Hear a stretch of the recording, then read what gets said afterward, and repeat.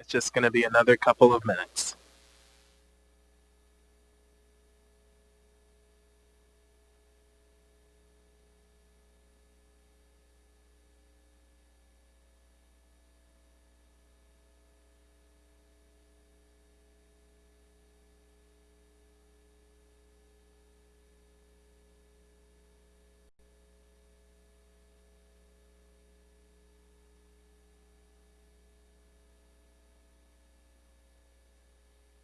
us? Yes, I am. Okay, great.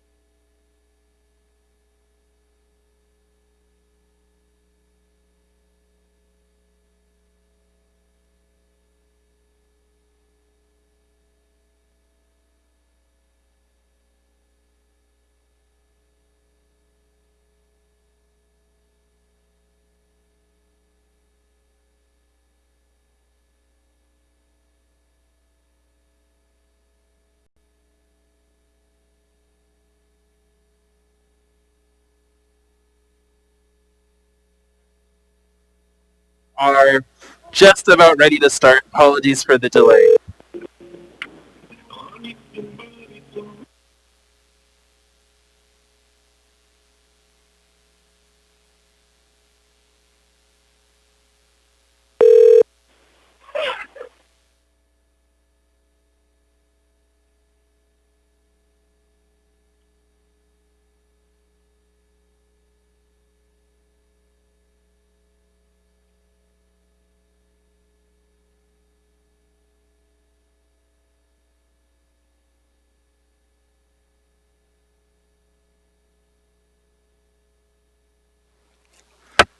I'd like to call this meeting of the Anchorage Assembly to order. Madam Clerk, can you please call the roll? Yes, Mr. Chair. Ms. Quinn Davidson. Here. Mr. Constant. Here. Ms. Kennedy. Here. Mr. Rivera. Present. Mr. Dunbar. Here. Ms. Allard. Here. Mr. Weddleton. Here. Mr. Padilla. Here. Ms. Solotel. Here. Ms. LaFrance. Here. And Mr. Peterson. Present. You have a quorum. Thank you, Madam Clerk. So next we have the Pledge of Allegiance. Ms. LaFrance? I pledge allegiance to the flag of the United States of America and to the republic for which it stands, one nation, under God, indivisible, with liberty and justice for all. My earpiece wasn't on. I didn't hear. Thank you. Yeah, it's like we did yesterday. Oh, okay. Let's go ahead and just take a quick break here for a technical issue. It's okay now. Yeah. Okay, that was quick. We got it fixed. Yes. Ms. Quinn Davidson, if you could lead us in the land acknowledgement. Yeah, I didn't. I'd be happy to, Mr. Chair. A land acknowledgement is a formal statement recognizing the indigenous people of a place. It is a public gesture of appreciation for the past and present indigenous stewardship of the lands that we now occupy. It is an actionable statement that marks our collective movement towards decolonization and equity. The Anchorage Assembly would like to acknowledge that we gathered today on the traditional lands of the Dena'ina Athabascans. For thousands of years, the Dena'ina have been and continue to be the stewards of this land. It is with gratefulness and respect that we recognize the contributions, innovations, and contemporary perspectives of the Upper Cook Inlet Dena'ina. Thank you. Okay, so before we get back to the public hearing on item 14A, so we have about 10 folks or so left on that public hearing for the item. Then we'll do amendments, finish up the item. At that point, it would be my hope that we can just gavel out after we're done with item 14A, and we can leave the rest of the items to the meeting of August 25th, but I'll leave that up to the body when we get there. So, with that, let's go ahead and reopen the public hearing for resolution number AR 2020-271, a resolution of the Anchorage Municipal Assembly establishing the priority areas and framework for allocation of the COVID-19 relief funds. Point of order. Yes, Mr. Weddleton? We had some disclosures for tonight. Should we have done those prior? Yes, yeah, thank you. That was something that I did forget to do yesterday. So after public hearing, I did forget that we were going to do it before public hearing. Okay. So let me just walk through that. So we have 2 disclosures for members to make. Then I will make the ruling on that, clarify the ruling as it pertains to the public hearing as well as the debate, and then talk about the motion to bifurcate as it pertains to the ruling. So we'll go ahead and start with Mr. Weddleton. All right, thank you. So I have 2 points to disclose. Would you like them one at a time or just both? Let's go ahead and do both. Okay, one is on the list of proposed CARES Act fundings is $300,000 to 9 Star. My wife works at 9 Star. And the second one is we have some amount of money potentially in amendments to business grants or whatever. And I own a small business that potentially could qualify. I don't know how they'd be distributed, so I'm not aware. And I have no intent at all to apply for them. Thank you. So let me go through the questions on the first one.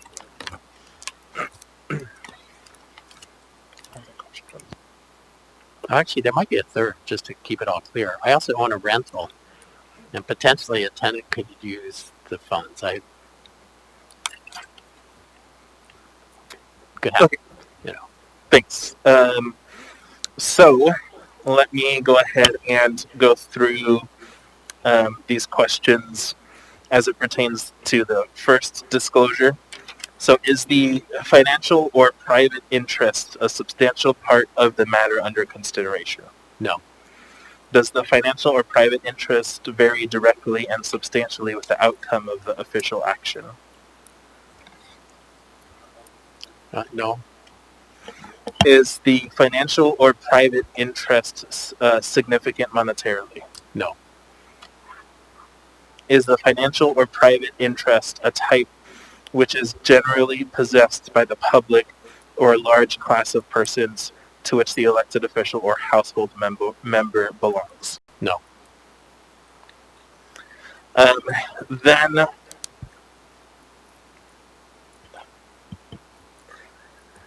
Then we'll move on to the second disclosure, which was regarding the small business grant. Is the financial or private interest a substantial part of the matter under consideration? My financial interest, or just broadly, the dollar amount for the grants should be quite high. Yours.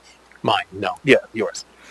Does the financial or private interest vary directly and substantially with the outcome of the official action? No. Is the financial or private interest significant monetarily? No.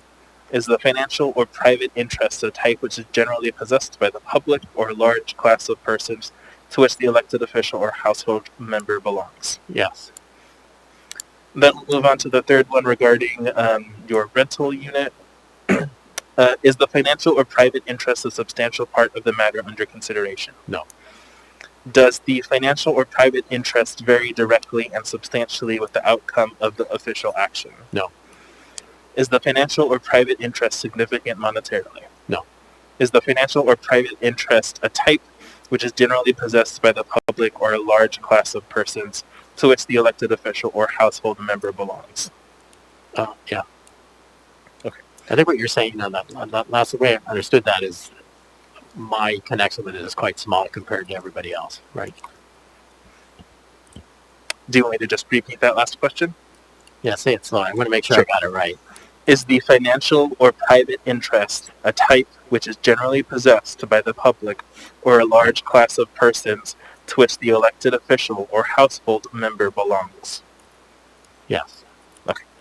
I'm going to go ahead and take a minute before I make a ruling.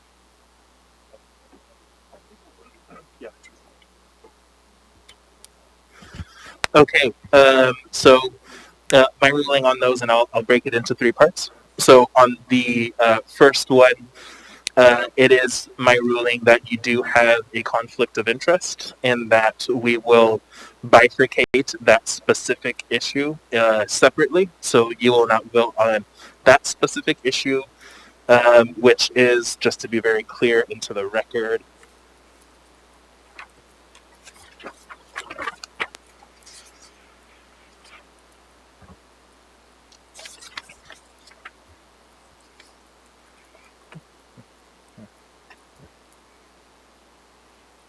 someone wants to help me find it. It's the 9-star one.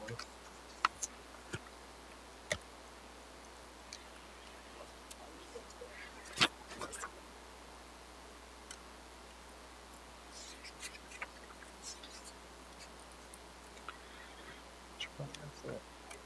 All of these words, I can't think. Is that just an Too many independent words. amendment? Do you know the section? Sorry, there's too many words. I'm trying to. What's the amount? I don't remember. Yeah. 300,000. There we go. Which is section 14. So we will bifurcate. So section 14, you won't vote on that one, and you are able to vote on the rest of them. Ruling on the second, which is dealing with the small businesses. As you've stated, you're not going to apply. My ruling is that you don't have a conflict, but if you do end up applying, that you seek a ruling from the ethics board. And then the third is that due to your landlord or the tenant being the individual who applies, you do not have a conflict. Thank you. Thank you. So I got a couple of other disclosures. We'll start with Mr. Perez-Rudia. Then I'll go to you, Mr. Dunbar. Mr. Perez-Rudia?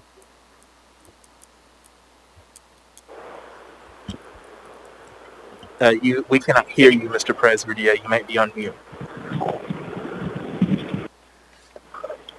Can you hear me now? Yes. Okay. I serve as president and CEO of the Alaska organization and would be eligible to apply for in this package. Sorry, Mr. President. Yeah, there was some extraneous noise there. Can you repeat that, please? Hello?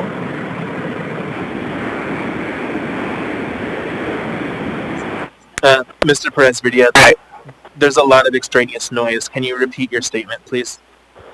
Yes, I serve as president and CEO of the Alaska Humanities Forum. My organization would be eligible to apply for some of the funding in this package. It is not my intention or my organization's intention to apply, but I wanted to make sure that I disclosed that we would have we would be able to, based on the requirements, but it is not our intention to.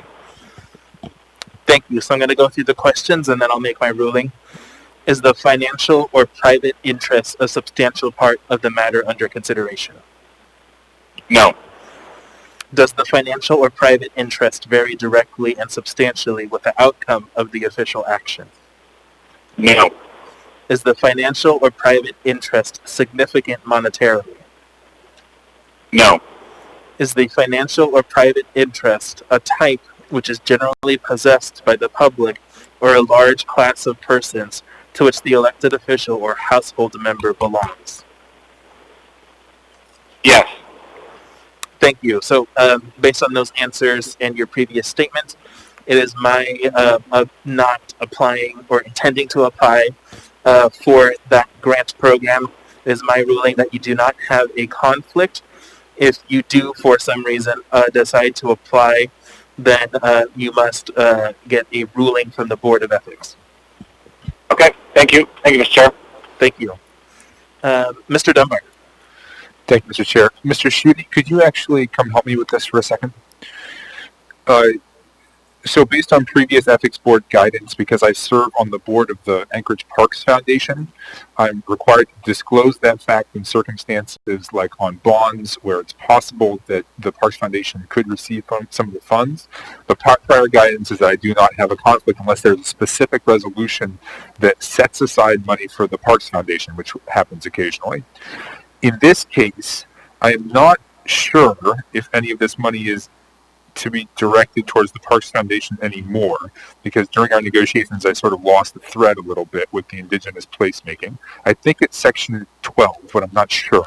I was hoping Mr. Schutte could illuminate that. Through the chair, Assemblymember Dunbar, you are correct. A portion of the original indigenous place names proposal was not added, but there is a component embedded in that. So it would be a partial funding to the Parks Foundation. Okay. Thank you, Mr. Schutte. So based on that, Mr. Chair, I think we should go through the questions. And my intention is, I hope that you find that I have the conflict so we can bifurcate this section. Thank you. Is the financial or private interest a substantial part of the matter under consideration?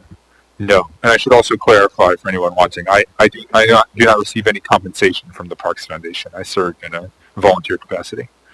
Thank you. Does the financial or private interest vary directly and substantially with the outcome of the official action? Mine does not, no. Is the financial or private interest significant monetarily? No. Is the financial or private interest a type which is generally possessed by the public or a large class of persons to which the elected official or household member belongs? No, it's a very small number of board members. Thank you. Based on those responses and your previous statement, I will rule that for the purposes of Section 12 and any amendments that we debate which deal with the Parks Foundation, that you cannot participate in those. And just like with Section 14, we will bifurcate Section 12, so we'll be taking up 12 and 14 separate from the rest of the sections.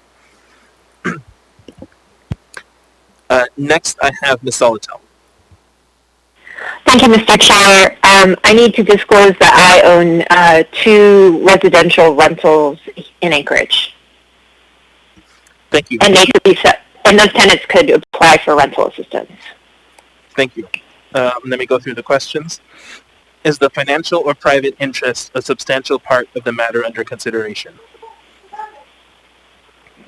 No. Does the financial or private interest vary directly and substantially with the outcome of the official action? No. Is the financial or private interest significant monetarily? No.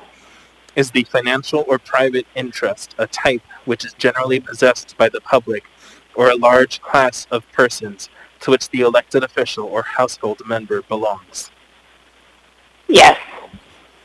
Consistent with my ruling with Mr. Weddleton, it is my ruling that you do not have a conflict as the tenant would be applying for these funds. Just any further disclosures before we move on?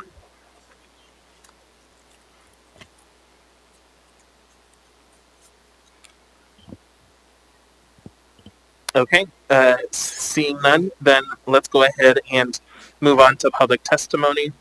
So for testimony on public hearing items, please direct your comments to the assembly or the chair and not to anyone personally. Personal attacks are not appropriate. For public hearing items, your testimony must focus on the topic, not other subjects or items. I will, as chair, work to maintain decorum at this meeting and ask for your assistance. Also, public testimony on AO 2020-66 will not be accepted when we deliberate, when we take up public testimony on this item, as we have already taken action on that item. With that, we have Ms. Sylvia Viamides.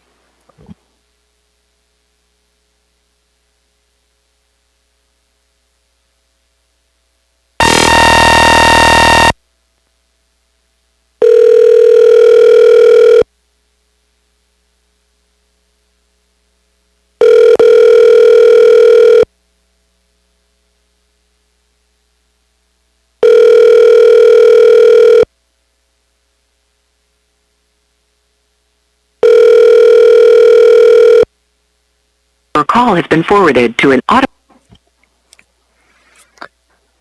we'll circle back to her. Next, we have Chris Wilson.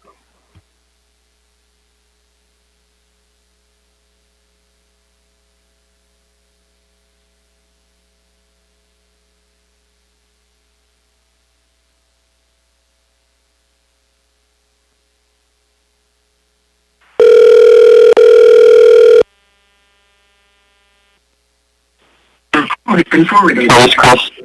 Hi, Mr. Wilson. This is Felix Rivera. You're with the Anchorage Assembly. We're on public testimony for item 14A. You have 3 minutes. Welcome. Thank you, Chairman Rivera, Assembly members, Mayor Berkowitz. Thank you for the opportunity to speak tonight. My name is Chris Wilson, co-owner of the Subway of Girdwood and Vice President for the Subway restaurants throughout Anchorage and Eagle River, and I currently serve on the Executive Board of the Alaska Hospitality Retailers. I'd like to thank you for realizing the need for an economic stimulus for the hospitality industry. The hospitality industry is the driving force in Anchorage's economy. We provide jobs and build careers for thousands of people and play a vital role in our community. The hospitality industry created middle-class jobs at a rate much higher than the overall economy in the recent years. Our industry, more than any other industry in our city, state, and nation, has suffered the most significant sales and job losses since the COVID-19 outbreak began. Our industry has been devastated, to say the least. Table for one has fast become table for none, at least through the month of August. As we abruptly close our dining rooms and continue to find new ways of doing business to survive, small business owners are doing their best to protect their employees, serve our customers' rapidly shifting needs. At the forefront of everything that we do is the health and safety of our employees, customers, and vendors. Not only is this affecting our industry, but it's also affecting everyone who does business within our industry, vendors, suppliers, media outlets. They employ hundreds of thousands of employees that are indirectly affected by our decline in business during COVID-19. With additional businesses closing, we will likely see a change in the real estate market when storefronts become empty and landlords become desperate to fill those spaces. I feel the number one purpose for this economic stimulus in our industry is to keep our employees working, help supplement rent and utilities. Economic hardship and insecurity have already begun to manifest in the lives of our food and beverage industry workers and local business owners. The reality is that a crisis of this scale will require an all-hands-on-deck solution in which everybody who has the means to help should do so. The future of our food and beverage industry is uncertain, but it is very clear that the people who work in it are suffering immensely right now and require unprecedented reassurance and relief. The true unknown of COVID-19 is a consumer behavior and confidence. Our industry can follow city and state and CDC guidelines and try to accelerate every safety platform that's available in the market. But what we really don't know is how our guests will respond to employees, to each other, and to everything that is asked to interact with. We look forward to the day that our customers and guests can have moments of connection that they so miss about our industry. I hope you reconsider by adding to the additional $7 million that is currently being recommended to the hospitality industry. Now more than ever, our industry needs your financial support. Thank you. Thank you for your testimony. Mr. Weddleton? So, Mr. Wilson, thanks for speaking. I've been in the subways, and it does look like you've got a pretty good system there for dealing with the virus. I think the phrasing on some of this, at least the previous funds that we've done, is like small business relief. And small is a very relative thing. I think Bureau of Economic Analysis is like 500 employees, which is massive by Alaska standards. And yours is probably, with all your different stores, fairly high as far as employment goes. If you, I don't know. I think when we do this, we don't really know how the money will be distributed. We're kind of putting money in a bucket, but we don't know what routines would qualify people. So I guess we need to know from you, are you a small business? Would you? Yes, we are. Okay, and each restaurant, so the Subway in Girdwood is independently owned and operated, independent of the restaurants here in Anchorage, Eagle River. we independently own. You know, we were up around 350 employees at one time, but you can take a full-service restaurant, and they will have upwards of 200 restaurants. So I think it's in terms of the number of units. Sometimes the number of units can be disguising. We average about 10 employees per restaurant, 10 to 15 depending. But we went from probably 350 employees to, you know, probably around, right now we've got about 250. So we've lost about 100 employees during this crisis. Okay. That's good to know. Thank you. Yes. Yep. Thank you. Thank you for your testimony. Thank you. Next, we're going to try Sylvia again. I understand that she is available.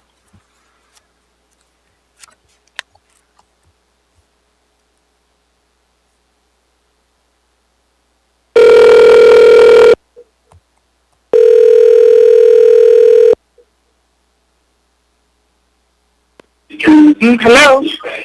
Hi, Sylvia. This is Felix Rivera. You're here with the Anchorage Assembly. We are on public testimony for item 14A. You have 3 minutes. Welcome. And I think you have a TV or other recording on. If you can mute that, that'd be helpful. Thanks. I did. Am I on now, Mr. Rivera? Yes. Go ahead. Thank you. Good evening. Being available for the hospitality industry businesses and our workforce has been my priority since March of this year. To my understanding, the CARES Act provides fast and direct economic assistance for American workers and families, small businesses, and preserves jobs for American industries. Our businesses are in crisis. The hospitality industry has been hit the hardest during COVID-19, with closures, reopening, and more closures. Over 600 hospitality businesses who employ over 9,300 people in Anchorage have been impacted by these closures. Many will not survive without help.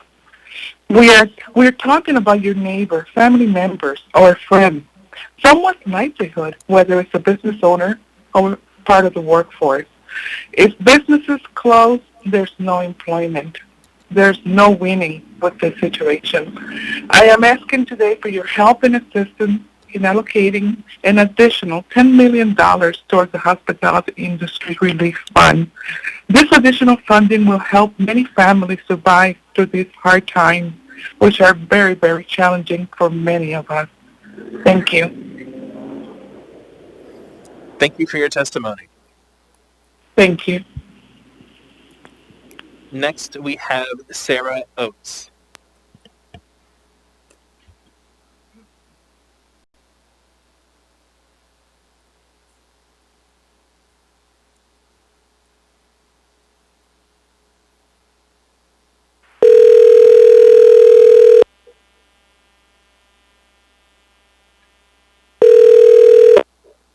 This is Sarah. Hi, Ms. Oates. This is Felix Rivera. You are here with the Anchorage Assembly. We're on public testimony for item 14A. You have 3 minutes. Welcome. Thank you, members of the Assembly. My name is Sarah Oates, and I'm the President and CEO of Alaska Char, the nonprofit that represents the hospitality industry in Alaska. I feel it's important to briefly note that I heard testimony from multiple Assembly members last night and in other meetings about the importance of transparency. With that in mind, it is astounding to me that the public was given fewer than 24 hours to review and submit testimony regarding the proposed appropriation of nearly $157 million that this body and the administration have clearly been working on for months. But I am here today to speak specifically about the hospitality industry in Anchorage. I am appalled to see that in response to this pandemic, which has become a massive economic crisis, the current proposals would only appropriate 10% of CARES Act funds toward economic stimulus items. There are approximately 17,000 hospitality employees in Anchorage who are undoubtedly being directly impacted by EO15, either in layoffs or reduced hours. The constant changes in mandates, from repeated closures to various phases of reopening, have created complete job instability within the industry. If this body considers nothing else except the cost of paying minimum wage to those 17,000 employees for those 4 weeks of closures, then you're looking at a price tag of over $27 million. And I'll note that that does not include employer tax expenses, workers' comp insurance, or any other expenses. Regardless of the methodology used when determining sufficient business support, it is glaringly apparent that $7 million, which is not specifically dedicated to those businesses who have been most devastated by COVID and EO15, is nowhere near enough. That number needs to be tripled. As Mayor Berkowitz stated when he announced the second round of closures, the administration and the businesses that EO15 impacts are all depending on Congress to pass another round of federal aid and relief to businesses and employees. But EO15 was effectuated at a time when all other forms of financial aid and relief have been exhausted or are unavailable, and with no accompanying fiscal plan from the administration to help those businesses survive or to ensure that thousands of Anchorage jobs will still be available after these closures. EO15 is an Anchorage mandate that calls for Anchorage CARES Act funds to offset the economic damages it causes. Independent bars and restaurants, small locally owned businesses, are over 5 times more likely to permanently close due to COVID than chain and larger non-Alaskan owned businesses. Without additional support from you today, you are turning your backs on Anchorage business owners and the thousands of Anchorage residents they employ. The industry will continue to advocate heavily for access to state funds and for additional federal funds to address longer-term survivability. But today is it essential that you adopt an amendment to address a local issue. As Mayor Berkowitz stated last night, this industry has been forced to make a sacrifice so that all other businesses can remain open. Now it is your duty to ensure that the sacrifice of those Anchorage businesses remains temporary as promised. Increase funding, total funding to $27 million dedicated specifically to those businesses directly impacted by EO15. Ensure that those funds are distributed expeditiously and give businesses flexibility to determine the best use of those funds. Thank you. Thank you for your testimony. Next, we have Lee Ellis.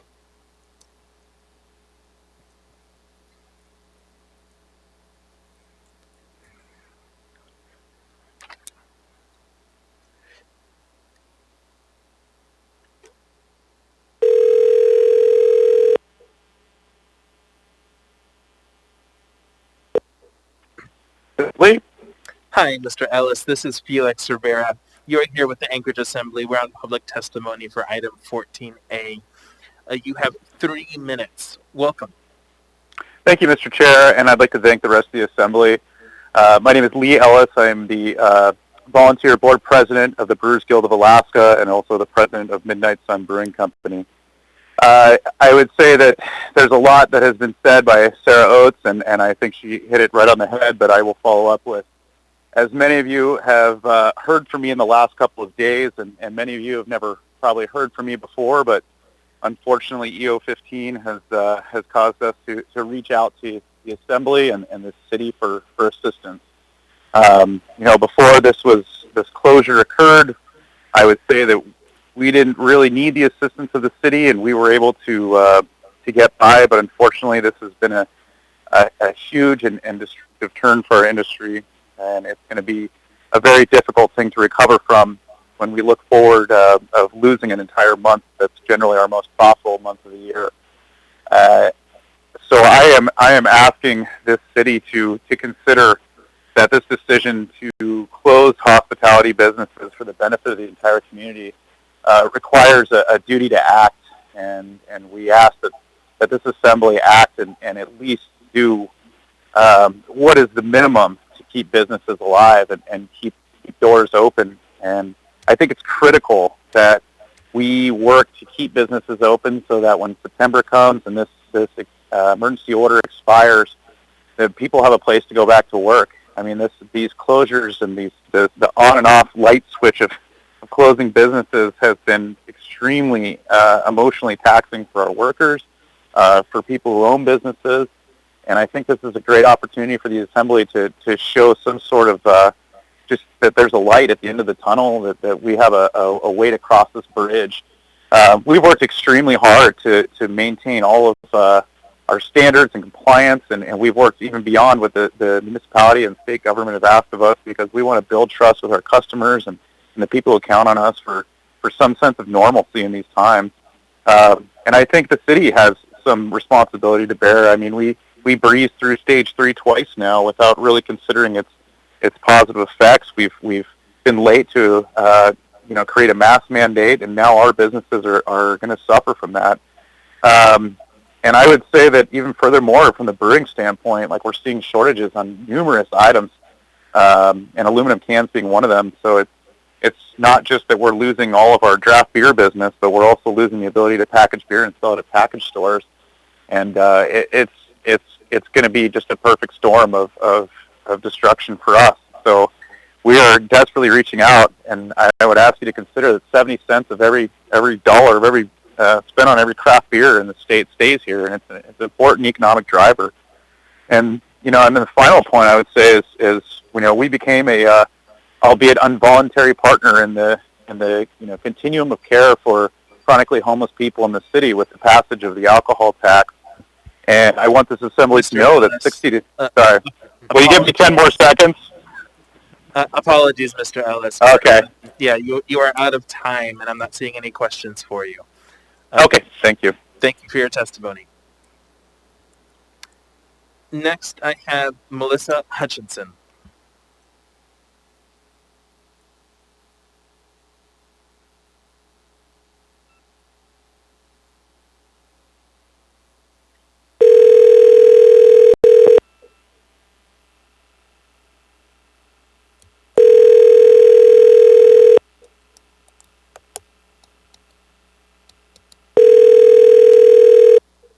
Hello. Hi, Ms. Hutchinson. This is Felix Rivera. You are here with the Anchorage Assembly. We are on public testimony for item 14A. You have 3 minutes. Welcome. Hi, thanks for having me. So I wasn't expecting this phone call today. I was actually expecting it yesterday. Well, I guess what I'd like to say is just have our industry voice be heard a little bit.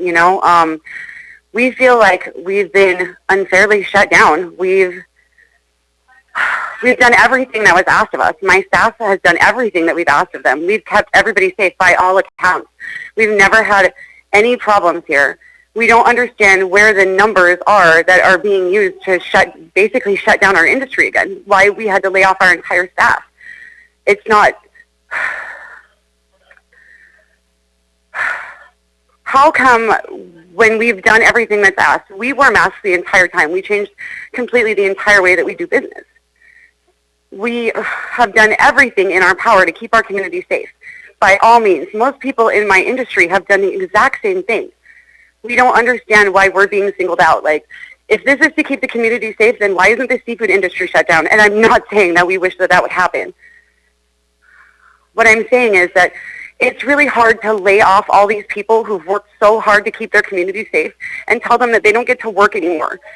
Nobody's forcing anyone to utilize our industry. We just want to be able to provide the services that we provide and take care of our families. It feels like with this mandate that instead of saying all lives matter, what you're saying is everybody's lives matter but ours.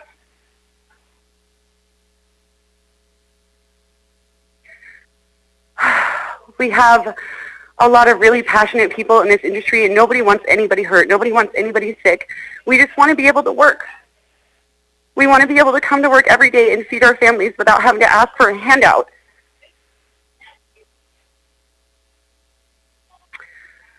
I had a whole list of itemized things that I was going to talk to you about, and right now none of them are in front of me because I didn't realize that you'd be calling me tonight. Our industry is devastated, literally devastated by this mandate. And it's not fair that we have to bear the brunt of this when we haven't done anything wrong. We just want to be able to serve our community safely. That's really all I can think of to say right now. Thank you. I have a question for you. Miss Allard? Yes. Thank you. I'm sorry. It took us just a moment. I have couple questions for you. Do you think you could just breathe for a minute and tell us, maybe you could think of some of those items on your itemized list? We need, for our industry, you guys have allocated us another, $6 million more, plus $7 million, so about 13. We would probably need twice that, just our industry, to make it through to next March. The second shutdown has decimated the tourism and hospitality industries. God, I wish I had my notes in front of me.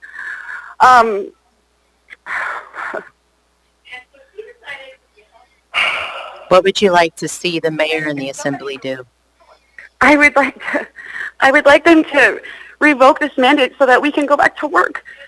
I want my people working. I don't want them to worry about where they're going to be able to, how they're going to pay their bills, if they're going to have to move out of where they live and do away with things when they haven't done anything but work their butts off. They are unfairly taking the brunt of this all on themselves because of this mandate. And it's not fair. No one has ever shown us the numbers to prove that we have done anything wrong, anything to deserve to not be able to do our job. Never once has someone said, you guys are super spreaders, here's the numbers. This is what happened when one case of COVID happened at this bar or restaurant, and then it spread into this. Nobody has ever done that. We're supposed to believe that because somebody says so? Chair, I have one final question for her. Ma'am, do you think you can send us the itemized list when you get it so we can see Of the things that I wanted to speak of? Yes, ma'am. Absolutely. I will be home in a couple hours. I have to do some grocery shopping, and I can definitely send it. I'm sure you guys will still be at assembly. So, thank you. Where did you want me to send that to?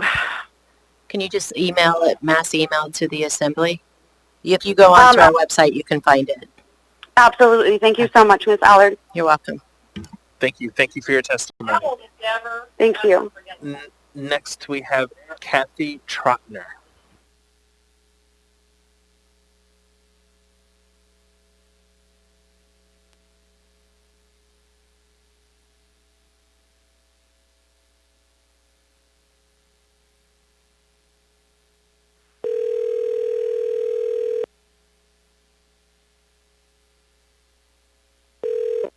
Hello? Hi, Ms. Trotner. This is Felix Rivera. You are here with the Anchorage Assembly. We are on public testimony for item 14A. You have 3 minutes. Welcome. Oh, thank you. Goodness, I'm live streaming something else then. Okay. Sorry. So my fellow board, sorry, I apologize there. So last night, my fellow board member, Lou Thies, addressed some of the issues that the Girdwood Clinic has been facing. And Assemblyman Allard asked if these were COVID-related or just plans we already had. Well, in truth, we've always planned to build a new clinic. And we've seen our patient numbers increase and our space decrease accordingly. And then when COVID hit, it became absolutely inadequate. Our administrative staff had to move out of the building, which limited patient care visits and decreased our income. But we needed to have that space for staff and providers to be able to socially distance. Some of the other things, the Abbott rapid test machine that we have takes up one of our 3 exam rooms. So again, that limits our patient treatment space. If we had proper space and ventilation, air exchange, we'd be able to put it in a proper area to run. We lack storage space for adequate PPE, and we have an unreliable water source, which would be a disaster if it shut down when we most need vigorous attention to hygiene. We're the only healthcare facility from Huffman Road to Cooper Landing, and 30% of our patients come from outside of the Girdwood area.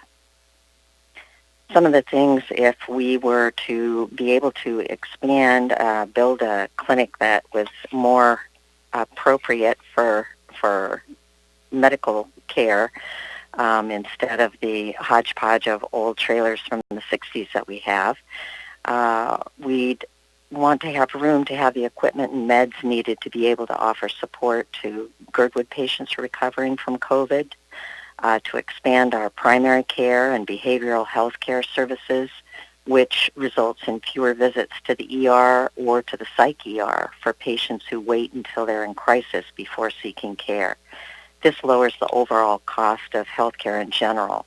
This really speaks to my heart. I was an RN at Providence for 31 years and saw how that happened, that our beds would be just so pressed by patients who were in the ER because they had nowhere else to go. They didn't have accessible primary care, and our critical care beds were taken because they had gotten so ill they required really intense care. A clinic with more expanded space, it's really been shown that we'd be able to offer a higher level of care for COVID patients as well as increased testing ability. Expanded administrative space would allow us to explore participating in contact tracing for the state. That was an offer recently made to Apologies, all Ms. CHCs. Trotner, but your time is up. Oh, okay. Well, I'm just so impressed by the assembly and the hard work you have been doing. Thank you. I'm just so amazed, and thank you so much. Does anyone have any questions? I'm not seeing any at this time. Thank you for your testimony. Okay, thank you.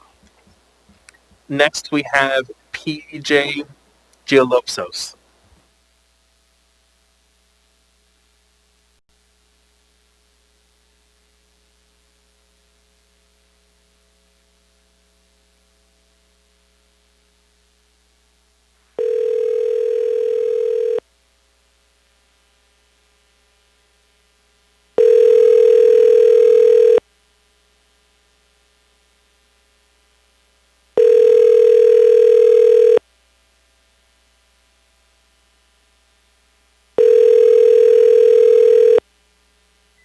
Your call has been forwarded to an automatic...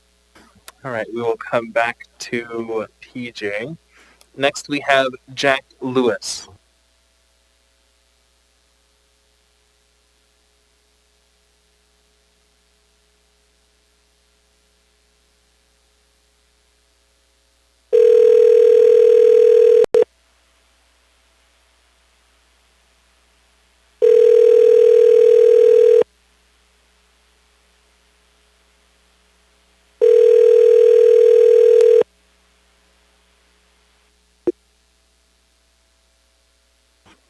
Hi, Mr. Lewis? No, okay.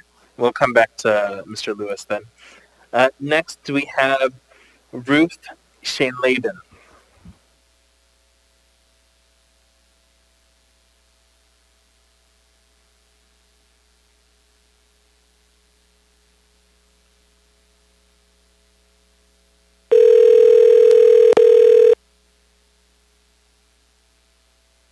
Hello, this is Ruth. Hi, Ms. Shane-Laden. This is Felix Rivera. You're here with the Anchorage Assembly. We are on public testimony for item 14A. You have 3 minutes. Welcome. Thank you. My name is Ruth Shane-Laden. I am the president of 9-Star Education and Employment Services. I am presenting... Sorry, I thought I turned that all off. I am trying to present today to tell you about how we want to put COVID money to work. We are trying to build a project, or we have a project model that we have used before very successfully, and it is to put people to work through education and employment services. The pandemic backstory is that there are a substantial number of Alaskans who are going to succumb to homelessness while the country fights the coronavirus. Unemployment benefits are up. Public assistance applications are on the rise. There's a legitimate concern that stimulus money and increased unemployment benefits are going to diminish, and homeless and the need for public assistance will increase.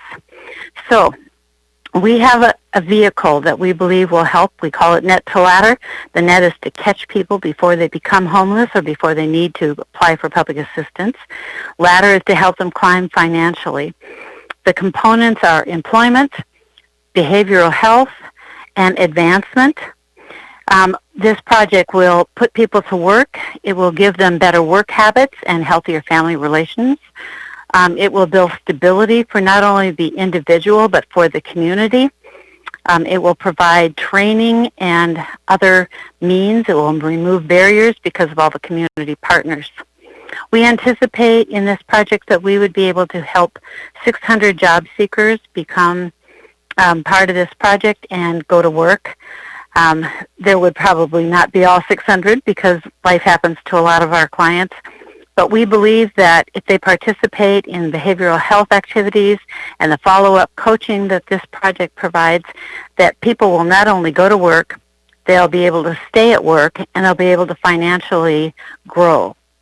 The project is very related to COVID the CARES Act, because it diverts millions of dollars in other benefits so that people can go to work now. The issue is that we need to get people to work immediately, get them ready at a basic, and move them up the ladder to financial self-sufficiency. The CARES Act will be rebuilding our community economy as well, because when we put people to work, they will go to work and be contributors to our economy, and they will have a financial stability in their lives. We want to support vulnerable Alaskans with a diverse background, put anybody and everybody who's in a low income or unemployed status. So we hope to divert millions of dollars from other public funds that can be used in other ways. Interrupting, ma'am, but your time is up. I do have a question It goes for fast. you, though. It does. Sure. I have a question for you, though. Miss Aller? Thank you, ma'am. So we're kind of, I have a couple of questions for you. You said that it's directly related to using the CRF.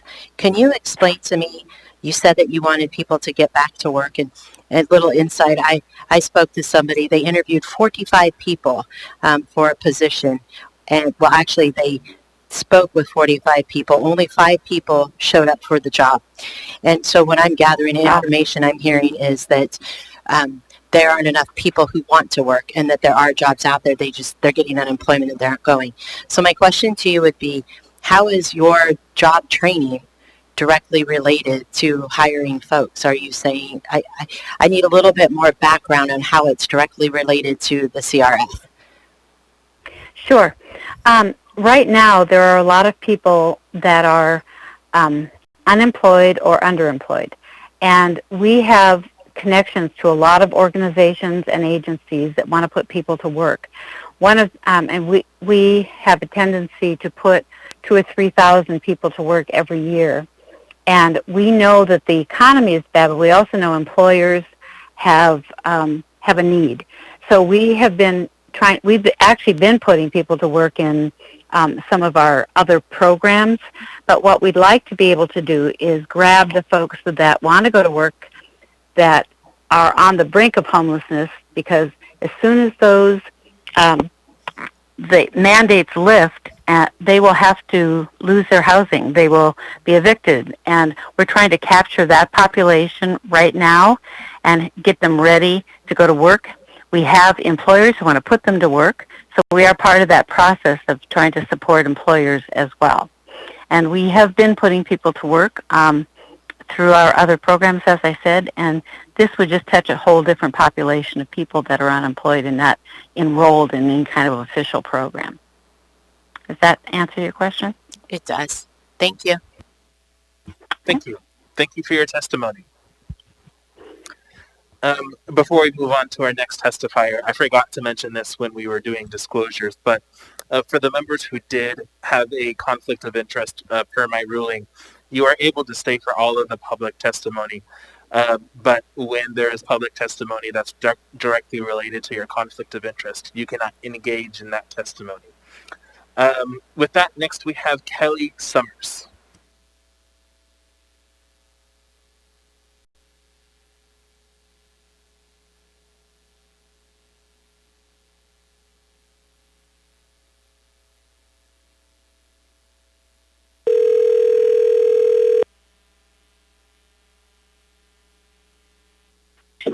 Hello. Hi, Ms. Summers. This is Felix Rivera. You are here with the Anchorage Assembly. We're on public testimony for item 14A. You have 3 minutes. Welcome. Okay, thank you. I didn't have much time to really look over your proposal really carefully, but I've heard all the people calling in and saying the restaurants and small businesses are really hurting. And just looking over your proposals, I guess the first thing I'd like to request is that will you separate out the amount that you're proposing to give to small businesses versus nonprofits? Because I see them as very different entities. And honestly, the nonprofit sector is growing at the expense of other sections of the economy. And it's shown by your proposed spending plan that you support that.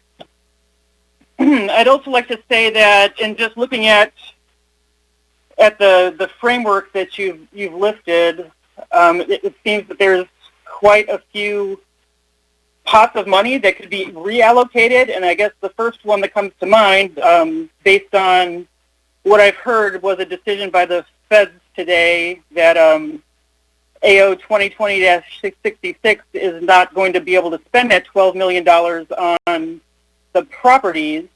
So that would be $12 million that you could reallocate to the small businesses and the hospitality industry. So that's 12 and a half right there. Looking at your list of things, I really do not agree with giving any money to remarketing Anchorage. That seems that you're saying that people didn't come here this year because your media presentation wasn't acceptable. So that's another $1.3 million you could give to the small businesses.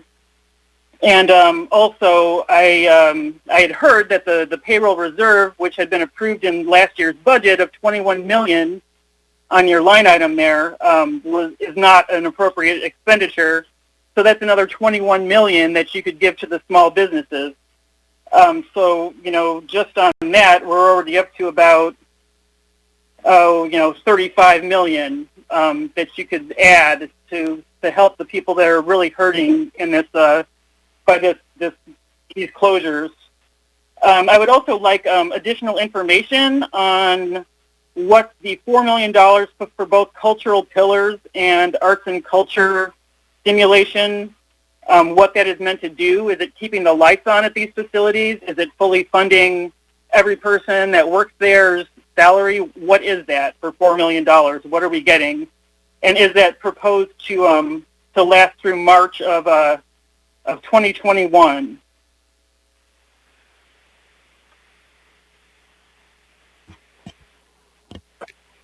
Thank you for your testimony. We will take up your questions during deliberation. All right, thank you.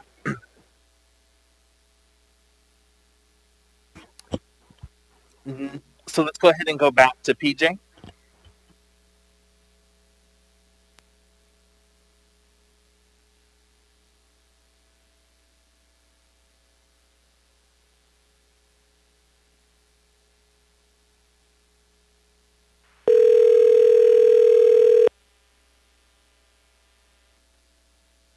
This is PJ. Hi, PJ. This is Felix Rivera. You are here with the Anchorage Assembly. We are on public testimony for item 14A. You have 3 minutes. Welcome. Hi, thank you very much for taking my testimony. I just wanted to express a lot of concern about the situation that all of us are in and the expenditures that the Assembly is planning or trying to implement under the CARES Act funds. There are so many businesses and employees around this city that were waiting for those funds to be distributed properly, and the list of items that are on there are just, I'm sorry, not proper use, a lot of us feel, and many of us are left confused and scratching our heads trying to figure out how these expenditures are even legal. And but I see today where at least the Treasury Department came in and would like to have you all explain that. The blatant disregard for some of these businesses, I'm really lucky in that I've been here 36 years and my customer base is pretty strong. But I can serve food. I can have people sit outside. There are so many who cannot. And when you take into account all of the money that everyone is losing and things that are being counted on, it's so disheartening for so many business people in this town. You guys have got to really take a closer look at the constituents you serve. Not, the comments made last night about, well, gosh, it looked like too many people were not in favor of this, but we are going to move forward with it. And anyway, was like, you're going to have to start listening, guys. These are tax dollars. These are tax dollars. You are public servants. You are serving this community. Please, please think carefully about what you are doing and how you're impacting an entire community of businesses and employees and vendors and suppliers. It goes all the way down. Don't wash it out into the gutter, kids. There's an election coming up. And there's also money that has to be distributed properly and legally. Thank you very much. Thank you for your testimony. Mr. Dunbar? Yeah, I'm sorry, ma'am. You mentioned your business, but what business was it? I didn't catch that. I own Little Italy Restaurant out in South Anchorage. We've been here since 1984. Thank you. Thank you. Next, we have Jack Lewis.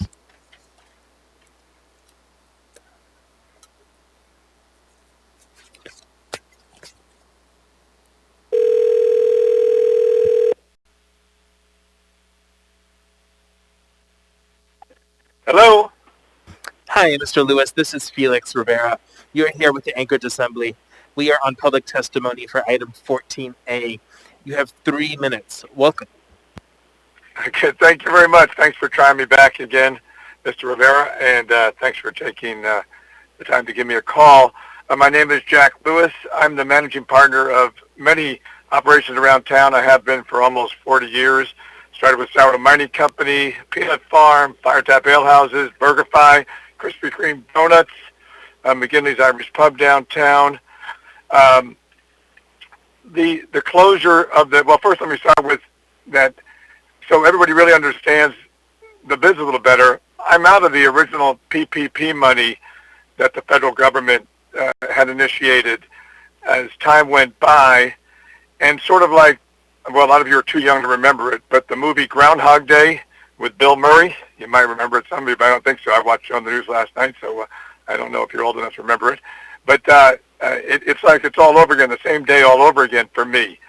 And it's not just a matter of the devastation of the shutdown of the dining rooms. It's the layoffs that come with it.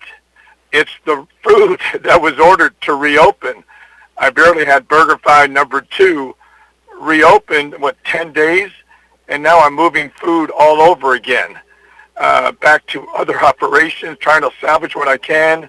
I laid off people that I must have spent $8,000 training, young kids, managers. Here I am all over again, and I don't know when I'm going to start up again and spend another $8,000 of money that I don't have at the moment under this new COVID world.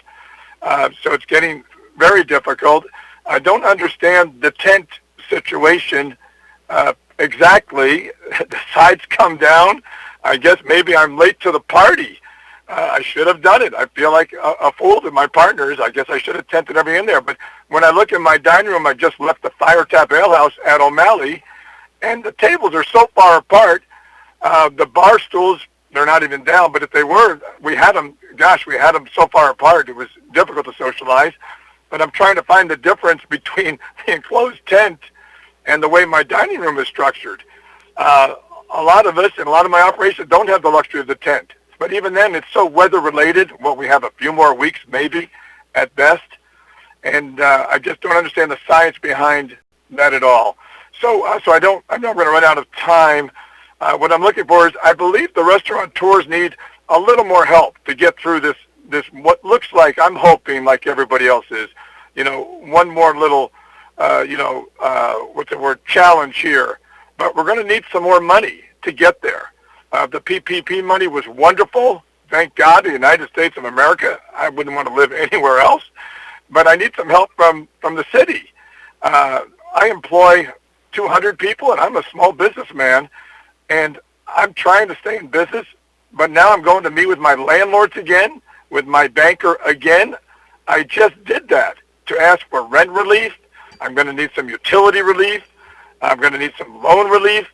So whatever I can get from the city of Anchorage would be wonderful to keep people employed Apologies and for to stay in interrupting, business. sir, but your No time problem. is up. Thank you so much for your testimony. Thank you very much for listening. With that, that concludes our public testimony. Public testimony is closed. We are going to go ahead and take a 20-minute break, and then we will come back to conclude this item.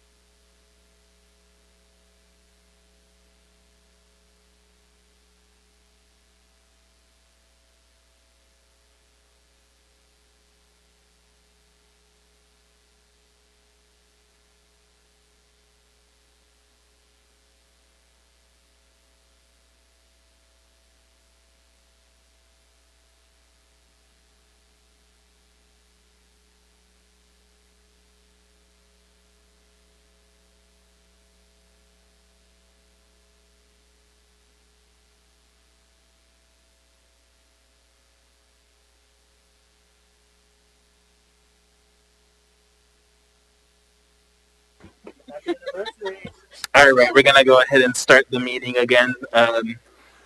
Thanks, everyone, for your patience. So before we get to the amendments, I've had a request just to help inform the deliberation on the amendments from Ms. LaFrance. Ms. LaFrance?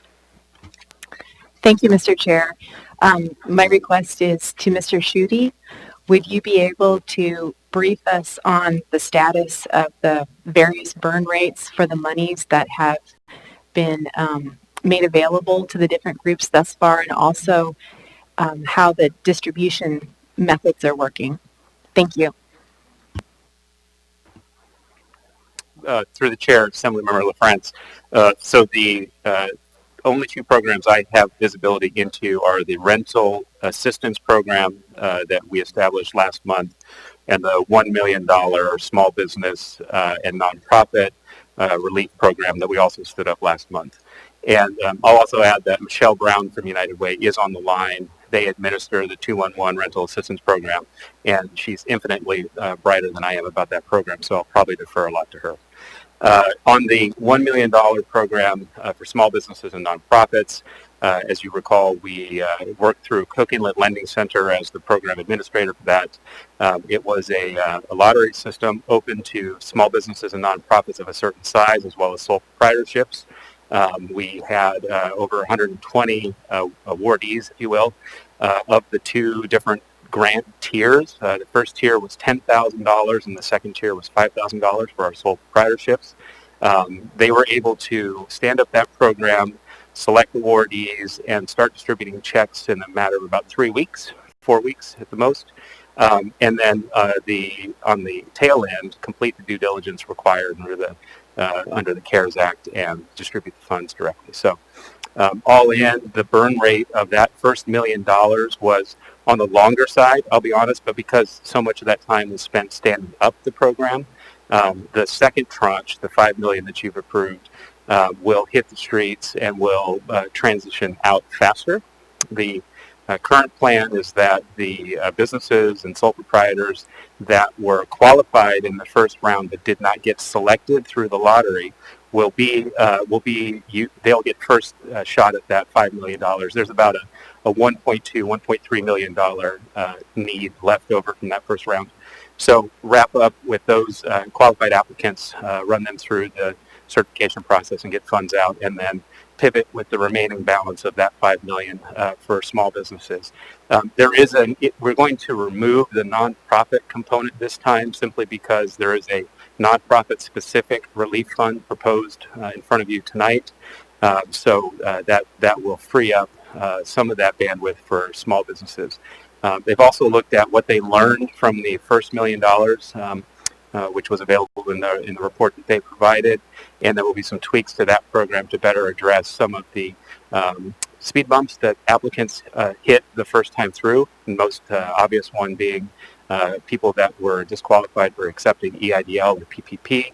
I think if you haven't heard it enough, we have people found that to be a real burden, and there's no shortage of need even with those programs in place.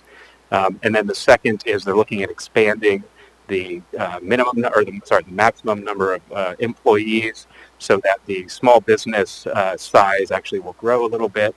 We found there was a significant cutoff for a lot of qualified small businesses just because they had more employees than the original program was allowed to cover. So those, and then of course there's the equity and inclusiveness requirements that the Assembly has expressed, and that the Economic Resiliency Task Force has expressed as well. And so Cook Inlet's working on how to incorporate all that into the round 2. So that's that program and that burn rate for you. On the rental assistance, we're I think just over $1 million distributed so far, and ready to deploy second and third million tranches. And Michelle Brown has countless statistics available if you'd like to ask her follow-up questions. Thank you. Thank you. Mr. Constant? Thank you. Chris, just a sec, you mentioned a report. Is that something we've seen, or is that coming to us? I apologize. I couldn't hear the question. Say it again. Sorry, you mentioned a report from Cook Inlet Lending.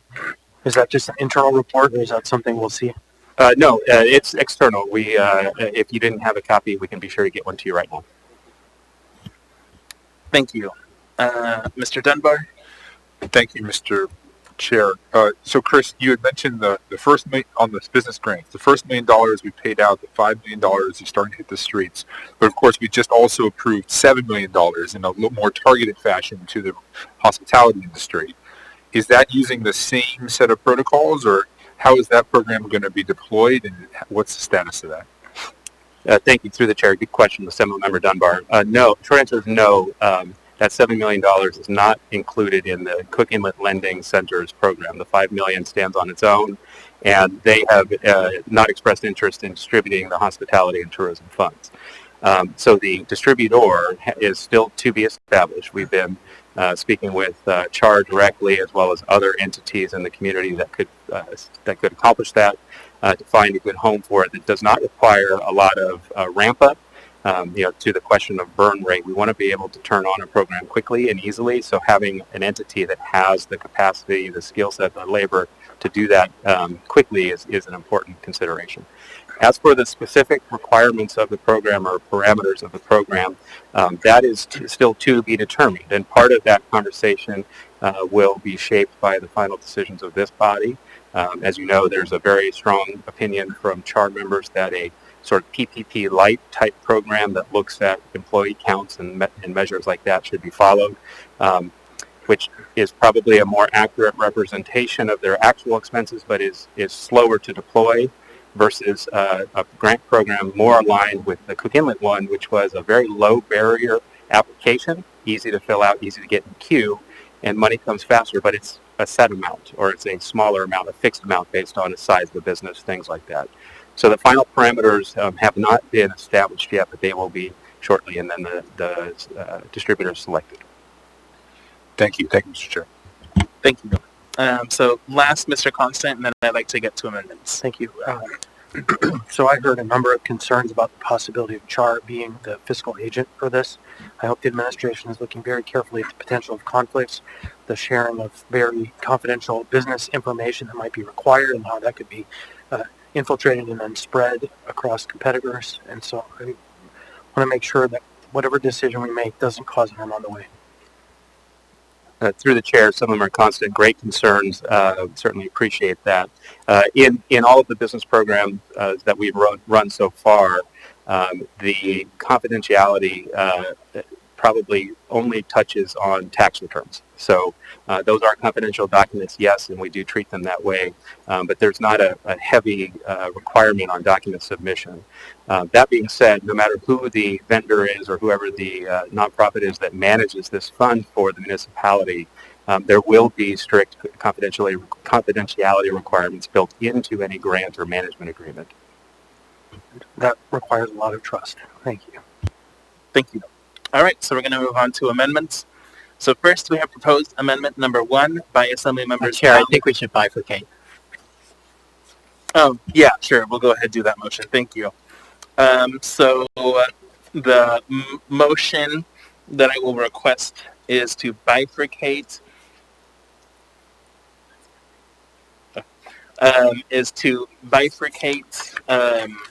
this issue so that we take up sections 12 and 14 separate from the remaining sections in the ordinance. So moved.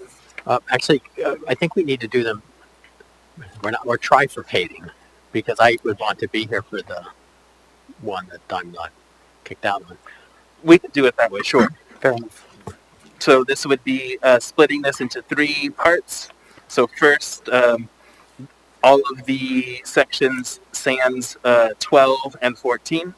Second will be section 12, and then third will be section 14. So moved. Second. Moved and seconded. Any discussion on the motion? Again, to repeat, we'll be splitting this up into 3 sections, or 3 separate motions to approve. The first motion to approve will be for all of these sections except for 12 and 14. The second motion to approve will be for section 12, and the third motion to approve will be for section 14. Is there any opposition to that? Okay, seeing none, then that motion is approved.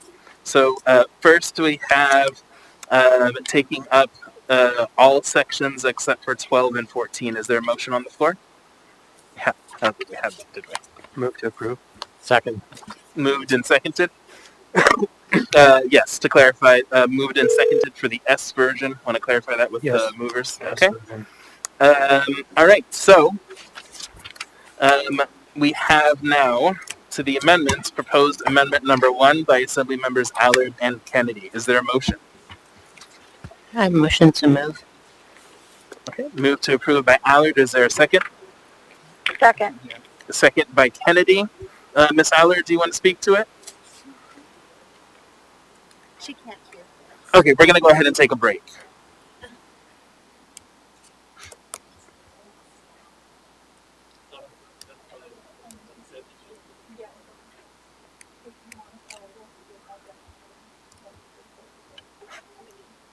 There's one here for Meg. Maybe we could try.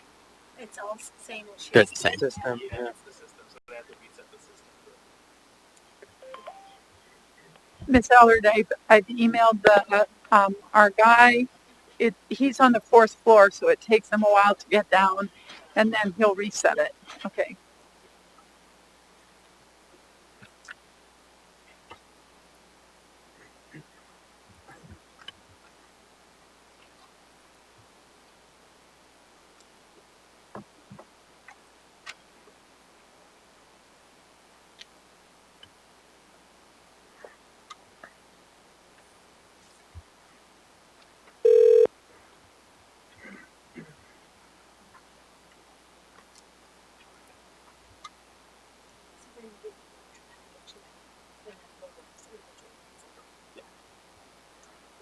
Here he comes. Thank you. Okay, so I have some questions.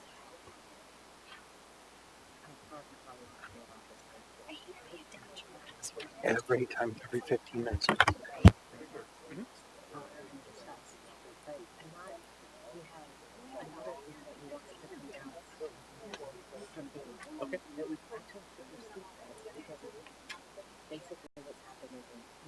Is that How do I do this with the amendment lunch? Like, can it just take it off and then put it in? Yeah, so you're just waiting for version 2 of amendment 1? I think it's called Amendment 10. Is that correct? The Dean's working on, yeah. Okay. So then what I would suggest is we just not take this amendment up, and then when we get 10, and then when we get 10, we'll take that up. So, and so I'm just going to go in order, in number order. So we're going to do 2, 3, 4. Okay, so do you want Hello. me to tell you, just forget? Yeah. Okay. Thanks. Thank you. Sorry.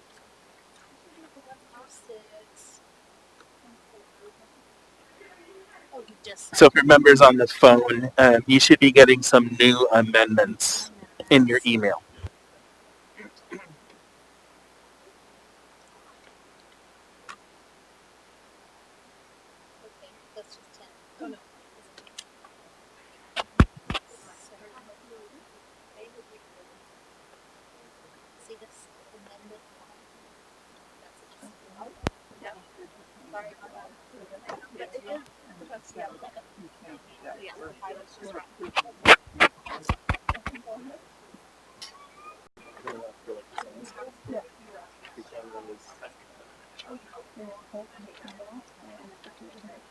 Hello.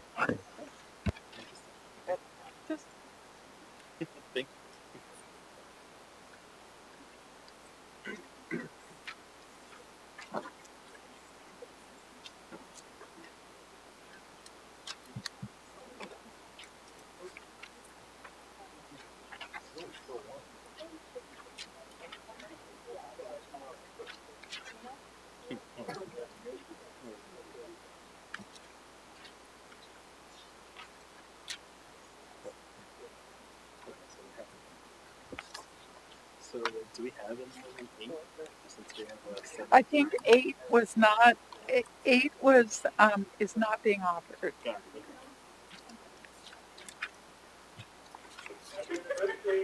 All right, we're going to go ahead and start the meeting again. Thanks everyone for your patience. So is it working now, Jamie? It is.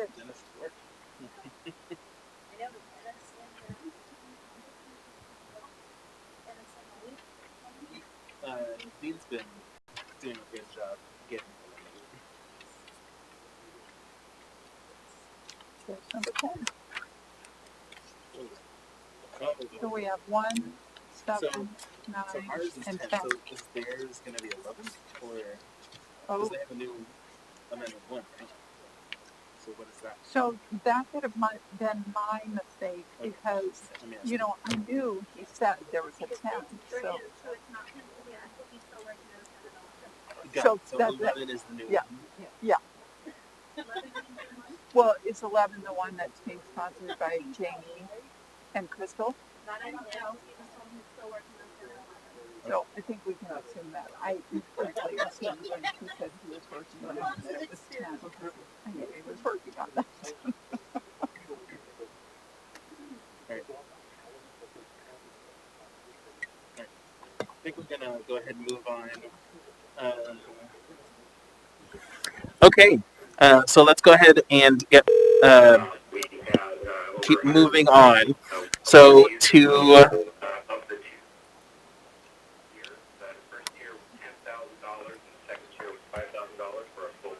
Hello? okay, so to get to this amendment number 1, so there's going to be a new amendment, amendment number 11, which is going to replace amendment number 1. We haven't received that yet, but it is still in the works, so we will get that soon. So I'm going to ask both Ms. Allard and Ms. Kennedy to what's the word I'm thinking of? Withdraw their motion. Withdraw. And then, Okay. Ms. Kennedy, do you agree? Agree. Okay, so then we're going to go ahead and move on to proposed amendment number 2 by Assemblymember Kennedy. Is there a motion?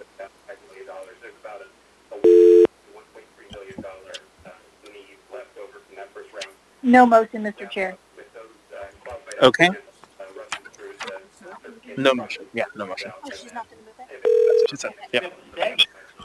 So next we have proposed amendment number 3 by Assemblymember Zolotel. Is there a motion?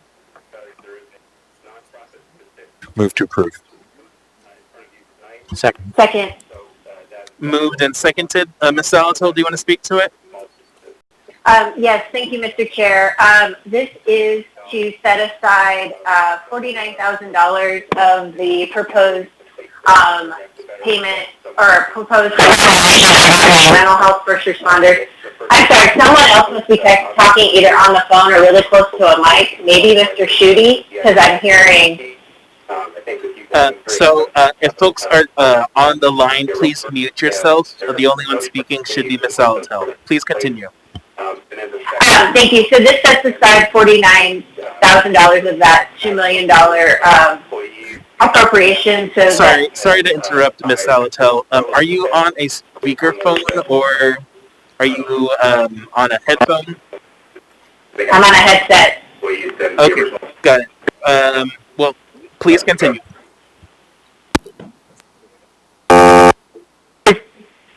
Is that better? Yes, that is better. Thank you. Okay. So the $49,000 to set aside in the $2 million overall appropriation of the first payment of the mental health first responders would allow the Assembly to hire a consultant to advise us on the available options and funding sustainability as we stand up a mental health first response program. This is very akin to like when we did this with the Port of Alaska. There will be expertise within the administration, like with the Mental Health Trust, but I think, to do this as sustainably and as responsive to what we desire, we need to get our own advice about what's possible from someone who knows the landscape, knows about the additional use of 1115 waiver funds, and is familiar with the behavioral health providers in Anchorage. Thank you. Thank you. Hello? Hello? Yes. Who are you, ma'am? Oh, sorry. Felix, this is Michelle Brown. This was the number I was given to call in case there's questions. Is this the wrong number? Well, thanks for joining us, Michelle. I will let you know if we have any questions. Okay, thank you. Thank you. Okay, are there any, is there any further discussion on amendment number 3?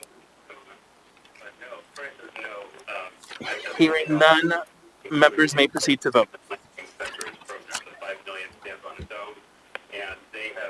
Ms. Kennedy? No. So the distributor is still to be established. We've been Mr. Prince Verdilla? directly, as well as other entities in the community that could accomplish that, find a good home for it. It does not require a lot of ramp up. Mr. Peterson? We want to be able to turn on a program quickly. Yes. So having an entity that has capacity Mr. Prince Verdilla? to do that quickly is an important consideration. I'm sorry, yes, I vote yes. Program or parameters of the program, that is still to be determined. And part of that conversation will be shaped by the final decisions of this body.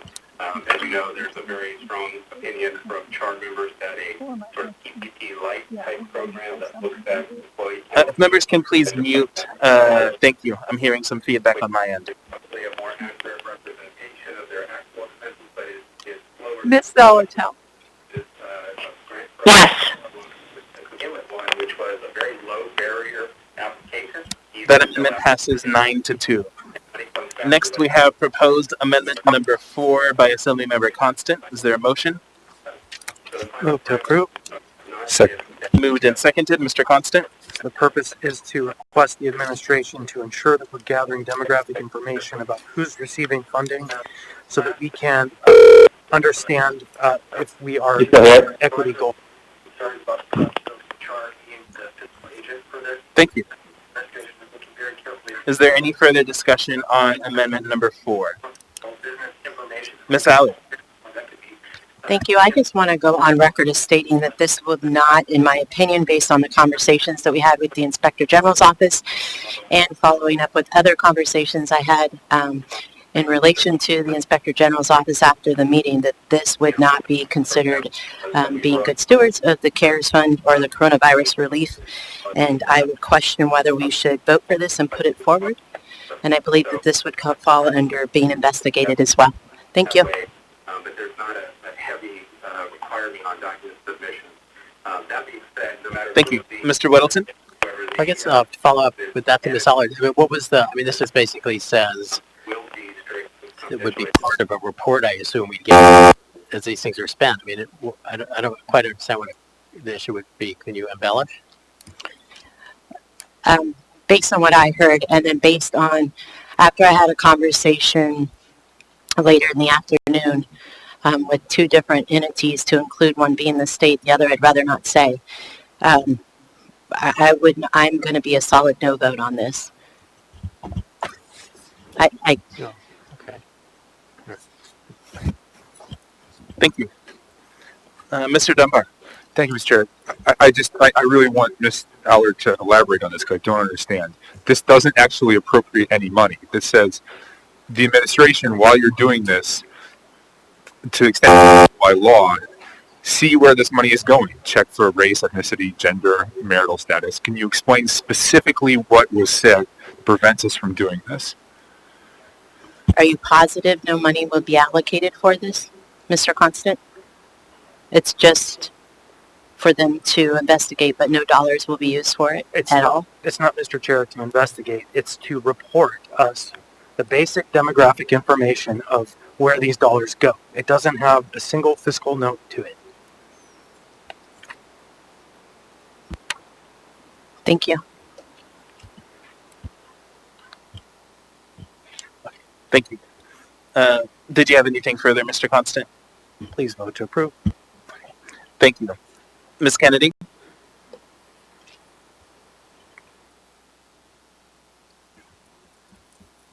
Ms. Kennedy? Go ahead. We can hear you now, Ms. Kennedy. Okay. All right. Thank you. I'm going to oppose this just on the basis that I'm not sure this is really helpful information. It might be interesting, but I don't believe it's necessarily helpful. I don't know that it will do anything to help us change how we are allocating funds. I don't know that it would make a difference in terms of who might want to apply for some of these. I don't think it has anything to do with the particular eligibility unless we think somebody's being fraudulent in trying to apply for more funds than they're supposed to for having their rent paid. But anyway, I mean, like I said, I think it would be interesting, but I don't know that we would actually use this for anything productive, and I certainly wouldn't want it to be used to try to make somebody ineligible, considering the kind of economic crisis that we have right now that I think is sweeping across the board for just everybody right now. So anyway, so that's my opposition to it. I really don't see that it's useful and necessary, even though somebody might just want to know. And I'm not sure that that's enough to put forth that effort of generating a report. So thank you. Thank you. Mr. Dunbar. Yeah, I'd like to ask Ms. Kennedy what specific data category she finds offensive here. Because, I mean, things like income, education, and employment seem to be specifically the kind of things we want to understand where this relief is going. If someone is very high income and they weren't very impacted by the COVID-19 crisis, then why are you opposed to collecting that data? Or are there specific other categories here that you don't think we should be checking up on or getting data on? Thank you. Well, I think just by the fact that you already recognized that there was a reference, you made the reference to income. Right now, you could have somebody with a great deal of, I guess you could call it wealth, if you will, but basically, they own property, they might own their own home, but they have no cash flow. So now they're in a totally different place than they would normally be in. And I think the same with businesses. You may have businesses that you think are very successful. And so what I'm saying is I don't want that kind of information to be used to all of a sudden start saying, well, you haven't suffered enough so you don't get any money, kind of a thing. So like I said, otherwise, it could be interesting information, but I really don't see that it will be useful information. So that's my only comment. So anyway, thank you. Thank you. Thank you, Mr. Chair. Thank you. Ms. Quinn Davidson? Thank you, Mr. Chair. I guess I just want to point out that, for the last few months, we've been talking about COVID and the disproportionate impact upon specifically people of color, but obviously the poor as well, and there's a big overlap there because of historical reasons. And so I just don't understand, after hearing that for months, hearing in the alcohol tax conversations for months the same story, that members of this body would not want to, with taking their money to do it, collect data to see if that's indeed the case. And to me, that's willful blindness to any racism or sexism or classism or income levelism or anything else that's captured in this amendment. And I'm just really disappointed that that's the case. Thank you. Thank you. Mr. Perez-Verdia? Yeah. Thank you. I think my question has been answered. I would just add a comment that I'm a bit confused as well.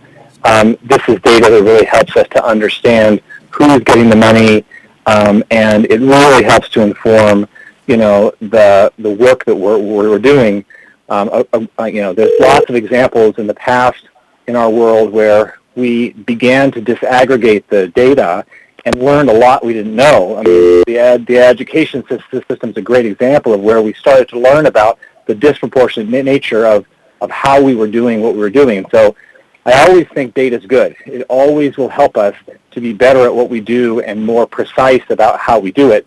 So I would really encourage support of this, and I would echo the confusion why we wouldn't want to have this data and have access to more information so that we can make good, solid choices for our community. Thank you, Mr. Chair. Thank you. Ms. Allard? Thank you. So I guess I'm curious on, I'm starting to understand what this amendment is about. So I guess I'm curious on what is Mr. Constant brought it up, so I'll just ask him, what is your intent and how are you going to, is it going to be required that people answer these following questions? Is it going to be used in the future against individuals? It's a privacy issue for me. And what I mean by that is just because we are, the federal government is giving us the CRF funds to dole out to individuals, I don't know why we would use this information almost against individuals. So there's been no suggestion anything would be used against individuals except by the two people who oppose it. And so I think what it speaks to is the fact that the thing speaks for itself. Thank you. Okay, well, that's not very much clarification, so I'll just be a solid no vote because I think this is discrimination towards other individuals that are doing other things in their life. Thank you. Thank you. Ms. Solotel? Thank you, Mr. Chair. I would just remind everyone that as it worked through the framework for CARES Act, we did choose to put equity into that framework, and this gets to that equity piece. So I think this is direct action to implement the equity we said we wanted. So I appreciate Mr. Constant bringing it forward. Thank you. Thank you. Mr. Rivera. Thank you, Madam Vice Chair. I also appreciate Mr. Constant for bringing this forward. I've talked in the past and had some interesting headlines being written about me when I've talked about the fact that we need to make sure that these funds aren't used in a color-blind way. And I think Ms. Zalatel stated it perfectly. There's a reason why when we came up with the framework that we talked about equity. And unfortunately, I don't have the whole sentence here, but in the guiding principles, when it talks about equity, it talks about the need to address current and historical inequities in our systems. So getting to the comment that Ms. Kennedy made about not wanting to leave anyone out, apologies to be blunt, but how the hell do we know if we're not leaving anyone out, if we're not actually getting the data? So I appreciate the concerns raised by the members from Eagle River, and Chugiak Eagle River, but this is actually what we should be doing in order to ensure that we are meeting that guiding principle of equity. Thank you. Thank you, Mr. Chair. Just want to confirm, Ms. Kennedy, I think I have you. Yes, thank you, Mr. Chair. You know, my point in all of this was so that we wouldn't be picking winners and losers. I look at all of this as there are a great deal of people out there that are in need. And if somebody tells me they're in need, I don't want to have to quiz them on who they are, where they came from, you know, how many kids in their family or anything else. If they tell me they're in need and they put forth this, you know, an application that says, wow, I am just really challenged and struggling here, I want those people to get the help that they need. So my whole point in all of this is if this is about trying to make some kind of a qualification, you know, you're worthy to get money and you aren't kind of a thing, I have a problem with that. And so that's what I am trying to say is that I don't know that this really helps us. I mean, truly, if you're really just interested in finding out, then okay, that's one thing. But I'm looking at what would we really do with this information? Would we all of a sudden say, oh, okay, we're going to stop giving money to this group because this group is unfairly represented? And I know that's what you're getting at, you know, and I kind of understand where you're coming from there. But at the same time, you're picking winners and losers. And I just don't want to be responsible for that kind of process. So anyway, thank you. Thank you. Mr. Constant? I've never seen data be able to have sentience to be able to pick a winner or a loser.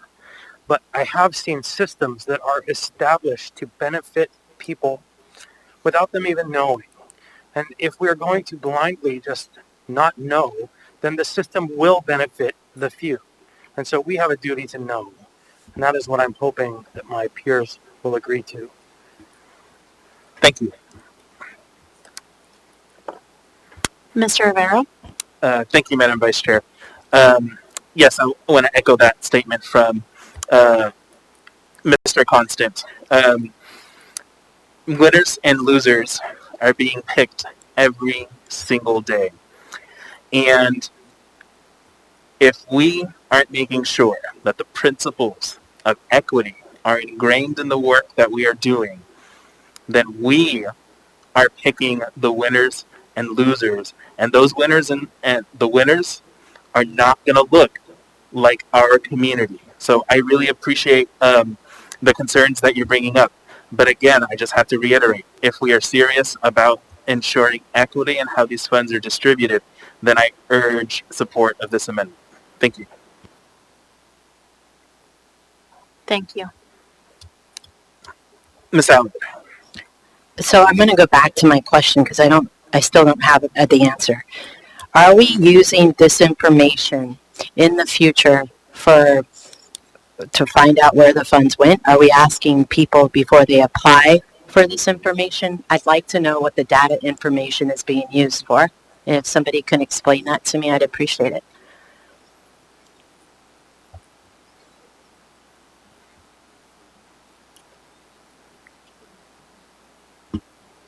I think, Mr. Schutte, great. Apologies, I wasn't clear who the question was asked to, but I can speak through the chair, Member Allard, to the purpose of collecting demographic information on the $1 million small business grant program that Cook Inlet Lending managed for us. It was not part of the application process. It was handled in a survey after the applications were in and awards were granted. And it was to provide the information that I believe this amendment is asking for, which is once we deploy funds into the community, how do we measure what the impact was? And one of those questions is who is being impacted or benefited by it? So in that particular instance, the questions were asked on the tail end. I do think that was an extra step that added a little bit of time but provided great information for the project. I do think going ahead, though, it might be easier to ask it on the front end, but of course make sure that it's clear that it's not it will not be used in an evaluation or a deciding factor necessarily for awarding rent relief, for example, or any of the other benefits. But it was very useful in looking at the impact and the reach of those programs, and I think it's a very valuable tool. Mr. Schutte, are we going to require information prior? Through the chair, no, I don't think this would be a required informational ask. And again, I only have the one example that I can point to where we asked at the tail end, and it was completely voluntary. Okay, so as somebody that knows a little bit about the Human Rights Commission, I'm still going to say no to this. Thank you for that. Appreciate it. Thank you.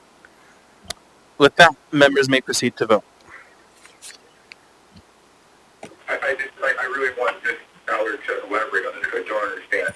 This doesn't actually Ms. appropriate Kennedy. any money. It says the administration No. Mr. Perez Gradilla. Yes. Ms. Salatel. Yes. Mr. Peterson. Yes.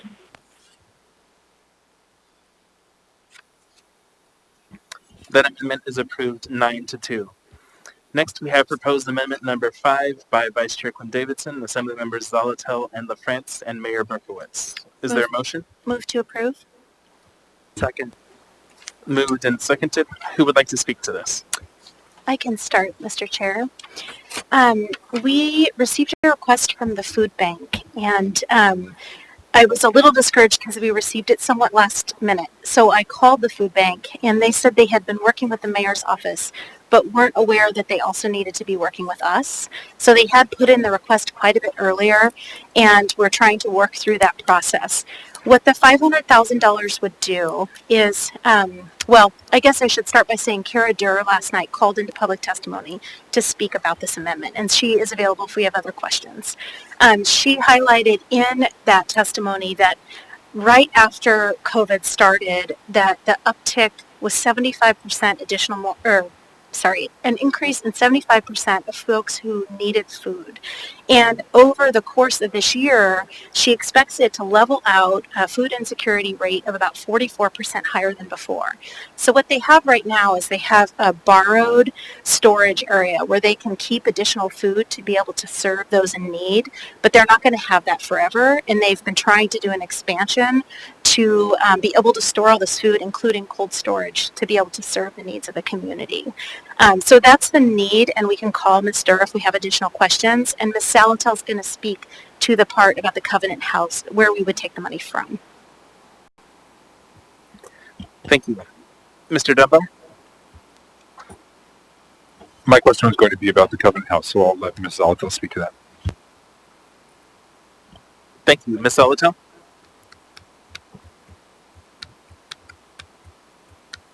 This amendment and the next one have proposed a reduction to put the Covenant House program down to $1 million. The amendment would allow the Covenant House still to do two of its programs I think are most related to COVID. And if you look at the recent gap analysis, the youth and transition age youth need for shelter is quite lower than a lot of the other areas. So I felt the $3 million, while I know that the programs are all likely very worthy, I wanted it to be very specific. Are we on the right amendment there? It sounds like she's on number 6 and we're still on 5. Should I answer? I was just discussing the full reduction, like why we're taking from the Covenant House. I guess it goes to both. I'm sorry, I can't really divide it out, but... Okay, no, it's fine. I just checked. Yeah, I think, Mr. Welton, that the Covenant House removal is involved in both 5 and 6. Please continue. So I wanted to make sure that we adequately funded their most specific COVID needs. I've talked with Allison and made her aware of this, and that's where this $500,000 comes from. Thank you. Thank you. Is there any further discussion on amendment number 5? Mr. Weddleton. Okay, so I guess talking about the 5 is just Covenant House in general. So they have an expansion and they wanted $3 million, so now they get a third of that. Does that mean no expansion, or what's the nature of the expansion? Ms. Zalatel, go ahead. They actually put forward several options with regard to their request for funds. And so there were actually 3 or 4 different programs for a total of $3 million. So the $1 million would allow them to do COVID-related operational expenses at $500,000, as well as, and I'm sorry, I don't have access to email right now to go back and look, but there was also another $500,000 ask for, I believe it was in conjunction with the Beans Cafe, so that they had a way to expand for transitional age use. This would not be contributing to their capital program request. Right. Thank you. Thank you. Seeing no further discussion, members may proceed to vote on amendment number 5. Well, they're not going to like it.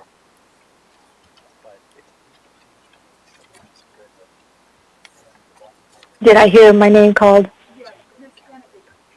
I can't hear Barbara, but very, very faintly. Anyway, my vote is yes. Thank you, Ms. Kennedy. I had my mic off. I apologize. Mr. Perez-Verdia. Yes. Ms. Zolotel. Yes. Mr. Peterson. Yes. That amendment passes 11-0. Next, we have proposed amendment number 6 by Assembly members Zolotel and Constant. Is there a motion? Move to approve. Second. Seconded by Ms. Zolotel. Who would like to speak to this? Go ahead, Meg. Okay, thank you, Mr. Chair, Mr. Constant. This is the additional reduction to Covenant House as I described on the previous amendment, and it would have us put that money toward rapid rehousing and risk pool insurance. The thought here is to create a continuum of housing response options between rental and mortgage assistance to save people from falling into homelessness, then rapid rehousing so that we can pop people out of homelessness quickly if they fall into another place to live, and then risk pool insurance assists with security deposits and make sure that we have adequate units available to house folks who do fall into homelessness. The funding amount at $1 million would quickly assist 250 individuals with attendant case management to rapidly rehouse. I think the other important feature here is this is private units on the market with private landlords for the most part. So I think this is a nice addition to kind of creating a full housing continuum of care response. Thank you. Thank you. Mr. Dunbar. Thank you. Yeah, I oppose this amendment. This is the first I've heard of the risk pool insurance, so I need more information about who exactly was going to administer that, because I don't think we have one of those set up yet at the city. Perhaps we do. What I liked about the Covenant House proposal is it was specific and detailed, and I think they can still do the primary housing expansion with the $2.5 million. They can both be made whole from the additional COVID expenses they have and go forward with the project to house youth, which we know we need to decompress that just the way like everything else. And so I'm opposed to this one. I think I think Covenant Houses is more developed, more impactful. The rapid rehousing, I certainly support, but again, I don't know how exactly that would be administered or where that money would go. And of course, we've just had perhaps a setback in where we would send folks with the rapid rehousing funds. So I oppose this amendment, and I hope that we can continue to maintain the $2.5 million for the Covenant House. Thank you. Thank you. Mr. Constant? Thank you. And for my part, I didn't know the previous amendment was on the table, which took from the same pool of funds. And I am ambivalent about this because of that, but I do support the idea of a risk pool insurance. The rapid rehousing speaks for itself, but I've had 3 calls in the last week from landlords who have been participating through local behavioral health care providers who've lost funding. And all of a sudden, their tenants are unsupported. The landlords are starting to experience trouble with the kind of difficult people that they've taken on the responsibility of providing housing opportunities for. And so I do know that this is an actual need in the community, and any kind of bridge that we can build where private landlords can participate in being part of the continuum of care to help people get on their feet and stay on their feet is of value. But again, I'm, because the previous amendment, less apt for this amendment. So, Thank you. Mr. Rivera? Thank you, Madam Vice Chair. So, a couple of things, and then I would like to phone a friend.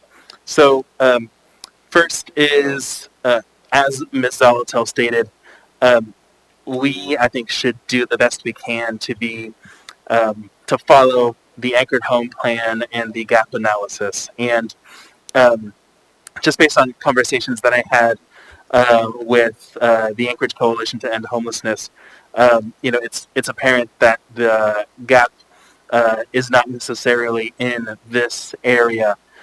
So I am supportive of the amendment as proposed by Ms. Zolotel. Also, want to note before I call my phone a friend that under of the variety of different aspects that we can take to deal with rental and mortgage assistance, one of the things that we can do to support landlords is to put this risk pool in place. So it is a one of those tools that is available to us to assist with landlord support. So with that, I'm going to go to Michelle Brown to further explain. Michelle, were you able to get on the phone? Okay, we're going to go ahead and just call her. So I'm going to give the number to Travis.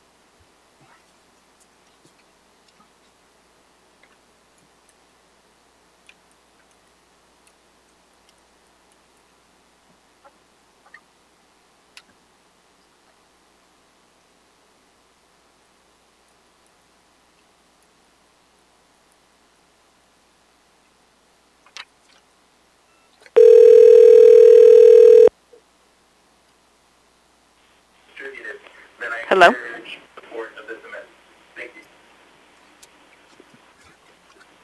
Hi, Michelle. This is the Anchorage Assembly.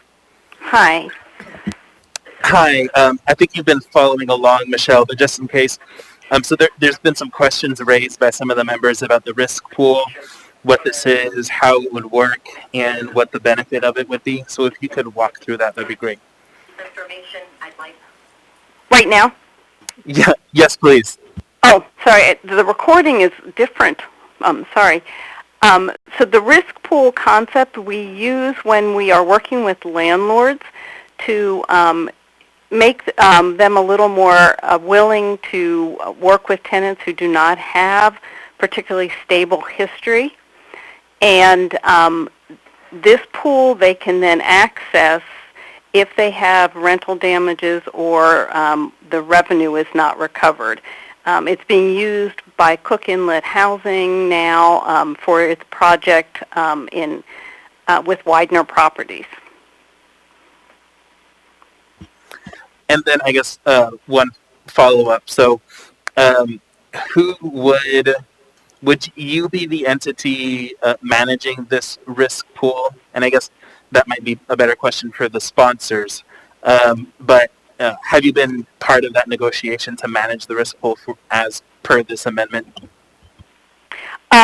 We are doing it now for Cook Inlet Housing, but they have the relationship with the landlord and the tenant, and they are making the recommendations, and we are their fiscal agent. Got it. Thank you. Thank you, Madam Vice Chair. Thank you, Mr. Chair. Next, I have Mr. Weddleton. Well, thanks. This looks like a great idea, but it looks like something I thought we were already doing with the Home for Good program. And Ms. Brown maybe could address that. Sure. Yes. Mr. Chair, we are doing it for the Home for Good, and we're also doing it for the Cook Inlet project for the clients with less acuity. So this would be an expansion of it that could cover issues, for instance, if tenants get further behind in rent, then there's enough assistance to help them. This would help landlords be made whole and stay stable during this time. Can I follow up?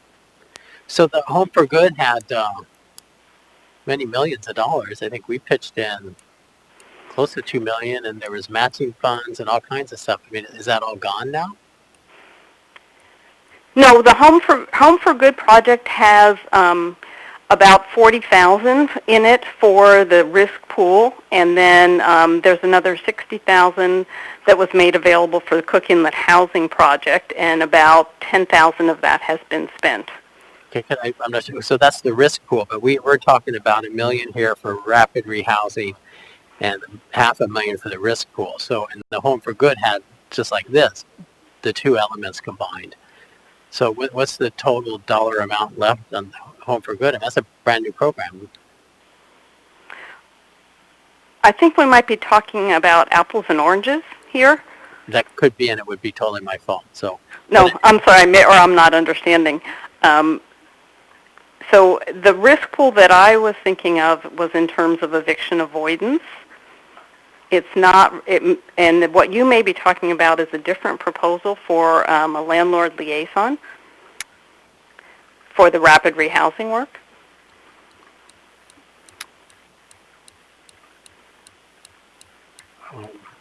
I don't know. I kind of remember vaguely with the Home for Good, it had a combination where there was money to help land. So you take some of the bad rental history, and the landlord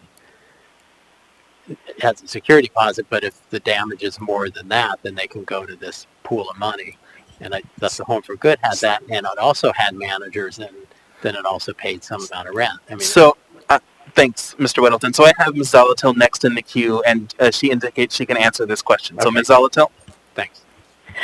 Thank you, Mr. Chair. To answer your question, Mr. Weddleton, so Home for Good is permanent supportive housing. So that's a higher level of acuity.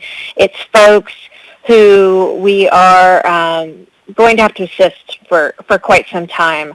Rapid rehousing, if you're thinking of things on a continuum from being independently housed all the way to permanent supportive housing, would be a little bit more towards the middle. Rapid rehousing is really made to snatch people back out of homelessness as fast as possible and get them rehoused if they didn't get a chance to take advantage of something like rental assistance, or rental assistance wasn't enough.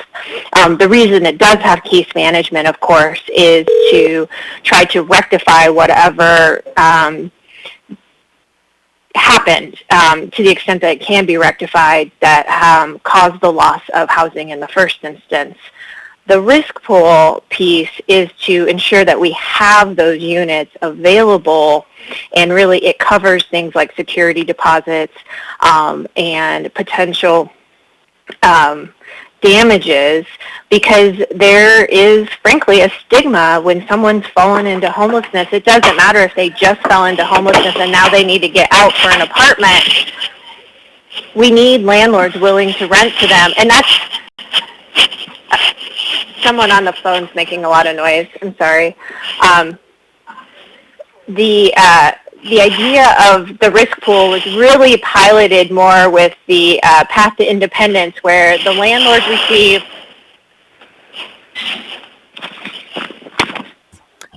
Sorry. So if you are not speaking, please mute yourself. Thank you. So under the risk pool, landlords receive the benefit of a screen tenant referral, with rental assistance, access to, someone who can, the case management to help solve problems, a landlord liaison that's kind of built into the risk pool. Cook Inlet does do this work. I hope that answers your questions, Mr. Weddleton. And then I did want to mention a few things with regard to Mr. Dunbar is Actually, with regard to rapid rehousing, there are quite a few providers who could take advantage of this. It doesn't specify any particular provider. So right now, folks at the Sullivan Arena are awaiting housing. We don't have any rapid rehousing funds readily available. So Catholic Social Services, even Covenant House can't do this work unless we fund it, and this is really, an important piece of that work. I understand the Covenant House proposal to do its own on-site units, but this is another alternative to that. So I don't think we are taking away housing opportunities for youth and transition age youth. I think we're opening more housing opportunities to more individuals.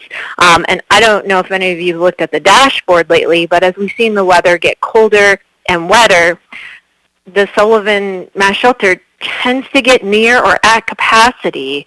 So I think this is a way that we can have that initial success we saw early on in the COVID crisis when we were seeing extra,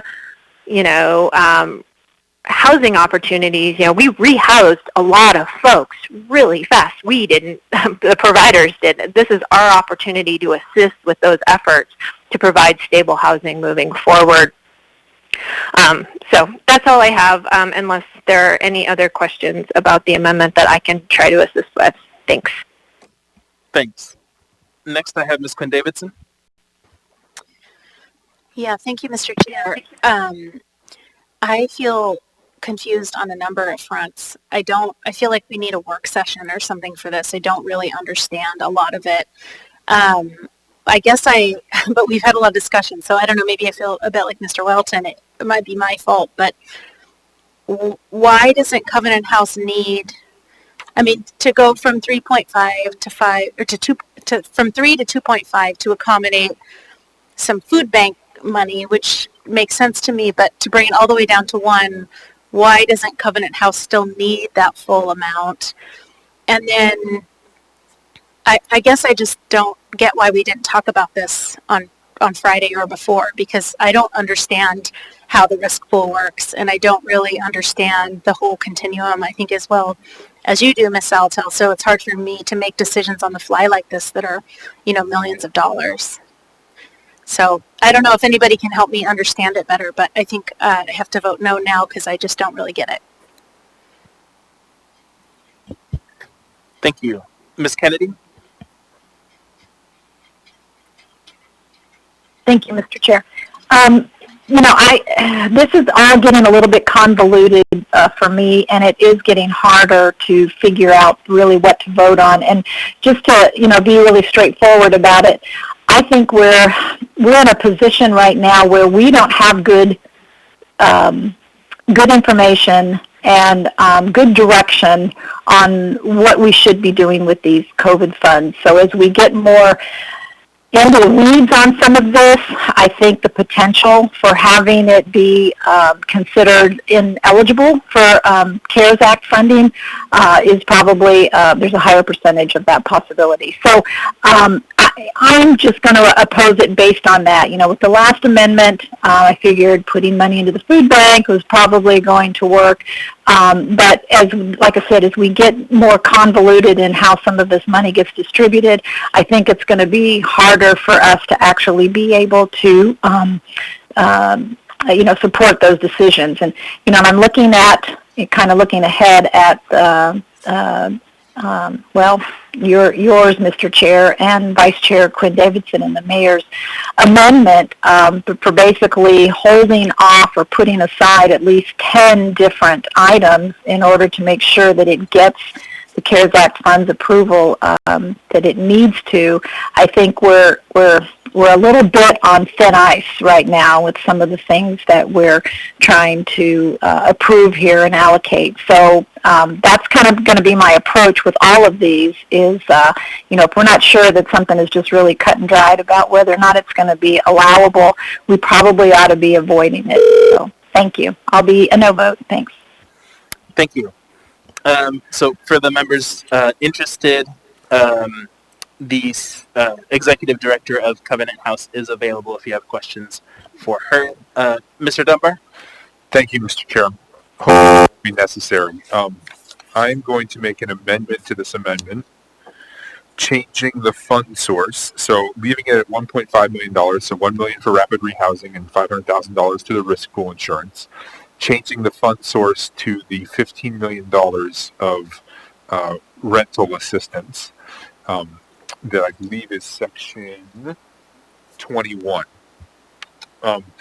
And, you know, what I was hearing about the risk pool insurance was that it was something that was sort of part of rental assistance to begin with, and it sounds like it's administered, or at least maybe perhaps administered by the United Way, or at least they're knowledgeable about it. They are also the ones who are running our rental assistance program. So I'm going to make that amendment. I'd appreciate a second. If it passes, I'll vote for this. Oh, thank you. If it fails, I'm going to vote against the whole thing because, like Ms. Quinn-Davidson, this is the kind of thing I would have liked to us to resolve in the many, many hours that we negotiated on this and had detailed presentations. And so I urge support for the amendment to the amendment. And if it doesn't pass, then we'll talk more about this overall amendment. Thank you. Thank you. Can you state the amendment to the amendment again, please? The amendment to the amendment is just changing the funding source to Section 21. So reducing Section 21 to $13.5 million from the first tranche? Payment. Somebody give me a thumbs up. Tranche. Payment. What's that? First payment. There you go. And yeah. But allows the money to be distributed to the same goals.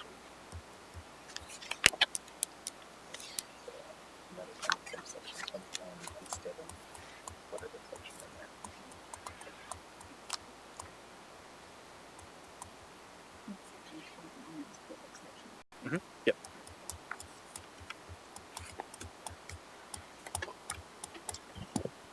Thank you. Ms. Zolotel? Thank you, Mr. Chair. I'm not quite sure how to feel about the amendment because I appreciate the concerns about youth and youth homelessness, but the gap for youth is just so much smaller than for adults, and this rapid rehousing is different than rental assistance. Rapid rehousing is for folks where either rental assistance didn't work for whatever reason, or they were unable to take advantage of it, or didn't know about it, and fell into homelessness. This is what gets people rehoused. When we look at the needs under the gap analysis, rapid rehousing is one of our biggest needs. To spend nearly $1 million or more to work towards sheltering a disproportionately lower number of individuals doesn't quite feel right to me. And I apologize for the lateness of the proposal. Partly it was getting a chance to go in and dig in deeper on some of the other proposals and really comparing them against the data that we had about the current need around homelessness and what we expect. I mean, I think it's been really clear that we expect our numbers in homelessness to rise, and that's one of the impetuses of the increase in rental assistance is to try to prevent that. But we're not going to be successful 100% of the time. Hopefully we're going to have a great success rate, but this money could be deployed quickly. We have a rapid rehousing scheme that's ready to go. So I think I don't want to take the money from rental assistance because I think it all works so well together if we create this full continuum. And I fully understand that where all the different programs are and how they all operate when it comes to our housing continuum is confusing, and it's hard to keep track of which does what. And we've been just really, really busy in this area. So again, my apologies, but I really don't feel like I can overstate the how important it is we do rapid rehousing with the rental assistance and not pit the two against each other. It's not even pitting, but taking one for the other, that they'll just work really well together, and that the Covenant House is one of the rapid rehousing providers. So I think I'm going to oppose the amendment. I appreciate what's trying to be done, but I think we need to leave the rental assistance whole so we can also add on and do this other work as well. Thank you. Thank you. Ms. Quinn Davidson? Thank you, Mr. Chair. I tend to support the amendment sort of conceptually. It makes sense that this is all about housing, but again, this is a complicated, as you said, Ms. Altel, continuum. I think that's why it's hard for me to make that kind of decision on the spot. I'd really appreciate hearing from Covenant House and what they plan to do with the $3 million. Now it's 2.5, whether that's sufficient, who they're caring for, whether it overlaps with this. I just don't have a full enough understanding. And Mr. Chair is connecting us with Covenant House at the moment.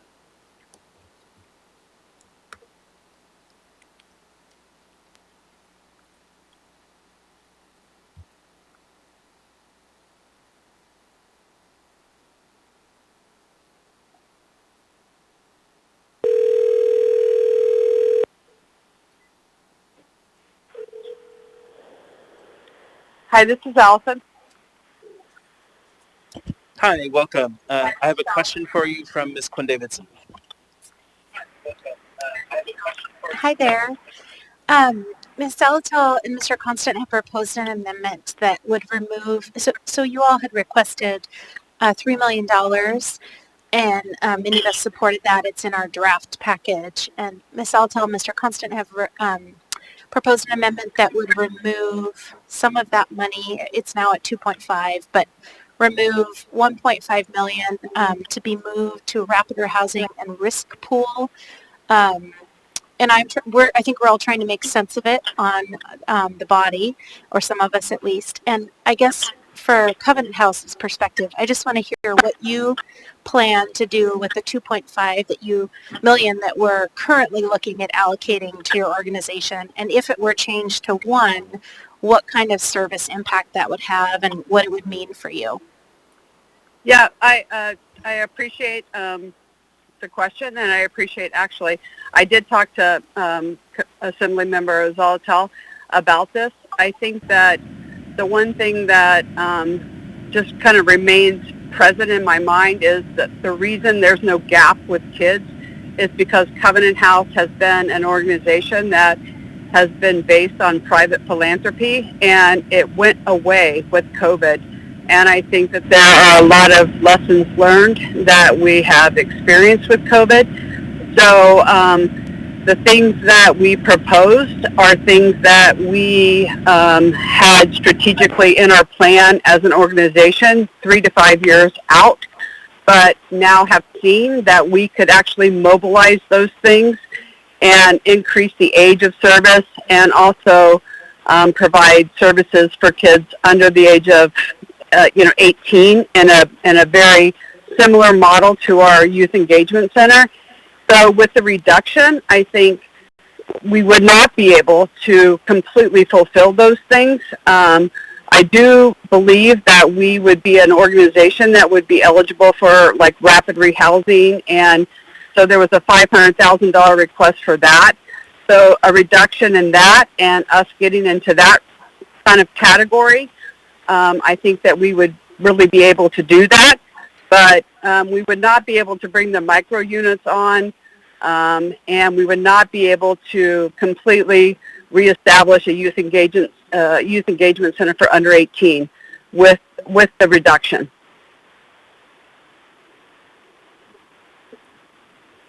Thank you. Ms. LaFrance? Thank you, Mr. Chair. Because this gets confusing to me too, I have a question for Ms. Zolotel. And I understand from the gap analysis, as you said, that rapid rehousing in this area is a really big need for the community. Do we have a sense of what the increased need is or will be as a result of COVID-19?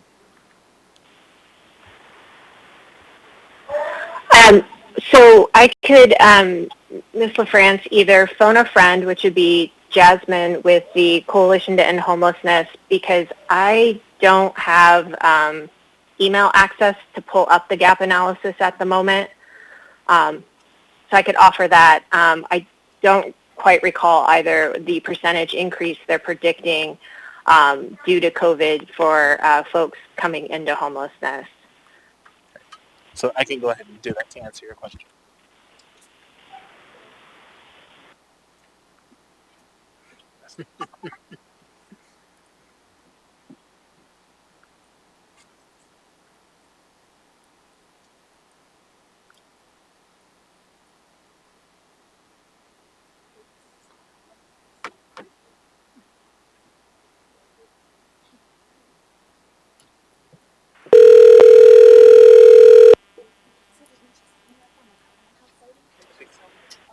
Hello, this is Jasmine. Hi, Jasmine. This is Felix Rivera here with the Anchorage Assembly. I have a question for you from Ms. LaFrance. Thank you, Mr. Chair. Thank you for being on, Jasmine. We're taking a look at an amendment proposed by Ms. Zelatel and Mr. Constant that would move $1.5 million for rapid rehousing and risk pool insurance. And Ms. Zelatel has indicated that the gap analysis shows the need for rapid rehousing. The question is, do we have a sense of the need, the increased need that will or has resulted for rapid rehousing because of COVID-19? Thank you for the question. Through the chair to Assemblymember LaFrance, we know that we needed about 1,500 rapid rehousing units in Anchorage prior to COVID.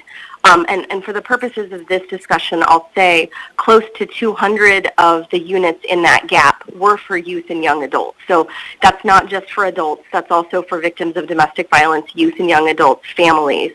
It was across the spectrum of people in need.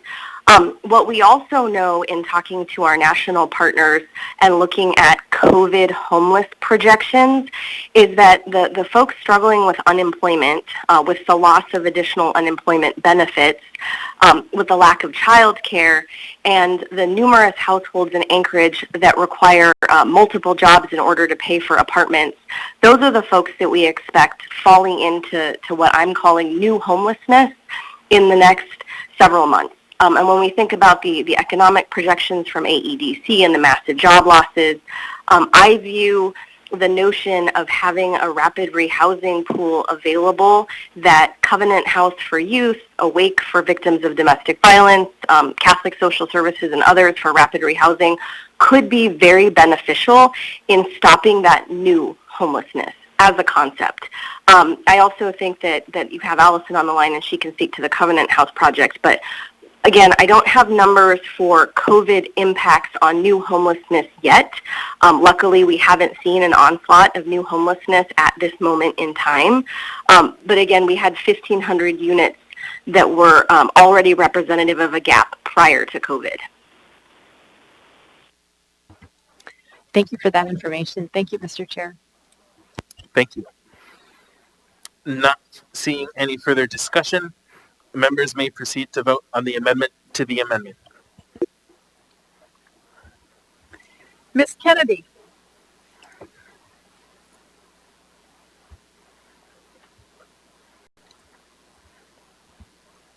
Ms. Kennedy? No.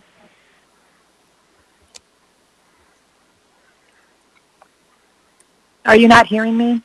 I got you, Ms. Kennedy. Thank you very much. Oh, okay. Got it. All right, thanks. Mr. Perez-Verdia.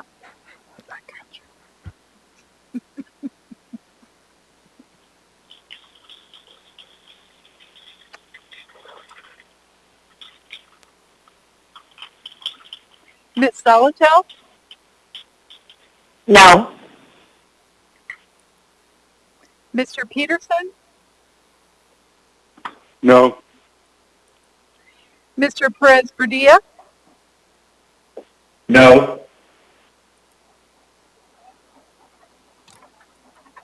No. Thank you. We got you, Mr. Perez-Urdia. That amendment fails 7-4. So we are back to the amendment. Any further discussion on the amendment?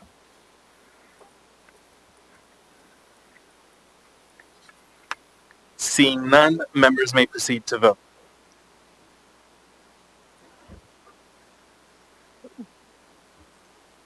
Are we on Amendment 6? Yes.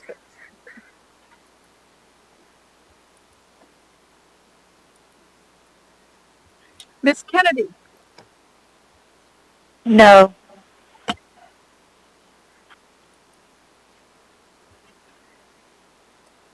Mr. Perez-Verdia? Yes. Ms. Solotel? Yes. Mr. Peterson? Yes. Mr. Huddle. Oh, there he goes.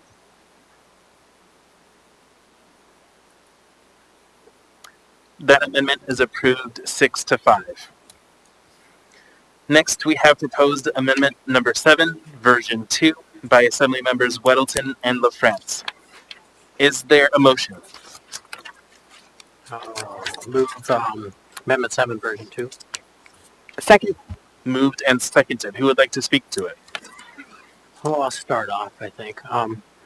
We obviously heard a lot that we need to add money to the various small businesses and hospitality and tourism and so on. So this amendment is to move some towards there, and it pulls from a variety of different places. And it's painful in a way, we had a discussion here that a lot of this is last minute, and this is very much last minute. We have items in here that we talked about in work sessions, and then this amendment pulls things from a variety of different places. But we've heard in testimony, since our work sessions, really, with Emergency Order 15, the dire circumstances that, a large industry is in. So that was kind of the impetus for this one. So it, creates a new category that we hadn't dealt with, small business stabilization version 3. Puts in $6,942, $380.04, precision of a spreadsheet. And it pulls from a variety of places. It pulls $1 million from, one thing it does, it doesn't provide these. It moves Girdwood Clinic money. It swaps the timing from 4.5 in period payment 1 to, moves that to payment 2 and takes the payment 2 to payment 1.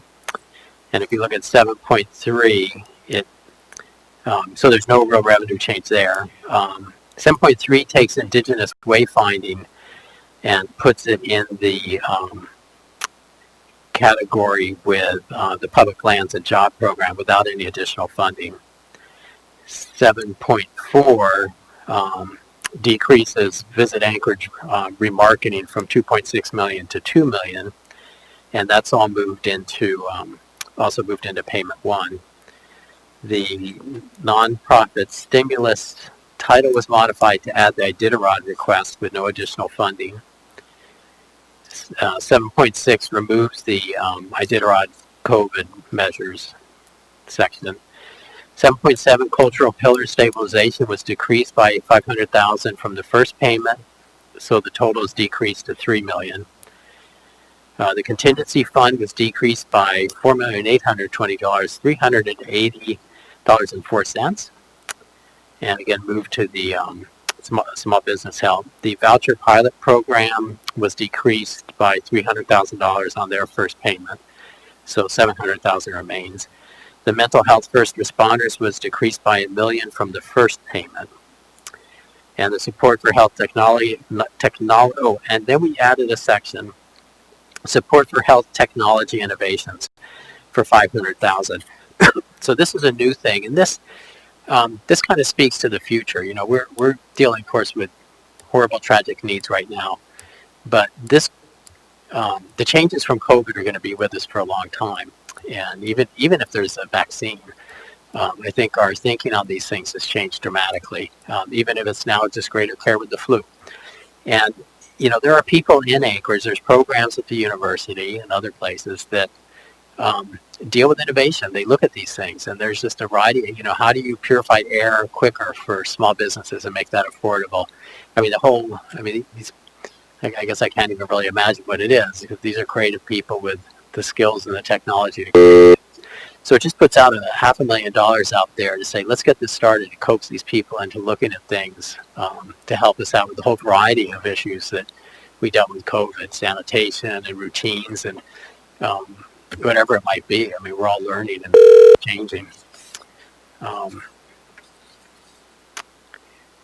And that was it. So it's kind of a variety of things, and ultimately it adds a substantial amount of money to the small business stabilization. Thank you. Before I go in the queue, just a procedural item. So, per the conflicts of interest rulings that I made earlier, item 7.3, that amendment would be taken up when we take up the public land jobs program in a separate vote. So I would ask both of the sponsors of this to remove 7.3 from this ordinance and bring it back up when we take up the other item. From this amendment, rather. Okay, so yeah, I'd agree to strike 7.3. Does that require a motion, or can they just say that? So if we just strike Mr. Chair, can I ask a question about that? No, it's so as long as the sector is okay with that, it's fine. Okay, got it. Ms. Quinn-Davidson on that point? Thank you, Mr. Chair. I was just going to note that I don't think Mr. Weddleton or Ms. LaFrance could correct me, but they're not changing any money. I think they're just merely making a clerical change to include the language of what's already in the proposal. Correct, Mr. Weddleton? I don't think in the administration one it had indigenous wayfinding, though we had discussed it at length. Yeah. So this just added it as it's not money, it's just in the text. Okay, fair enough. I think their understanding was to do that anyway, but yeah, it wasn't in there. Okay. In some ways, it's not an amendment to pull that out, because in a way that when we trifurcated, this would have gone away anyway. So check that on Robert's rules. So yeah.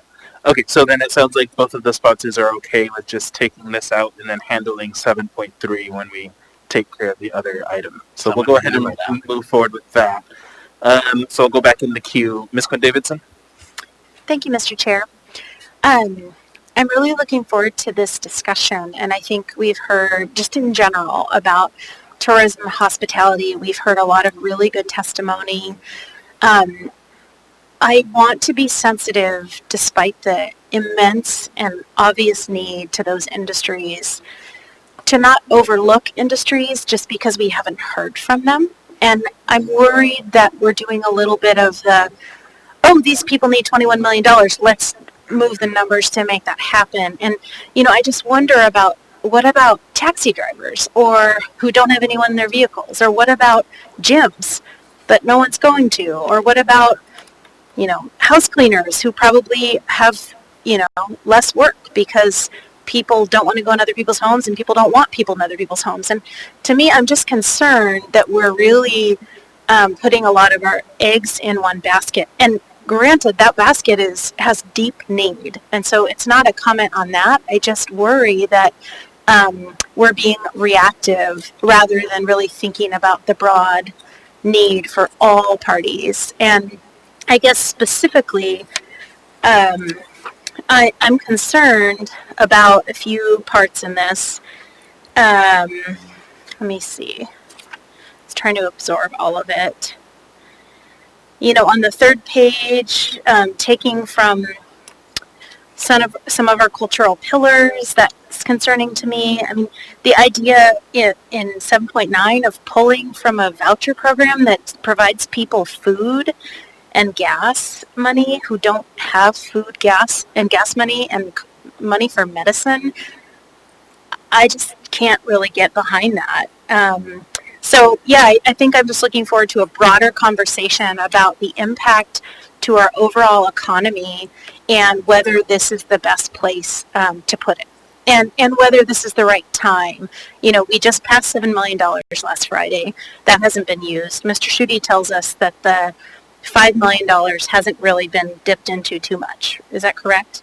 No. Yes, it's correct. So that's $12 million for some mix of small businesses, some specific to hospitality and tourism, some not. That's a lot of money. And so my question is, why do we need to increase it now? And how can you justify that with all these other areas that are hurting? Thanks. Good. Thank you. I would say about the other businesses in the light of this is there was about $6 million in two other pieces, one for small business and nonprofits, another for small business. And we heard this, much of it's still available. So that part's there, but we heard this is not a lot of money. I mean, we just recently shut down the entire industry, and they've told us loud and clear they want 20s of millions. And this is and even that, the amount they want, that total amount, is so small an amount for each business. You know, I mean, they capped it at $35,000, which seems like a lot of money, but in terms of a business, when you have employees and your suppliers and your rent and so on, that could be gone in a week. You know, so I don't think the hospitality business overreached when they asked for $21 million. So here this is a very small amount, and on top of this other amount, and who would this go to? It would go to people who need it for food, need it for medicine, need it for all those things. But it just directs it more cleanly to people in this industry who, they are the kind of vanguard industry in protecting the rest of us from the virus. That's kind of the thought process, and I'm on board with, helping them out.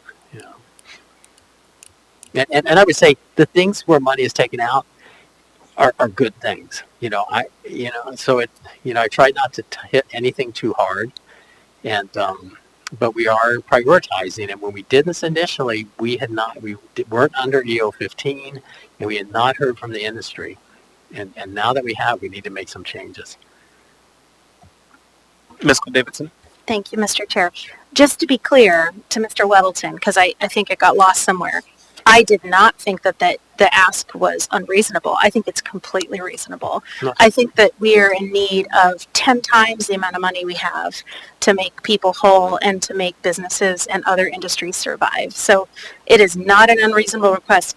My question was just, why not others? Are we picking and choosing because we're hearing from people, and are we being reactive instead of trying to distribute funds evenly among industries? But I absolutely agree with the need, and this is a terrible situation all of us are in, to try to figure out how, who to save. Basically, it's terrible. So yeah, thank you. If I could address that briefly, and it's because of EO15 chose them.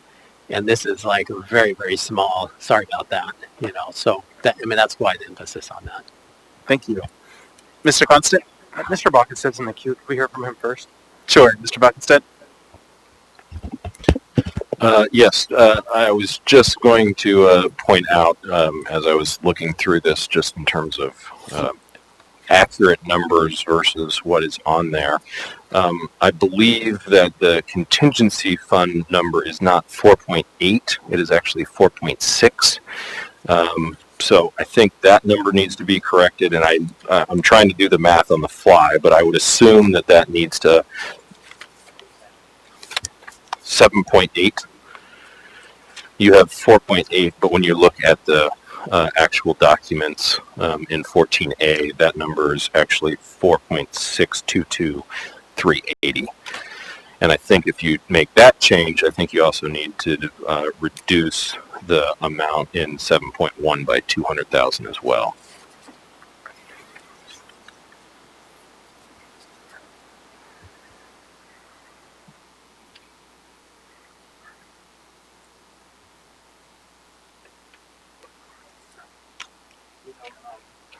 Okay. Yeah, I went off of the spreadsheet in that accompanied your S version, and in that contingency fund, first payment is 4.6. Yep. Oh no. Oh, you know what I did? I took some from the second payment. Also, so the first payment is the 4.622,380. And then second payment, I also dropped by $200,000.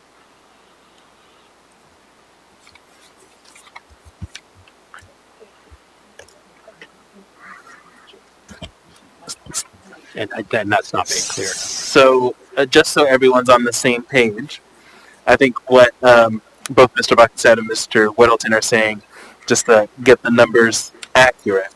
So 7.8, we need to add 4.622380.04 from the first payment, and then 200,000 from the second payment of the contingency. To get that total, that's correct. Thank you. Okay, and then were there any other changes to clarify or make this more accurate? No, that's what he intended to do. It wasn't clear on No, that. I appreciate that. We should have been more. I should have been more clear. Before we continue, we're just going to take a short little break.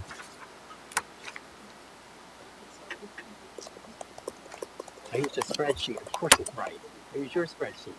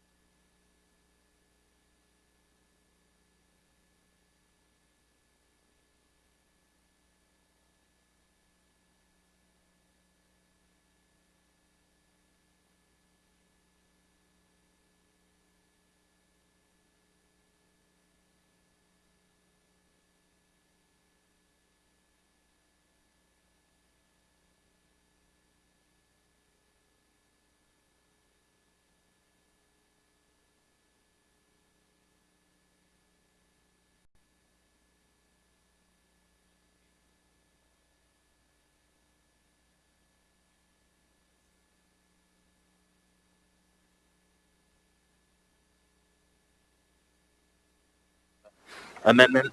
So the new 7.8 would read, the contingency fund was decreased by 4,822,380.04 using 4,622,380.04 from the first payment and 200,000 from the second payment. Perfect. And then want to confirm with the other sponsor? Great. Okay, great. Anything else, Mr. Buckstead?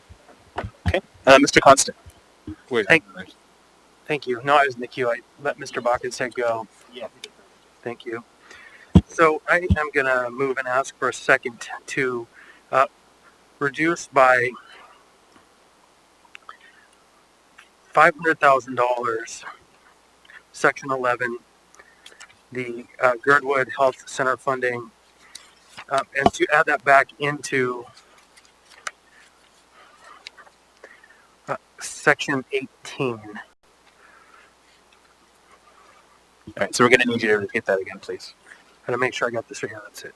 So I would like to make a motion to reduce the Girdwood Health Clinic funding, Section 16 and 17, I think, by $500,000 and add it to Section 18, which is the cultural pillars. I'm sorry, did I get that wrong? I skipped the page, didn't I? I'm sorry. So Section 11. Page 1. page 1, which is the Girdwood Health Center, down to $4 million from $4,500,000 in that second payment, and increase section 18 back up to $2 million, which is page 3. And the purpose of this is to essentially ensure that the zoo, the Wildlife Conservation Center, the Alaska Native Heritage Center, and the museum have enough funds to sustain them through the shocks that are coming and that they have clearly testified to. And while these funds do still go to South Anchorage's district, I think it is a more fair and equitable approach that everybody gives up a little bit to make sure that the institutions in our community are kept whole. And I would ask for a second, please. I think there's a different one for that. Did I get a second? I don't know. Is there a second to that amendment to the amendment? I'll second, but can I ask a clarifying question, Mr. Chair? Sure. So, Section 18, which is on page 3, Yep. is the Cultural Pillar Stabilization Program. Yep. And so this name is confusing to me. So we talked about one bucket of money that was like the zoo and the others that you just mentioned. And then there was one that's like the PAC and other arts programs. That's the same. And so which one is which? Mr. Chair has it, so maybe he can tell us, just so I make sure I understand what you're removing it from. Sure. So section 18, which is in this amendment, is the Cultural Pillar Stabilization Program. Section 19, which is not in this amendment, is the Arts and Culture Grants Program. Stabilization Program. So very similar names, but I guess we would need to figure out what the difference is between the two. I can speak to that. As I understand it, the museum and the Heritage Center were in this section. Mr. Schutte, am I correct? Yes. And so that's section 18, and that would also be the zoo and the conservation center. And my rationale for all of this is that while there are many businesses across the municipality that are at risk, there are very few businesses in which our community there are only one of. And if they are gone, they're gone. And I personally am hopeful that we can make it through the winter without having to see every one of those amazing animals at the conservation center euthanized, because we haven't thought this through. And that's what we have heard in testimony. And I think it's fair if we've hit from Covenant House and if we're pulling from all of these programs to fund the industry, which I'm the hospitality and tourism industry, which I'm not attempting to take any money from here, is that we take this capital project and reduce the funds from there. Thank you.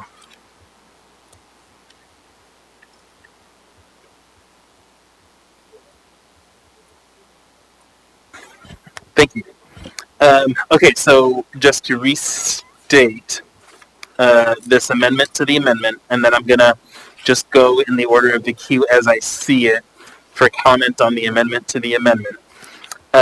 So the first reduction is in section 7.2 of the amendment, section 11, reducing that from 4.5 million to 4 million. And then an increase in 7.7, section 18, from 1.5 million to 2 million. Thank you. So with that, I'm going to go in the queue. Ms. Salatil, did you want to speak on the amendment to the amendment? I'd like to stay in the queue, and I support the amendment to the amendment. Okay. Mr. Dunbar, did you want to speak to the amendment to the amendment? I would also like to stay in the queue, but support the amendment to the amendment. Ms. Kennedy, did you want to speak to the amendment to the amendment? I will support the amendment, but yes, I also want to stay in the queue too. Thanks. Okay.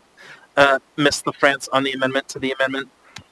Thank you, Mr. Chair. I would like to stay in the queue, but actually I have a question, and maybe I see Mr. Weddleton is after me, and the question is, I don't know offhand what the impact would be to reduce the Girdwood Health Clinic funding by $500,000, and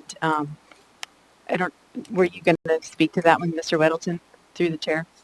Go ahead, Mr. Weddleton. My understanding is we don't want to trim from that because they've already got it down very close because they've been working on it for a while. But I'm going to check. Mr. Schuette's been working much more closely with them on I would know the current status much better than I do. Thank you. Through the chair, Assembly Member LaFrance. The price, the dollar value of the Girdwood Clinic expansion project has already been construction costed out. So it's a pretty accurate representation of what it costs to construct that facility.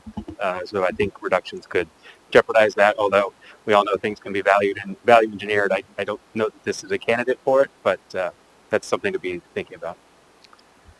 Thank you, Mr. Schuette. And Mr. Chair, if I may just add, based on that information, I do not support the amendment to the amendment. And while I appreciate Mr. Constant's point that we need to be careful, what we're taking it from, I think that's an example of, as Mr. Schuette said, possibly jeopardizing this very important project in Girdwood. Thank you. Thank you. Mr. Weddleton, did you have? Yeah, I would like to add to that because, and I understand what Mr. Constant's doing. We're juggling this stuff, and it's hard. We're taking important stuff from someone.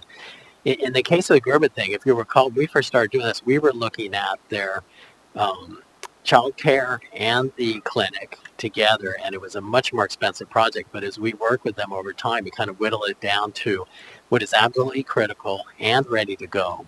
And we got it down to this 5.5. And I say we, I mean, Mr. Schuette and the administration worked with them very closely. And this is, this whole pandemic thing is about health. This is the health clinic from Huffman Town Center all the way to Cooper Landing. 30% of the people go there are not Girdwood people. This is for Anchorage. This is a part of our medical system. And right now, it's just, as we heard, it's just a hodgepodge of trailers. And it's simply, it barely functioned before to meet normal medical standards. And this addition gets them to somewhere where they can function reasonably as a real clinic in COVID times. Thanks. Sure. Thank you. I'm gonna. Yes, I have you. Hold on. Okay. Mr. Weddleton, did you want to stay in the queue? For the overall, I'm going to take you out. no, you take me out. Mr. Constant? Thank you. The exact same argument could be made for my friends at the Covenant House. And in fact, the exact same argument could be made for every single one of these pools of money that we're taking from, that we spend 16, 20 hours figuring out what these broader categories are for from a strategic perspective. And so I think that the members ought to really think that through when they make their decision whether to vote yes or no on this amendment. Thank you. Thank you. Seeing no further discussion on this amendment to the amendment, members may proceed to vote. Ms. Kennedy? Yes. Mr. Perez-Verdia? No. Ms. Solotel? Yes. Mr. Peterson? Yes. The amendment to the amendment passes 8-3. Going back in the queue, Ms. Zolotel? Thank you, Mr. Chair. So I have some questions about whether or not a $700,000 ERTF voucher program, what's the effectiveness of that versus, what's going to be the effect if we take away, it wasn't funded terribly, at a terribly high amount to start with, and I realize it was a pilot, but it does go, as Ms. Quinn Davidson said, to really some of the core essential things individuals need. And second question is, if this amendment passes and there's $6.9 million for tourism and hospitality, it'd be in addition to what we've already proposed. How soon is that money likely to get out the door? That second question really goes to, does this need to be, I understand the urgency, but we had set aside money in the contingency fund to kind of deal with additional effects of COVID as they rolled out. we haven't gotten to the winter yet, so I am concerned, and I just need to know a little bit more about how quickly the money can roll out. And then the last question is, if we limited the funds to those directly affected by Emergency Order 15, would that expedite the rolling out of those funds, or increase the impact, make this pot of money more targeted and the other more broad? Thanks. Thanks. So I'm going to restate those three questions and then ask the administration to respond. So the first question is regarding the $700,000 for the pilot program for the voucher, the impact that would have. The second being how quickly, if we were to fund an additional $6.9 million, how quickly that would get out. And then the third being adding the caveat of if it were directly affected by COVID-19, would that change how quickly the money could go out? Mr. Shute. Yes, thank you. Through the chair, Assembly Member Zalatel, I'll take the voucher question first. The recommendation on a voucher came out of the Economic Resiliency Task Force, in particular their equity and inclusion group. And the thinking of that proposal was to provide $200 per household per week plus $25 per child to help with the everyday living expenses that families continue to pay throughout the pandemic. The original proposal that came from the ERTF was to fund this at $9 million to impact as many families as possible for as long as possible. So you can see there's a delta between $700,000 and $9 million. That being said, I do appreciate the points about this being a pilot program, and that's, I think, a point that even the Economic Resiliency Task Force recognized, that this is a pilot way of distributing funds to individuals in need that none of us fully understand the effectiveness of at this time. So quick back of napkin math on the $700,000 proposal would reach 3,500 families, 3,500 individuals, which is not a small amount, but certainly is short of what the original recommendation from ERTF was. And we at least have the ability to get that out and gauge whether or not those vouchers are useful. To the second question, which was, I'm sorry, we're getting them a little bit, the $6.89 million, how quickly that would be distributed. I apologize, I don't recall if that amendment is specific to tourism and hospitality. Is that correct? Okay, it is. So that would be part of the already appropriated $7 million, which, as I indicated earlier, the program for that has not been established yet. I would anticipate that that money would be able to hit the streets within the next couple weeks at the soonest, partly depending on the total amount to be distributed and the methodology used to distribute it. And those decisions have not been finalized yet. And please help me with the last one. And yeah, I think on the third question, and then I guess I'll ask for a point of clarity, Ms. Zalatel. So the 7.1 in the amendment already discusses eligible small businesses impacted by COVID-19. Does that get to your third question?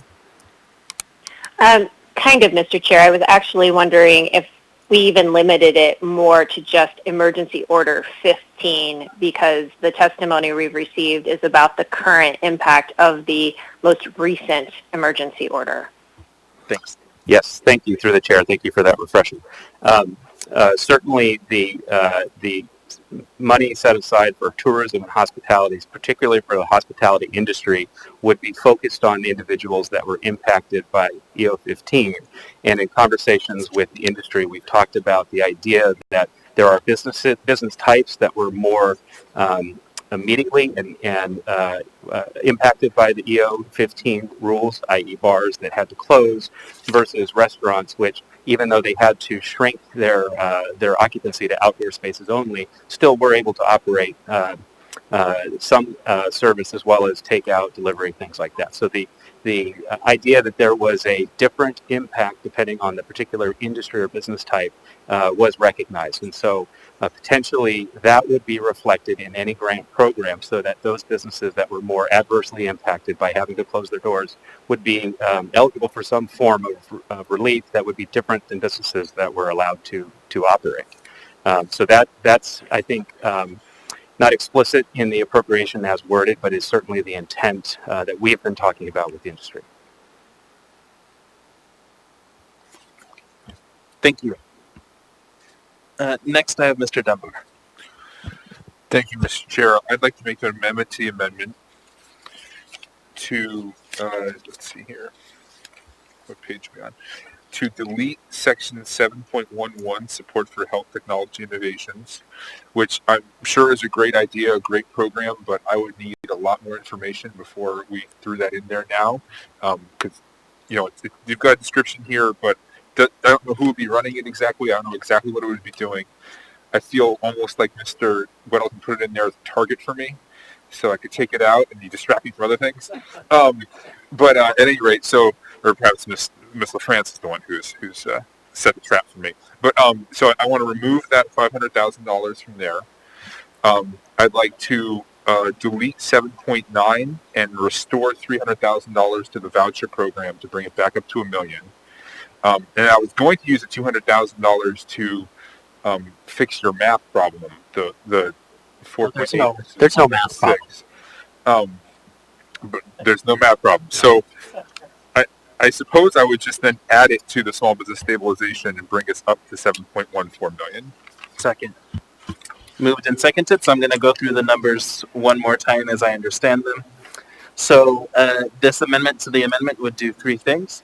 First, it would delete 7.9 and 7.11 from the amendment. Third, it would increase 7.1 from 6.9 million to 7.1 million. Can I say one last thing about that, Mr.? Go ahead. First of all, I think if we pass $6.9 million, our friends will round down to $6 million. And so I want to give it slightly over a 7 so that we actually get credit for putting $7 million towards something. And that actually brings us to an even $20 million for small business relief, which I think is appropriate. Again, I think that the health technology innovations is probably a really good idea. And I think I'd like to see us do that perhaps in the next tranche or the one after that, if we end up spending some of our contingency fund. But I'd like to have a work session or at least a presentation at the Health Policy Committee on that, because it didn't come up during our 2 Fridays of very extensive work. What's that? I said if we were to do this $500,000, I'd like either a work session or just a period during a health policy committee where we discuss it, so I can understand a little bit better what it is and how it would work. Because again, it didn't come up during our 2 Fridays of intense discussion. So that's it. Thank you. Thank you. Ms. Kennedy, did you want to speak to this amendment to the amendment? No, thank you. Just leave me in the queue. Thanks. Okay, I'll leave you in the queue. Ms. LaFrance, did you want to speak to this amendment to the amendment? Originally, no, so I'd like to stay in the queue, but I would like to comment, if that's okay. I'm trying to process on the spot Mr. Dunbar's amendment, and on the one hand, I do think that is a very reasonable request to have a work session or discussed in the Health Policy Committee.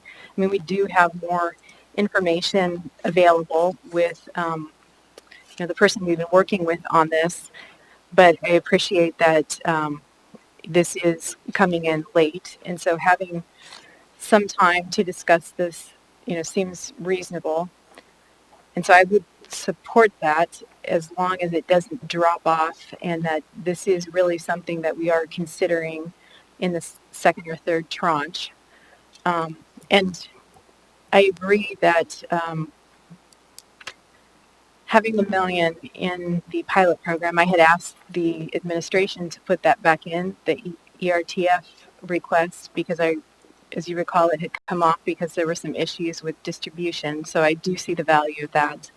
I guess I'm still a little bit undecided on the amendment, but thank you. Thank you. Mr. Weddleton on the amendment to the amendment. All right, thanks. I did not put this in our debate, Mr. Dunbar, but now that I know that might work, I might try it in the future. I'm not that crafty.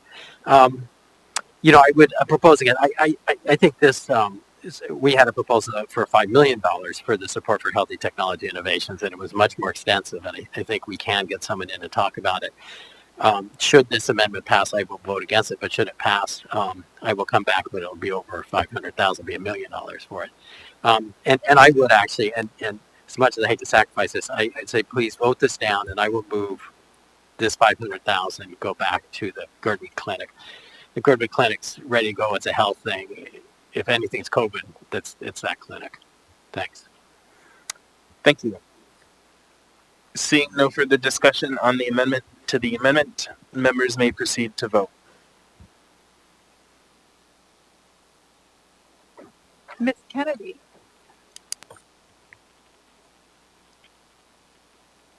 No. Mr. Perez-Verdia.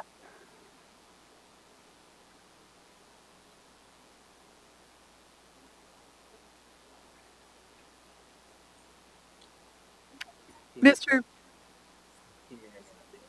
Okay. Ms. Zolotel?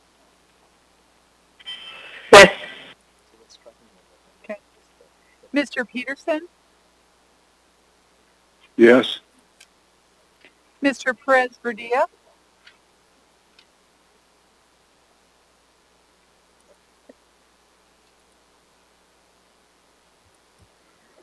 That amendment is approved. Amendment to the amendment is approved 6-4. We're now back to the amendment. So I have Miss Kennedy in the queue. Thank you, Mr. Chair. It's amazing how many little bits of money or big bits of money, we seem to just be moving around here or there. So it's definitely getting complicated. But there are a lot of items on this particular amendment. I wish they'd kind of been done, just more individually. But there are also a lot of items on here that are on the potential chopping block list, depending on the information we get back from the IG, from the Treasury Department.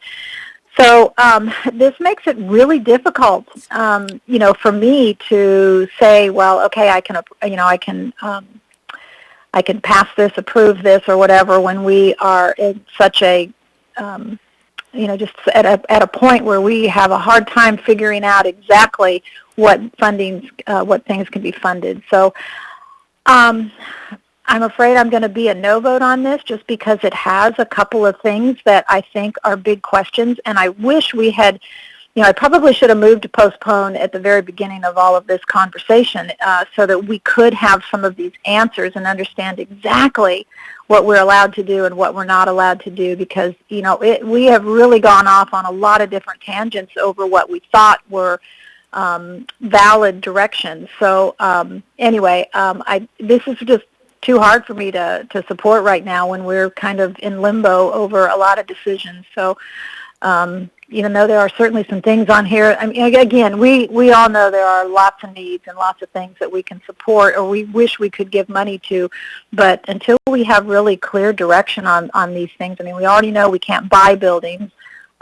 We're certainly it's questionable as to whether or not we can build buildings. So anyway, those are just kind of big ticket items that I think are problematic in this, and until we can get some better answers, I'm really having a hard time with supporting any of it. So thank you.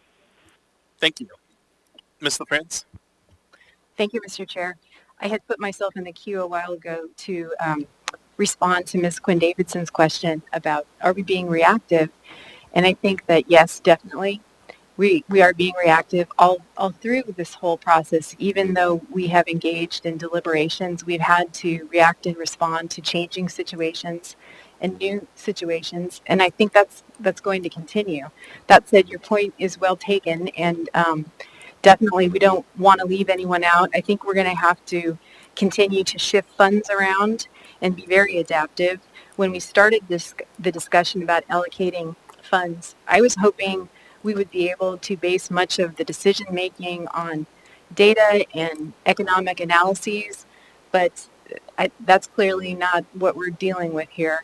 And so I strongly believe that even though this amount, is not, we don't have the resources to save everybody. And a devastating truth that I am coming to grips with is we are going to lose a lot of businesses through this. And we do not have the resources to help everyone. And that is a very, very sobering thought. And it's a really grim reality that, we're just going to have to work through to the best of our ability and do what we can. That said, I think that this amount of about 7 million to round up, round down, okay, that's right, I forgot, thanks. 7 million plus, brings us to around 20 million or so for businesses. And we're going to probably need to come back to that and increase it. I know we've got some set aside in our contingency that we've whittled down, but the needs are great. The industry and many, many businesses, as we all know, and nonprofits are struggling and suffering. And I understand Ms. Kennedy's point that there's still some pieces of information we don't have. And again, we're going to have to adapt and I imagine continue to shift funds around depending on how quickly we can deploy them, depending on eligibility, and depending on new needs that come up as we go. So I urge support and thank you, Mr. Chair. Thank you. Ms. Zalatel. To the amendment, section 7.1, where it says constrained by emergency orders, to replace that with emergency order 15. And then in the text insertion that's italicized, last line, have it say impacted by COVID-19, or I'm sorry, by emergency order 15 related to COVID-19. Second. Moved and seconded, so I'm going to just repeat that amendment. So 2 parts to the amendment. First is in 7.1 in the explanatory text to delete emergency orders and replace it with EO15. So it would read, businesses that are closed or significantly constrained by EO15. Then second, in the actual amendment text, to delete COVID-19 at the end of that paragraph of the new section and replace it with EO15 related to COVID-19 to read, program to be distributed to eligible small businesses impacted by EO15 related to COVID-19. Is that correct, Ms. Zalatel? Yes. Okay. Did you want to speak to that any further, Ms. Zalatel?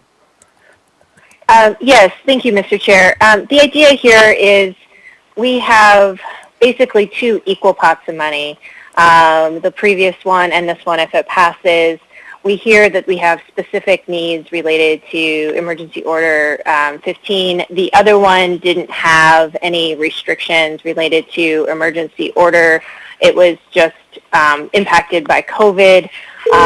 So I would hope that in doing it this way, those that are, we can find out ways to roll this money out targeted towards this kind of different needs, frankly. I would just say, though, that like Ms. Quinn-Davidson and Ms. LaFrance said, this money isn't going to make anyone whole, so I don't think we can utilize necessarily the calculus put forward by CHAR or the Brewers Guild.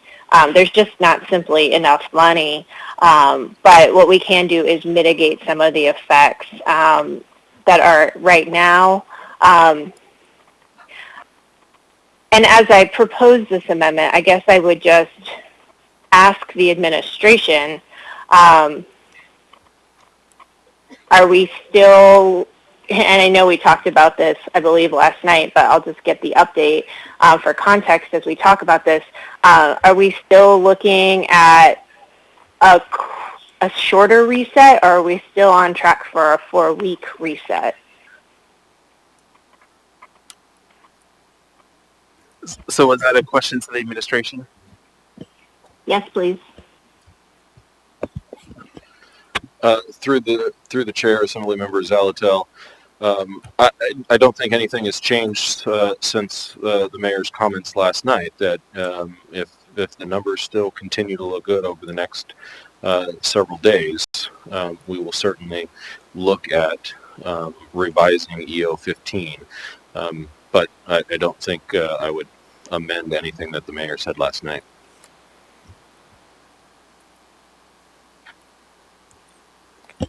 Thank you. With that, I'll go through the queue and ask if folks want to speak to the amendment Mr. Dunbar? Yes, I'd like to stay in the queue, but I'd like to speak to this amendment. I appreciate what Mrs. Alto is trying to do, but I am a little concerned about this.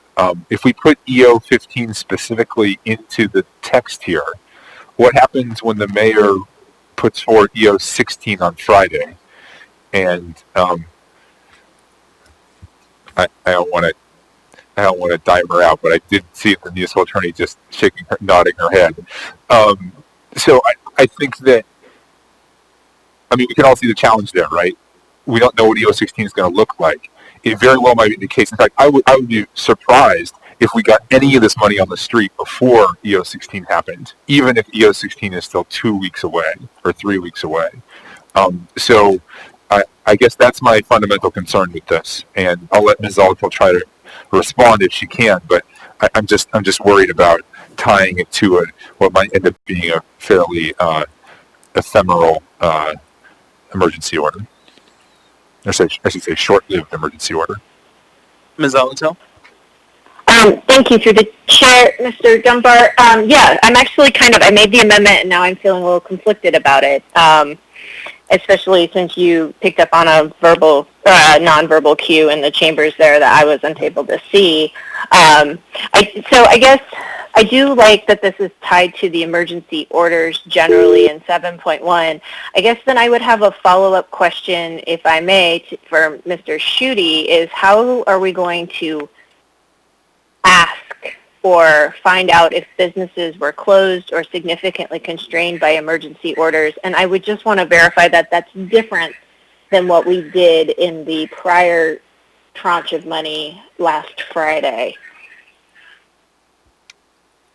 Yeah, through the chair, Assemblymember Zalatel. So to answer your first question, demonstrated need or demonstrated impact by COVID-19 is a requirement of all of these programs. And so, again, I only have the $1 million quick inlet lending program to base this off of. But in that application process, there is a requirement for the applicant to obviously to self-certify that they have been impacted by COVID-19 and then describe or provide information that demonstrates the impact.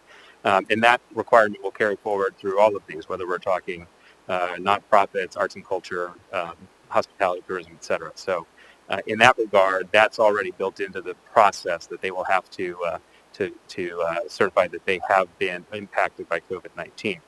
To dive into the nuances of how they were impacted is something that can be done administratively through the application. And as we described earlier, we see, and I think the industry agrees with us, that there is a difference of impact on certain businesses during EO 15 over others. And so as part of the application process, creating that hierarchy is something that we could do so that businesses would be able to identify themselves as I was completely shuttered during EO 15 versus I had reduced capacity but could continue some other forms of delivery, et cetera. So that can be accommodated. I believe the last question was, if this amendment goes forward, how is it different than the money that was appropriated on Friday? And I think the short answer is the money on Friday did not have these requirements in the appropriation language, but certainly the intent as we presented it to you was that this is designed to get into the hands of businesses that have been impacted by COVID-19 broadly, and of course specifically by certain emergency orders. Thank you, Mr. Schutte. With that clarification and the with the information about implementing that we can get that folks can indicate that they were actually constrained or closed by an emergency order, I will withdraw my amendment. Does the second The second will agree. Yes. Okay, thank you. So then I guess I'll go back to you, Mr. Dunbar, if you had another comment. Yes, thank you. I have another very small amendment to the amendment, and this does not involve money. Well, it does, but not directly. It doesn't take for anything else. In 7.5, after the word Iditarod, including the Iditarod, I want to add the words in the amount of $220,000. Second. And I think that perhaps it was implied by what the sponsors were doing. They were adding it to that $3 million, but hopefully not trying to reduce the amount that they would receive. And I understand that effectively is a reduction of that $3 million. But I'm worried that if we don't have that intent language in there, then the Iditarod might end up getting, $10,000 or whatever the cap is for the broader program. And I don't think that's what the sponsors intend to do. And I think in the same way that we want to save the zoo and the Performing Arts Center and other cultural institutions, I think there is something special about the Iditarod. And I think that this money specifically would mean to put it on in perhaps a very different form, but in a way that is safe and that allows the nonprofit to continue. So again, adding the words in the amount of $220,000 after the word Iditarod. Thank you, and that was seconded by Mr. Constant. So I will go again back in the queue, see if folks want to speak to this new amendment to the amendment. Mr. Weddleton? I'd like to stay in the queue, but it seems fine to me, this amendment. Thank you. Ms. Quinn-Davidson? Yeah, I was in the queue for something else, but it raises a question if it's okay to. So in terms of the 2020 expenditure of the funds, how does that work with the race that's next March? And would we be consistent with the IRS, with the Treasury guidelines and anything else we know about in funding the Iditarod in $200,000? Can I? Sure. Actually, I don't know if there's someone from the administration who can speak to it directly, but I know that they have had conversations with the sponsors of the Iditarod. I know that the sponsors of the Iditarod have also spoken with Mr. Gates on this exact question, that there are certain things they purchase now, and they do the work now being 2020, to get the race ready to go. And so I think this has been specifically addressed in their conversations with Mr. Gates. Through the chair, Assemblymember Quinn-Davidson, what Mr. Dunbar said is correct. I'm not privy to the conversation with Mr. Gates, but in the application process from Iditarod, they identified a list of expenditures that are a result of the COVID-19 pandemic, and some of them were indeed in past that due date, the December 30 due date. So of all of the requests, we did not forward the request that would not satisfy the terms and would exceed the December 30 date.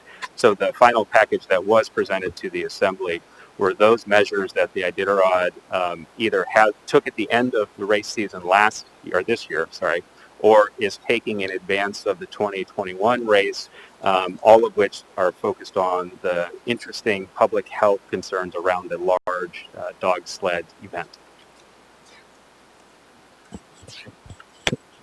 Can I add something to that, Mr. Chair? Sure.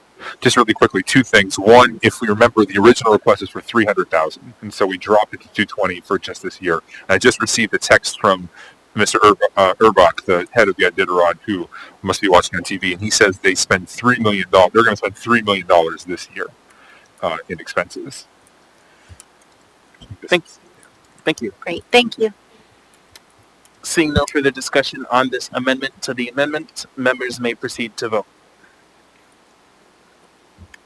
Ms. Kennedy? Yes. Ms. Solitel? Yes. Mr. Peterson? Yes. Mr. Predria, are you with us? I will mark him absent.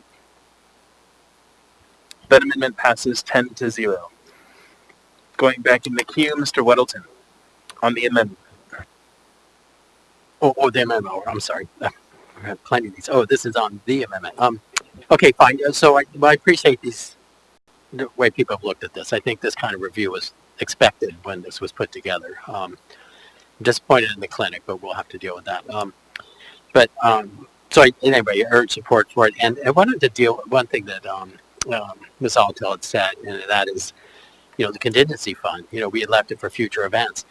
EO15 is one of those unknown events when we set that aside. We were talking about this, what's coming up in the future. Well, cases rose and EO15 resulted, and that's where we are. So it seemed appropriate to pull, most of this actually from there. Thanks. Thank you. Ms. Quinn-Davidson. Thank you. Mr. Schutte, would you mind helping me understand how, if we were to add $7.1-ish million in addition to the $7 million, in addition to the $6 million or $5 for general small business relief, so it's a big pool. If we add more, do we give more per business? Do we just allow more businesses to get how does it practically play out?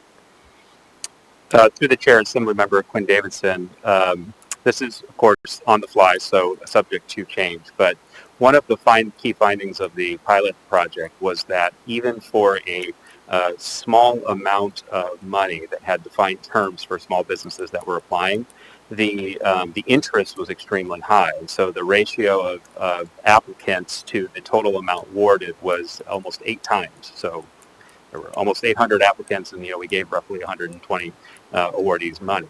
That's very indicative of the need within the business community. So I think my first answer would be that by increasing the total amount of money available for small business relief across the bowl, we're able to touch more lives. And so whether that's completely mimicking the increments that were granted originally, the 10,000, et cetera, or if we choose to increase that, which I think also merits discussion. And I think that the key takeaway is that more money means we touch more businesses.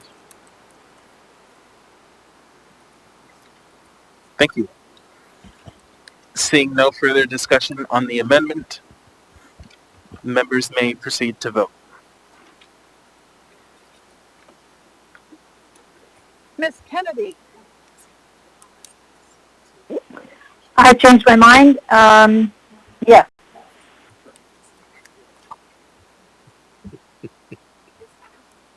Ms. Solotel. Yes. Mr. Peterson. Yes. That amendment passes 10-0. Ms. Quinn-Davidson? Yeah, sorry, Mr. Chair. I was kind of blanking at the end there. I was trying to think of another question I had. So at the beginning, I gave an example of industries that might not be assisted with this. And one of them that I was thinking of was taxis, which we've received several emails from, again, being reactive to the community, that about, people aren't riding around in taxis right now, understandably. So, but actually the way I read this, they are part of the tourism and hospitality industry. Could you speak, Mr. Schutte, to confirm that? And then also, I know that you've been talking with Mr. Slivka, Mr. Falsey, and taxi folks, and could you fill us in on that? Yeah, through the chair, Assembly Member Quinn Davidson. So the taxi industry is part of the transportation industry more so than the tourism and hospitality industry, simply because it's a means of everyday people getting to their jobs in some cases. So I don't equate them, although they certainly overlap, particularly in the summertime. Taxi operators, we didn't have many, but we had a couple that applied and were awarded grants under the original $1 million program. And so I think taxi operators and dispatch companies have opportunities for small business support either through municipal programs or state programs. So that's one tool that's available. And then secondly, there were other specific requests in those letters from the industry related to the process ahead of us as far as auctioning off additional licenses and eventually moving towards the open market system, which I think, generally speaking, we found agreeable. And I would anticipate you'll hear more direct news on that very soon. May I ask a quick follow-up? So just in case any taxi drivers are listening, they can apply for the small business fund where there's still money remaining at the muni level. Through the chair, Assemblymember Quinn Davidson, yes, the small business grant program, the pilot program, was industry agnostic. It had very few requirements. The only requirements were about the size of the business, and so in most cases, the taxi operators or license holders would have probably fit that criteria. It asked about impact, et cetera, and then at the end of the day, as I mentioned, we had 7 times the number of applicants than we did awards, and so some of it came down to the luck of the draw, if you will, because it was a lottery system instead of a first come first serve. So yes, short answer, they would be eligible for future funding opportunities as well. Okay, thank you. Thank you. So next we have proposed amendment number 9, version 2 by no, I'm sorry. Go ahead. I was thinking we were bifurcating. You're right. By Assemblymember Welton. Okay. Is there a motion? I move it. Sorry, I got ahead of myself. What am I at? We're at 9. Yeah, I move amendment 9, version 2. Is there a second? This one will be easy. Come on, folks. So right now we have a motion to approve for amendment number 9, version 2.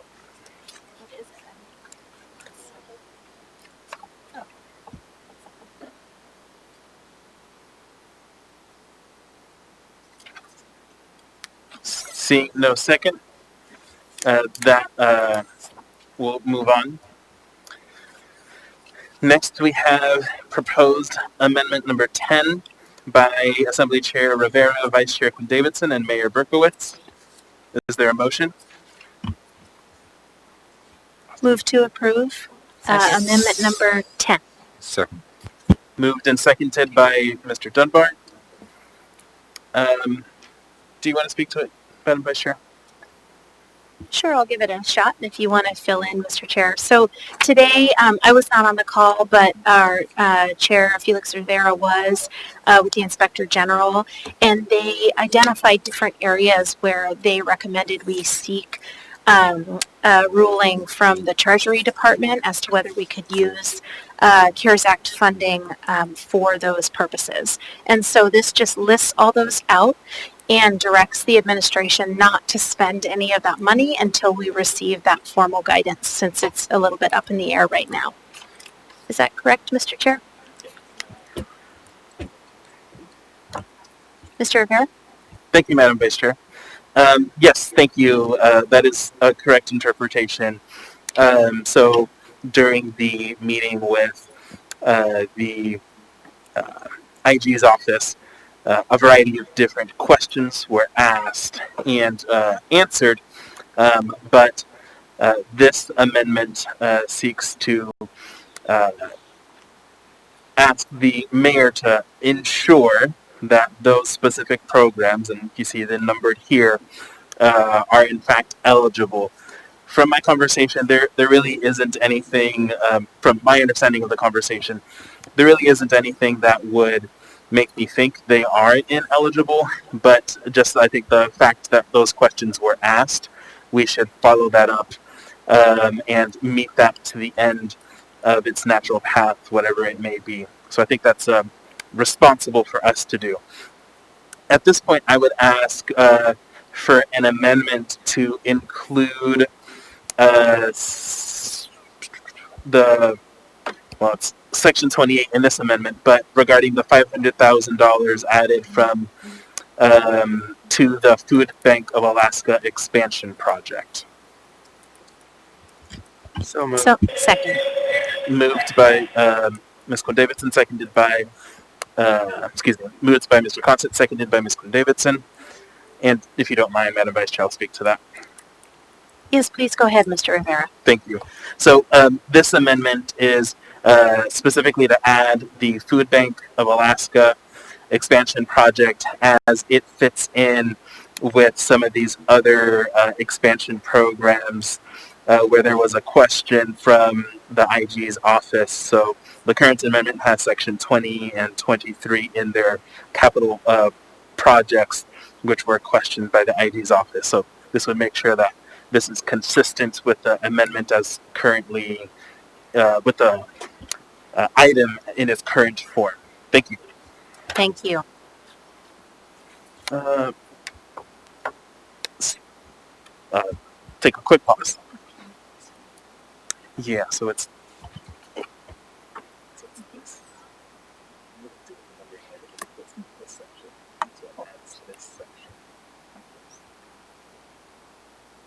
it wouldn't be 28, but whatever. Oh, whatever. Yeah. Yeah. And you can keep it. So on the amendment to the amendment, Mr. Dunbar? No, I'll just say that there really is no Covenant House expansion project anymore. With just $1 million, they're mostly just going to be made whole by for their COVID expenses. So you can leave it on there if you want, but we killed the Covenant House expansion tonight. Did you want me to leave you in the queue, or was that? Yeah, I had something. Yeah, leave me in the queue. Okay. Ms. LaFrance on the amendment to the amendment? Thank you, Mr. Chair. Actually, I was going to ask about the Covenant House piece No. and the rapid rehousing risk pool. Yeah. Thank you. Mr. Weddleton on the amendment to the amendment? I don't think so. I mentioned the 9-star, but I don't think it's really a financial thing. So, Thanks. So seeing no further discussion on the amendment to the amendment, which is to add a new section about the Food Bank of Alaska, seeing no further discussion, members may proceed to vote. Sorry, Mr. Chair. I was wondering if we should take Mr. Dunbar's advice and remove that from the list. No? Okay. Never mind. Go ahead. Thank you. Ms. Kennedy? Yes.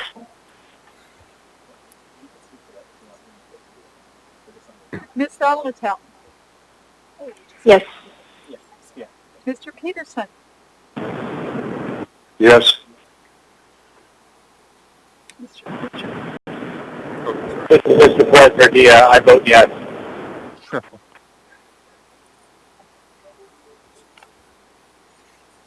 Thank you. Thank you. That amendment to the amendment passes 11-0. So we're now back to the amendment as amended. Mr. Dunbar. Yes, thank you. I have a question for the administration. So I understand why you're co-sponsoring this, and I appreciate it. And I think given our ability to spend this at different times, I think it's appropriate. But there are some things on here that give me pause, and I find surprising. Section 7, the first responder payment. That to me is the most surprising, given the what appears to be very clear Treasury guidance that we can spend this on police and fire. And when I saw that sort of initial readout from the phone conversation with the person from the Inspector General's office, I actually reached out to a colleague, a compatriot from the Juneau Borough Assembly, and asked them, didn't you guys do this? And they said, yeah, we weeks ago, maybe even months ago, because they spent it very quickly, spent more than 20% of their total allocation towards police and fire expenses with no problem at all. So I guess my question to the administration is, what's the difference? What's the difference between what we're doing and what they did at the city and borough of Juneau? Through the chair, Assemblymember Dunbar, there is no difference. We were informed that there might be additional forthcoming guidance that is not currently written, or certainly not currently public, regarding the payroll expense, and to direct our questions to Treasury about that. But it's not just Juneau, it's communities throughout Alaska, it's communities throughout the United States. So we're curious. Okay, thank you. Thank you. Mr. Weddleton. On the amendment. yeah, I think I had a small question. I mean, this doesn't stop us from preparing these loan programs and so on and making headway. I mean, we couldn't give any loans, but you could start setting them up, Mr. Schutte. All right, thanks. Loans? Thank you. What's that? No, I guess I don't know if there's or any of these programs that John, you can get them lined up. I just Whatever heard it is, just not spend the money. Thank you. Because we don't want to wait. I mean, if these things are going to happen, they need to happen quick. I just didn't recall the loan program. Thank you. Ms. Kennedy. Thank you, Mr. Chair. I'd like to move an amendment, a short one, at the very end underneath the now section. It's not 24, but I don't know if it's 25, if that was, I don't know what the section number was in the very last one. But I'd like to move to amend to add a phrase that says, and any other allocation deemed unallowable. I don't know exactly what all the Treasury Department is looking at, and if there are other things that they discover, I'm assuming they'll tell us, but I think we ought to make a placeholder, so to speak, for that in case something comes up. Is there a second? Second. Seconded by Ms. Allard. I'm going to go ahead and go through the queue, see if folks want to speak to this new amendment to the amendment. Mr. Constant? I have another amendment. Okay. Ms. Salatel? No, thank you. Please leave me in for the main motion. Okay. Ms. Quinn-Davidson? I was in for something else, but I actually have a comment on this too. So I appreciate what Ms. Kennedy's trying to do. She's trying to create sort of a catch-all so we make sure that we're covered, which I get. But I think it's a little, I don't think it works correctly because we're identifying all the things that Treasury told us, or that the Inspector General told us we need to get confirmation from Treasury for. But then if you say, you add to it all of the unallowable things, that implies there's already been a determination by Treasury. So I think it's just out of order and it doesn't really fit. So I'll vote against it, although I understand what you're trying to do and, you know, that makes sense, but I'll be a no. Thank you. Ms. Allard? Did you want to speak to this amendment to the amendment? Yes. I would agree with Ms. Kennedy based on being in the phone conversation with the IG only because although they may have left certain things out of the conversation, I do believe other things will come into play. So I would also put that in there, and it really truly does protect us as a body and as an administration. Thank you. Did you want me to leave you in the queue, Ms. Allard? Okay. Mr. Dunbar, on the amendment to the amendment? Yeah, I'll speak to that and then a little bit more broadly so you can take me out of the queue. I agree with Ms. Quinn-Davidson. I think it's too broad and its implications are largely mistaken. I think also I'm worried about there's a chance, and I'll just briefly talk about my experience with the federal government, because mostly through the military, and it can take a really, really long time to get an answer from the Department of the Army or from the Department of Defense, to the point where if you need a sign-off, a signature from one of those agencies, sometimes you just don't do the thing. A commander will decide, okay, well, we don't have that kind of time. And I think that's analogous here because I don't want us to wait forever for an answer that might never be coming from Treasury. So I hope we can follow the guidance that they've given us. And if they answer us with alacrity, great. That's wonderful. If they don't, and for months and months and months we're getting no answer, I think we should go forward with the programs that many other places around the country have gone forward with. And if they come back to us, we'll resolve it. But ultimately, we have to use their guidance, use examples of other cities, not allow any kind of politicization to get in the way, and do what's right for the people of Anchorage. And I hope the Treasury will get back to us quickly, but if they don't, I want it to still act in the best interest of Anchorage. Thank you. Thank you. Mr. Weddleton?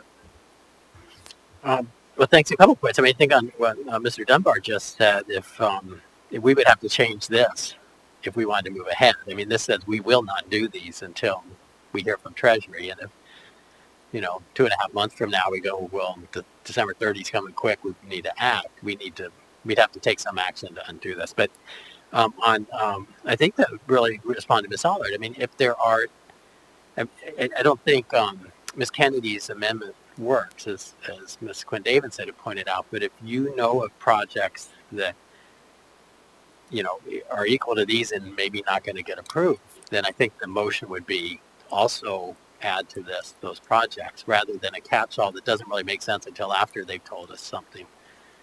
Oh, thanks. Thank you. Ms. Kennedy? Chair, I'm not sure if Mr. Weddleton was agreeing with me or not, but I did want to say that, you know, I think one of the things that I think is kind of scary to me is the fact that we have some very large sums of money on this list that if we were to go ahead with anyway, just say, well, regardless of the fact that the Treasury Department is giving us this money and we're kind of responsible to them, we're going to kind of do what we want with it anyway. I think we have to be really careful of that attitude. And in keeping with that, the idea of putting in another little phrase that, yeah, to a certain extent, it's a catch-all. It's kind of more for the unseen, you know, what don't we know yet? So it wasn't that all things, it was about if any, you know, any item that would be deemed unallowable.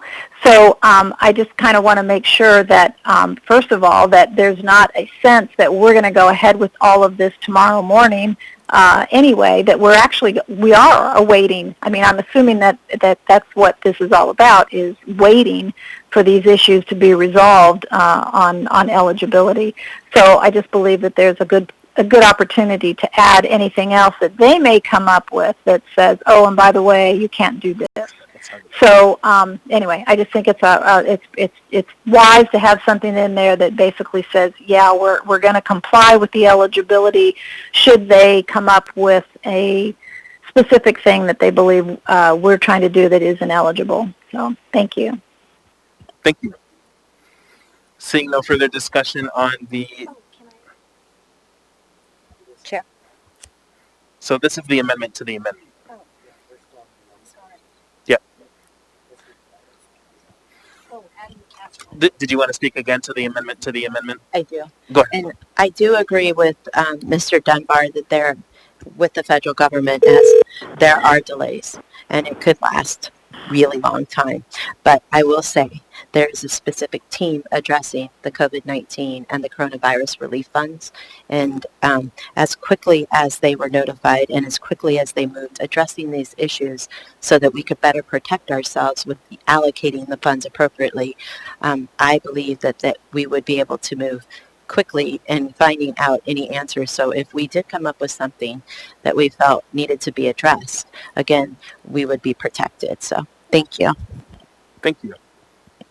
Seeing no further discussion on the amendment to the amendment, members may proceed to vote. Ms. Kennedy? Yes.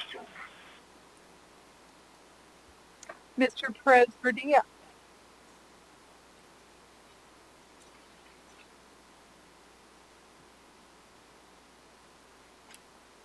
Ms. Salatel? No. Mr. Peterson? No. Mr. Perez-Verdilla?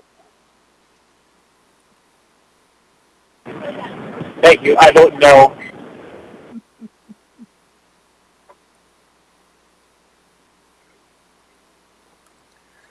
That amendment to the amendment fails 9-2. We now have the main amendment before us. I'll go back in the queue. Mr. Constant. Thank you. I would make a motion to strike Section 20 on Section 28, Section 20 there, the Covenant House expansion from this list. We have effectively eliminated the possibility of this construction project going forward, and so this will make them whole for the expenses they paid and help for them to provide additional resources within the shelter as they make their way. Second. Moved and seconded by Ms. Quinn Davidson. I'll go back in the queue and see if others would like to speak to this new amendment to the amendment. Ms. Quinn Davidson? No, thank you, Mr. Chair. Ms. Allard? Would you like to speak on the amendment to the amendment? No, thank you. Mr. Dunbar? No, thank you. I'll be voting yes with regret. Seeing no further discussion on this amendment to the amendment to strike out Section 20, Members may proceed to vote.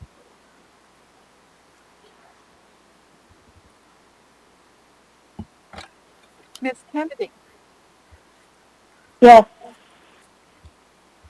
Mr. Perez-Rodilla, Yes. Ms. Solotel, Yes. Mr. Peterson. Yes. That amendment to the amendment passes 11-0. We're now back to the amendment. Ms. Solotel? Thank you, Mr. Chair. My question was for the administration.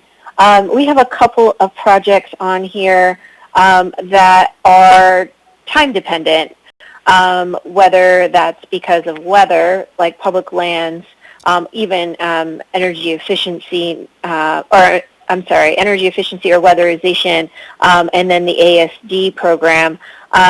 Do we have an idea of how quickly we can expect to hear back from Treasury, given some of the comments made by Mr. Dunbar? I'm hoping that we can get a quick answer, but I'd like to hear what the administration thinks about that. Through the chair, Assemblymember Zalatel, we are going to work as quickly as possible to get an answer. I think the one of the things that came out of our meeting today was the IG's office made it abundantly clear to us that they are not the ones that have the ultimate authority in determining what projects are eligible or not. That lies completely within Maine Treasury's purview. So we have already reached out to the individuals that they asked us to reach out to, and we are just waiting to hear back from them to set up a meeting. So our hope is that they will respond relatively quickly, and we will get guidance on all of these in the relatively near future. Thank you. And quick follow-up, if I may, Mr. Chair, and this could be offline, when is the last date, if you could get that to us, to make some of these projects happen? I think that would be good for us to know and kind of keep in our sights as we're waiting. Hopefully everything's very quickly and we don't have to worry about that, but it would be good to know if we're kind of on a rolling calendar when some of these projects just would no longer become feasible for 2020. Thank you. Thank you. Ms. Quinn Davidson?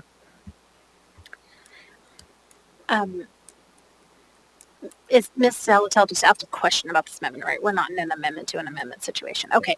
I just wanted to make a general observation that, when I first heard the news today that the Inspector General was recommending that we speak with Treasury and that there might be an issue with the purchase of the 3 buildings, I was concerned. But honestly, seeing the rest of this on the list, this makes me less concerned. I mean, the fact that they think first responder costs might not be covered, or that child care, which is a direct impact to COVID and to working parents, to me, I guess I just want to say I have more optimism after hearing this long list that these issues will be resolved. And I thank our chair and the administration for working through them. Thank you. Thank you. Ms. Allard? Yeah, I just wanted to thank the administration for actually doing this. These are serious issues, and I'm not comfortable thinking that these aren't going to be addressed and that they won't be striked. I have various concerns about all of them, and if you break it down to the level of which they would be used and the direct correlation with COVID-19, it's challenging, and I would be surprised if majority of these got through. Thank you. Thank you. Mr. Dunbar? Thank you. I just wanted to note I heard back from my colleague in Juneau. They spent CARES Act money on police, fire, first responders in June when they passed their budget without any issues. Thank you. Thank you. Ms. Kennedy? Mr. Chair. I too want to just thank the administration for coming forward with this list and really acknowledging that some of these things could be problematic. So I absolutely appreciate having the opportunity to have further clarification on them. And I will say that my number one concern was the first responder payroll reserve, and mostly because and if you remember, I asked the question 2 or 3 times to make sure that I was hearing it correctly. But just the fact that the first responders could be used for COVID in their regular jobs was really not so much the issue. The issue came from the fact that what we were being told is this doesn't affect the budget, that this does not, that these departments are not over budgeted, so they're not being overworked, they're not being asked to do anything additional. This was all covered in the budget. And the budget we approved last year, which made it basically ineligible. So obviously there was a conflict, I guess, between those 2 criteria, but that's what concerned me the most, especially when the administration said, well, what this will essentially do is free up the $21 million so that we can put that into the fund balance, and then we can use it out of the fund balance in any way we feel like. So as soon as somebody said that, it's like, well, that's backfilling the budget then, and that is not allowed. And so that's where, to me, that becomes extremely problematic according to the rules that we have. The second rule that we have that came out on that sheet was it can't be backfilling any budget. It can't be an amount that was anything that was pre-budgeted before March 1st. So anyway, to me, that was where the big question mark came. The other things I think could be just, for whatever reason, have some other concerns and could be problematic. So again, I am so glad that they're going over this, because the one thing I didn't want to do was make this community susceptible to payback of millions of dollars when we're already in a situation where I don't think our economy can take that. So anything that we can do to get that very specific approval on, I think, is going to be better for us in the long run. So again, my thanks. And with that, I believe I can support this. I wish we had done Amendment 11 first, and then maybe there would have been some other things that could have been supported as well in some of the other amendment conversations. But thank you, Mr. Chair. Thank you. Ms. Allard. Thank you. I don't know exactly, Mr. Dunbar. I don't know the whole situation with Juno. And I don't know what their end was, if they had budgeted in their budget. I do know that it clearly states that funds may not be used to fill shortfalls in government revenue to cover expenditures that would not otherwise qualify under the statute. Although a broad range of uses is allowed, revenue replacement is not permissible use of the fund's payments.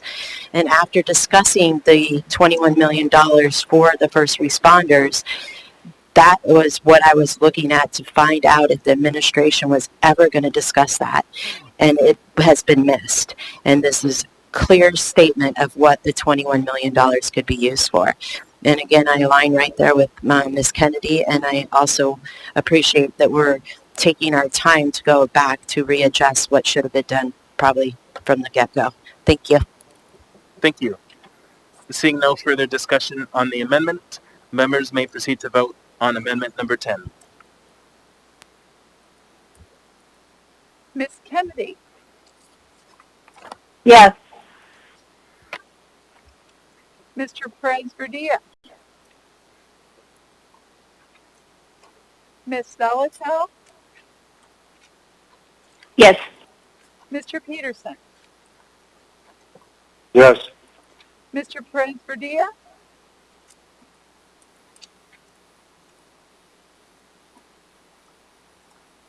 That amendment is approved 10-0. Next, we have proposed amendment number 11 by Assembly Members Allard and Kennedy. Is there a motion? Motion to move. Move to approve by Ms. Allard. Is there a second? Second. Second by Ms. Kennedy. Who would like to speak to this amendment? Ms. Kennedy, did you want to go first? Fine, yes. I can speak to this one. Okay. So, thank you. If that's okay, Mr. Chair. No. Go ahead.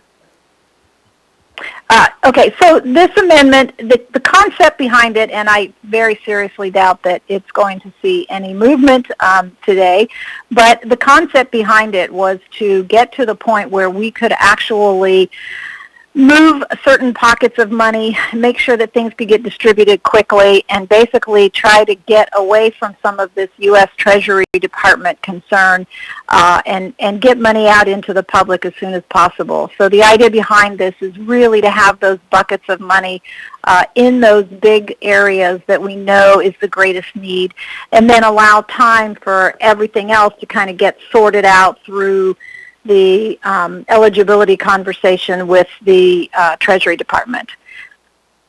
And I think I will leave it at that, and maybe Ms. Allard would like to add something. Thank you. So the reason I'm supporting and the reason I brought this forward is because we do need to move forward, and these appropriations need to happen so that we can support the community. These are businesses, hospitality, landlord tenant relief, and the tourism industry that we know that the Treasury Department and the IG's office do not have an issue with, and that is directly related to COVID. So I would hope you guys would support this to support the community to moving forward. Otherwise, they don't get their funds, and that's probably not the way to go to support our community. And that's all I have. Thank you.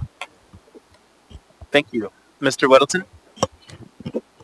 This might be a great idea, but I'm not sure. So basically, it cancels everything we've done, and then it sets a pot for small business, nonprofit stabilization, money for tourism, money for the hospitality industry, and rental and mortgage assistance. But I think with the amendment we just passed, we've kind of done that. We've taken, this leaves other sections, the money for the businesses and so on intact. So I think we already did this in a different way with the preceding amendment. But the preceding amendment has clear dollar amounts attached to it. Am I wrong? Is that a question to the sponsors? Whoever can answer it, I'm pretty. Sponsors, whoever. I mean, I think we've already done basically what this does with the previous amendment. I would just want to say that we would like to increase the amounts to make sure they're doled out, because I don't have confidence that the things that we have sitting in front of us that we did with Amendment 10 is going to pass. And what I mean by pass, I don't think the Inspector General in the Treasury's office, when they do a full investigation and dig deep, any of this is going to happen. Any of it. And I'm very concerned about that. And the people need the money, and I don't believe that we should hold on to it. I really want this to move forward for the community. And I'm looking down at here, and I can almost promise you these items won't pass. Not in my experience, not what I've heard, not in my following conversations with the IG's office, not in my next conversation with the IG's office and treasurers that's already been lined up. I don't have confidence these things are going to pass. Can I follow up? Thank you. Sure. All right. Well, thanks. And assuming that's true, the purposes that are outlined here, the money for the industry, basically, we have some, but not quite this dollar amount. Where I would view this and say we can run with what we have here with the constraints of the previous amendment. And then if we don't hear from Treasury in a couple of weeks, maybe we got to pull the trigger and do this. So I'd say hang on to this and bring it back at our next meeting, because they still need to set up these programs anyway. They'll start doing that with these smaller amounts. And then if Treasury drags their feet, this is where we probably would end up. So, or could be. It'd be something. Could we move it? Would you want to move it? Okay. I hear what you're saying. So I'd say I'd be a no vote now, but if we haven't heard from Treasury in a month, I'm probably all in. What about all the testimony that we've heard about people needing it? Ms. Allard, sorry, I don't mean to be rude, but if you want to speak, please get back in the queue. Ms. Salato? Thank you, Mr. Chair. I think Mr. Weddleton's giving this a generous reading that this is what we've done. I completely disagree. To go this funding route is basically it feels like trickle-down economics, quite frankly. It's money to business, money to business, money to business. And I appreciate that business is important, but it's no money for people. We need to get money into people's hands, and this has nothing for childcare. This doesn't address the realities of what people are facing on the ground, except for those that have a business. And I appreciate that businesses employ people, but if you can't get a job for some reason, or you are high risk, or you don't have childcare and can't go to work, this doesn't do that. This is not looking at the whole of our community, and frankly, I'm somewhat offended by it, because we've spent a lot of time working through setting priorities, and to throw out that process, that time, to disregard the members' values, that the community has come back and said, yes, we're interested in things like ensuring that we can make sure people have adequate food, childcare, that we have had experts weigh in, because of an initial conversation with the IG, which isn't even the final arbiter of this decision. And we've done projects that are quite frankly being done in so many other jurisdictions, Juneau being one. We're not off the beaten path here, folks. We are doing what is right, and this is not it. So I, in the strongest terms, urge a no vote on this, and don't want to see us and the community undo the path that we've already decided to go down. That's really quite responsive, just because we are having to take a little bit of time to do it in a conscientious manner. Thanks. Thank you. Ms. Kennedy? Thank you, Mr. Chair. I think one of the things that we are maybe losing sight of is maybe the predicament that we're in right now, and the fact that to a certain extent some of these things are being put on hold because we don't have the answers that we need in terms of how we can actually make these expenditures, or if we can make them. So this was an effort to a certain extent, Mr. Weddleton's right. This is an effort that kind of mirrors what the last amendment did, and that was to basically allow things to move on in spite of the things that may get axed. And this was a way of absolutely getting money into people's hands. The fact that you give money to a business allows them to pay their employees, allows them to continue to pay their bills, their electricity, their insurance, their utilities, whatever. So there's just an awful lot of money in here that actually can just go out into the community in a variety of different ways, because you can see we're not speculating that it has to be $200,000 to this particular business or $200,000 to this particular program. This is large buckets of money that can be dispensed in a variety of ways that will absolutely get into people's hands. I mean, I'm just surprised that somebody would think that this doesn't get into the hands of the people. It does in a lot of different ways. I mean, think of how just recently we've heard so much from the hospitality industry that just says, we're at a standstill. We need funds right now to pay these employees, to get money into people's hands. So that's really the motivation behind this, was to try to get past the situation that we're in right now, where we're having to wait for some decisions to be made at a level that's pretty much out of our hands. So if we want to kind of set that aside for a little while and let those entities and those offices make those decisions, we could at least move forward with something like this that would work tomorrow morning. So anyway, that was really the motivation behind this. And what it would do is put all that funding, the $80 million, into those big buckets, and then the $36 million easily then for this first round of funding, we could work out details on where that would go if it didn't fit into any of these other buckets already. So absolutely, we all put a lot of work into this, all of us, but I think we need to recognize that we may be in a little different position as of, 1 o'clock this afternoon or what have you, and we don't have a good answer yet as to how all of that's going to turn out. So this was a way of recognizing that this particular volatile situation we might be in and being able to put these funds out on the street as soon as possible, because that's what we want to do. That's what we know needs to happen. So thank you, Mr. Chair. Thank you. Mr. Whittleton. Thanks. I may not have explained myself correctly after hearing Ms. Zaltel's comments. I do not consider Amendment 11 equal to what we've done, except for Amendment 10 paused most of the things that that Ms. Zaltel mentioned. But all the 4 categories in Amendment 11, we do have funded, and they are not challenged. They are available to start going out.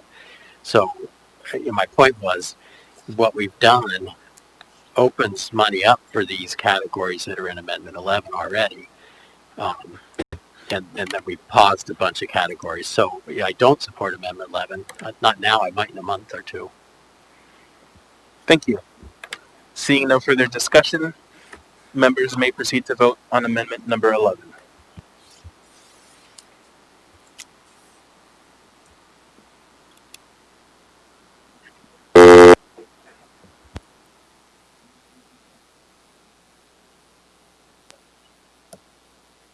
Ms. Kennedy? Yes.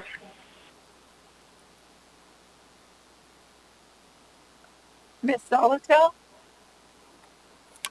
No. Mr. Peterson? No. Mr. Perez-Verdillo? Excuse me.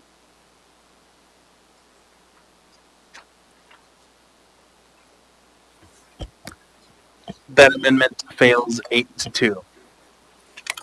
Are there any further amendments?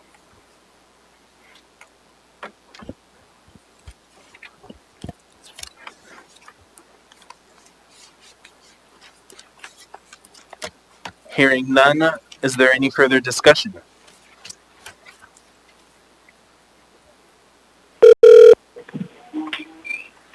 Mr. Dunbar. Yeah, I'd just like to really quickly reiterate what Ms. Zalatel said about the process we went through to get here.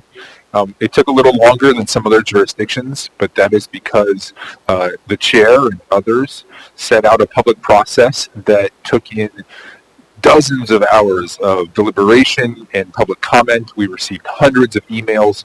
We tried to create something that was comprehensive, that both got money quickly on the streets, and of course this is actually the 3rd or 4th time we've passed CARES Act money, because we tried to get certain monies into the rental assistance program and the business assistance program out very quickly.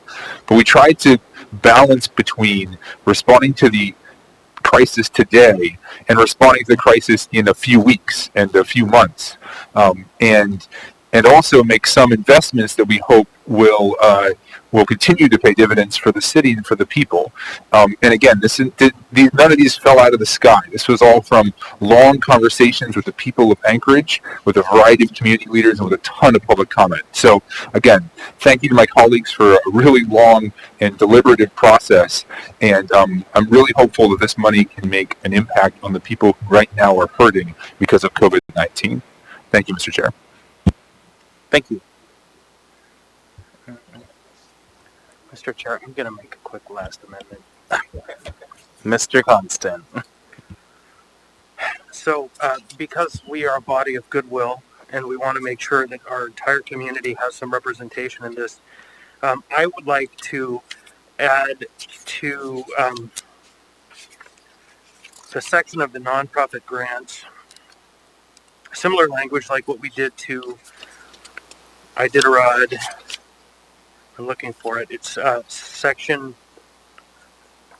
7.5 of Amendment 7B2, where we added on line 16 nonprofit funding program to distribute grants to eligible nonprofits impacted by COVID-19, including the Iditarod in the sum of $200,000, and then I would add and the Chugach Eagle River Chamber of Commerce.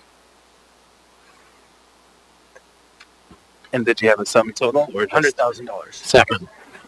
moved and seconded. Did you want to speak any further to that? I just think we heard a number of times that that was a need of that community, and while there may be those who don't believe we want to look out for a whole community, I think we do. And this is an opportunity to help that organization, which clearly represents the entire community out there of its businesses. And we can just, in a small way, ensure that everybody has some representation here.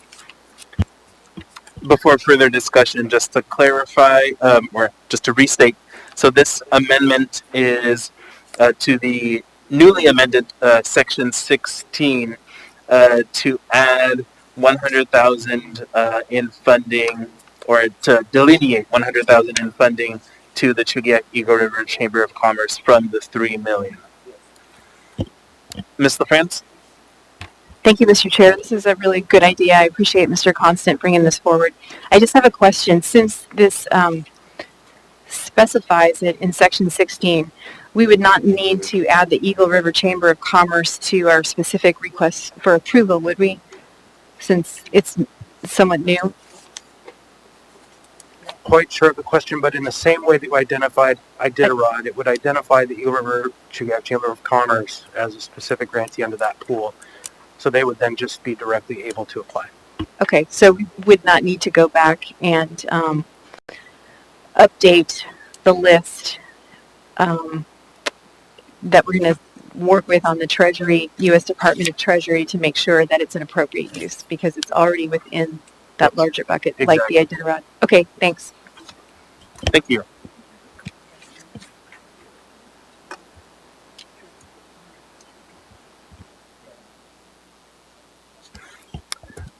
Ms. Quinn Davidson on the amendment.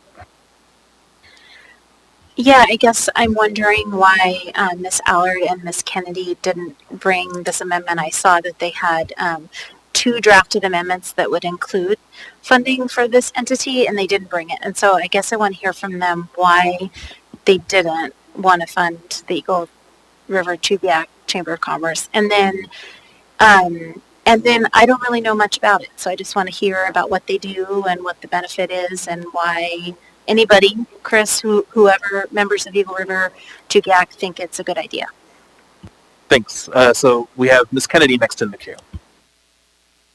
Thank you, Mr. Chair. Ms. Quinn Davidson, thank you for the question. I mean, I would love to talk to you about the Chugiak Eagle River Chamber of Commerce because from my perspective, I've been a member of that chamber since 2003, and I have been on the board of directors for all of that. Of course, I sit in the seat that is always reserved for the assembly member that that lives in or is that area's assembly member. So anyway, the Chugiak Eagle River Chamber of Commerce is absolutely the glue that holds together that community. They are kind of a little bit of really the heartbeat of the community because they are the ones who have their ear to the ground constantly in terms of what's going on.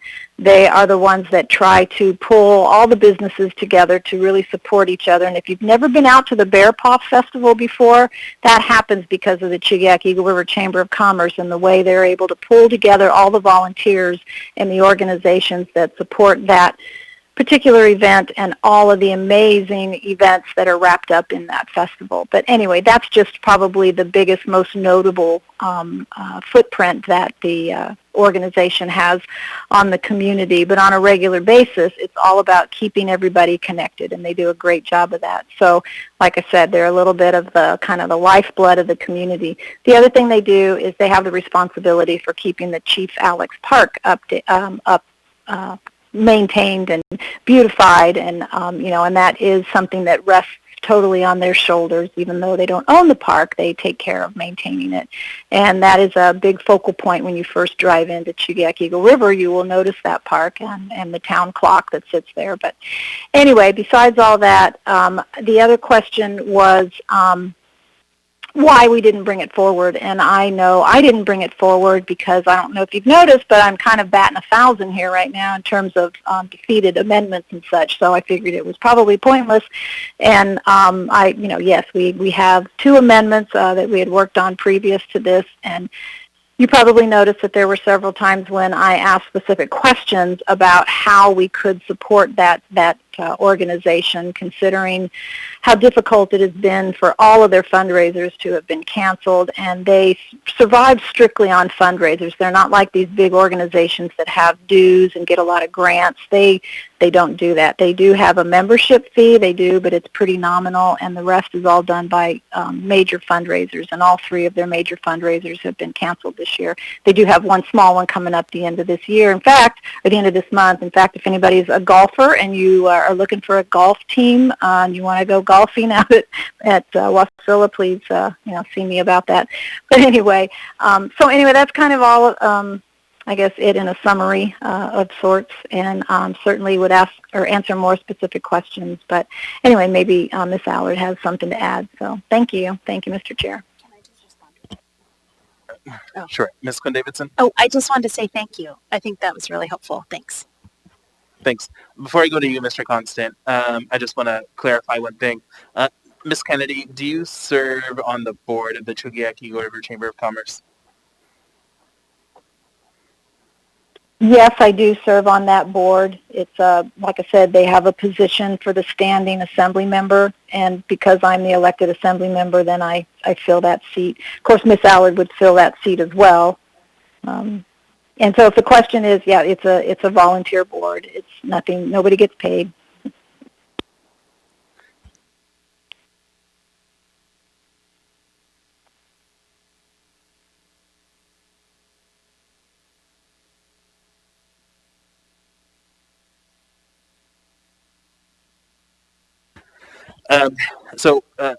Being consistent with the other determinations that have been made today, it is my determination that you do have a conflict of interest as it regards to this amendment, Ms. Kennedy. Mr. Constant? Yeah, thank you. And so the reason this came to my desk is as the COVID pandemic ramped up and the Saturday market was beginning, the weekend market downtown, there were strong outcries from the Eagle River community about, wait, how can the downtown weekend market be able to do this and we're not able to have our festival? And their festival is their one big annual fundraiser of the year, which pays for their operations. So literally directly, they lost their annual revenues because of COVID. And they did, in the end, have to make the difficult decision not to host that event, despite all kinds of pressure from the community. As you know, the spirit of the Eagle River community is to do it their way, and I honor that spirit. And so, in so doing, I made this motion. Ms. Kennedy did not, and I don't know who we got for a second.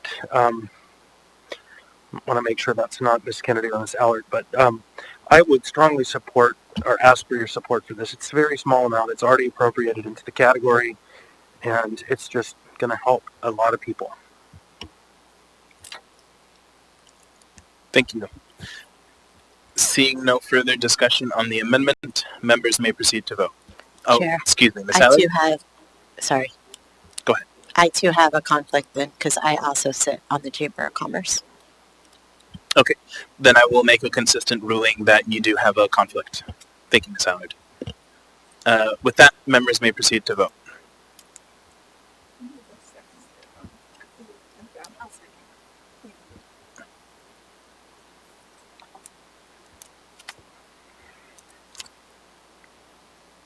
No, sorry.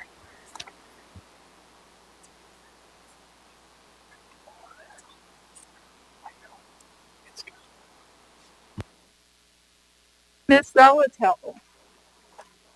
Yes. Mr. Peterson. Yes. Mr. Perez-Verdia.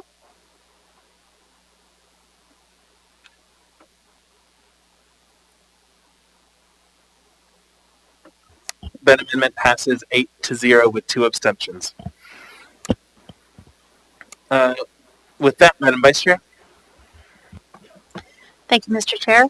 I move to authorize the clerk to make reasonably conforming changes in case of a conflict, ambiguity, or inaccuracy in the amendments. Second. Moved and seconded. I think the motion speaks for itself. Is there any discussion on the motion? So this is what's called a conforming amendment, just to make sure at the end of the day, everything lines up like it should. Is there any opposition to the amendment?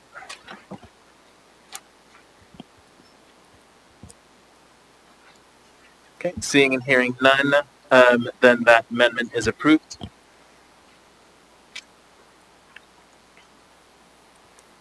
That takes us back to discussion on the main motion.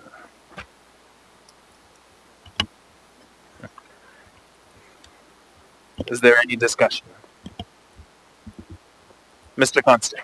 Thank you. Just briefly, there's a lot of heat, and I'm looking forward to the light of all of the things that have been said about what we've worked on and what we've approved. And I look forward to the determination telling us to move forward and do good. Thank you. Thank you. Is there any further discussion?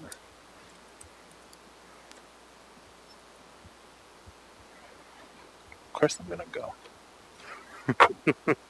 Mr. Rivera? Thank you, Madam Vice Chair. So today's vote on the allocation of the remaining COVID-19 relief funds available to us is likely one of the most important votes I'll make on this body.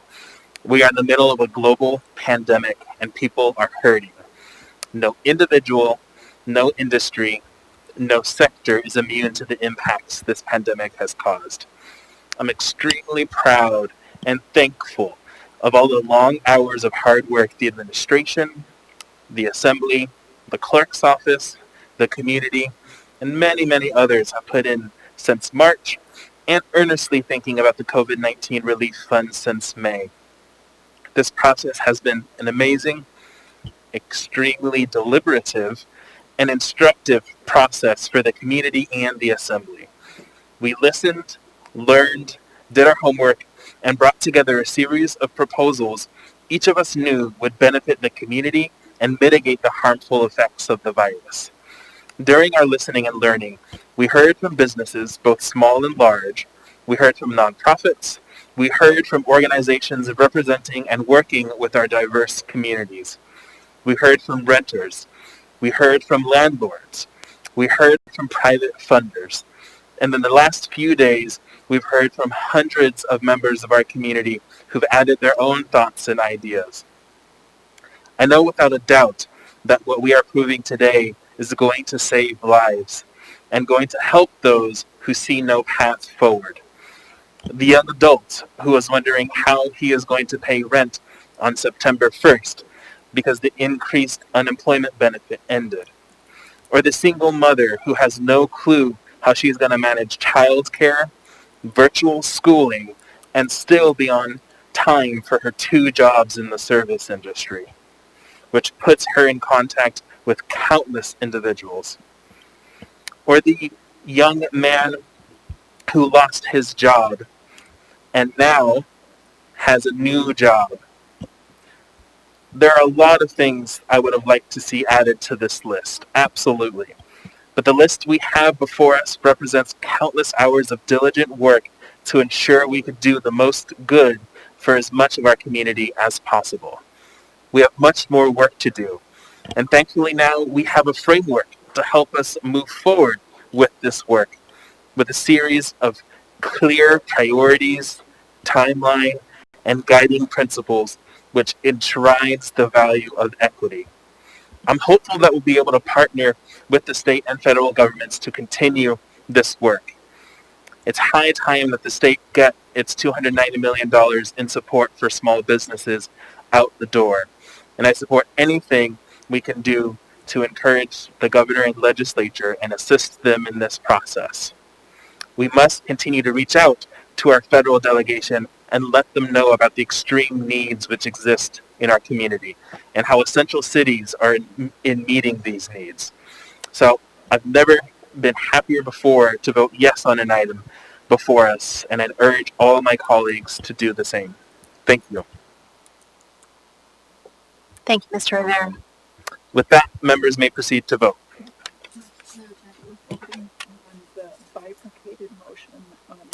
Yes, yeah. Thank you for the clarification. So we are voting on everything except for sections 12 and 14.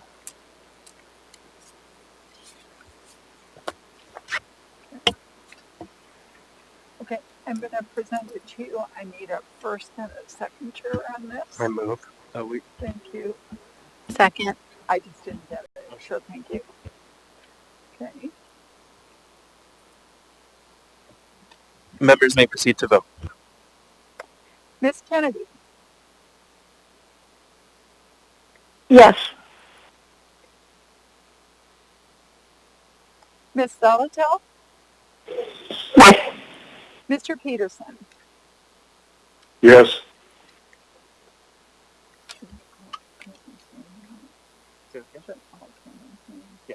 Mr. Perez-Verdia?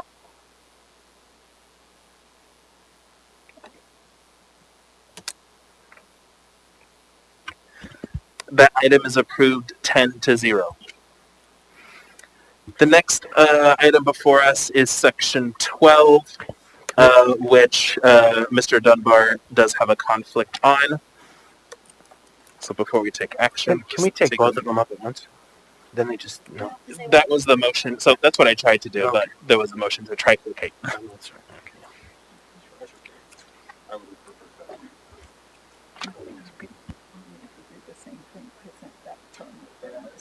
Yep.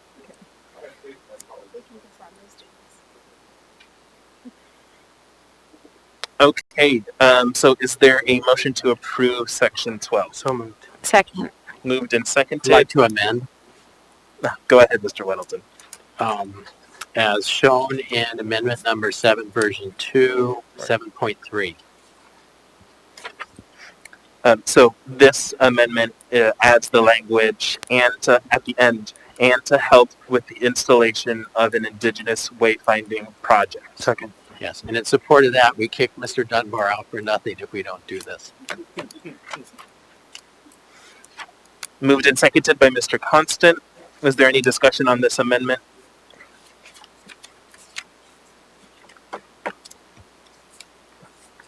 Seeing none, members may proceed to vote on the amendment.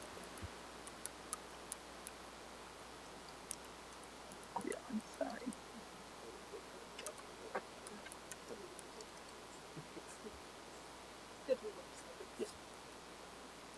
Okay. Would you, thank you very much. So moved. Okay. Ms. Kennedy? Yes.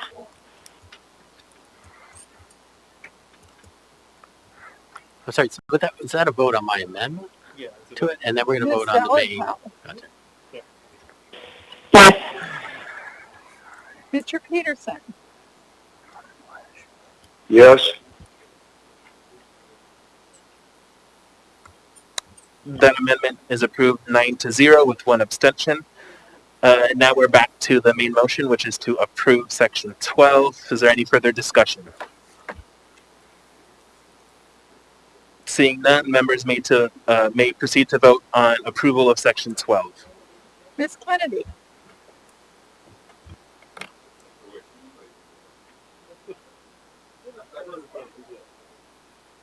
Ms. Kennedy? Yes.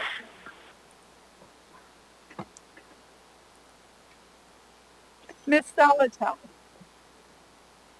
Yes. Mr. Peterson? Yes. Mr. Perez-Verdia?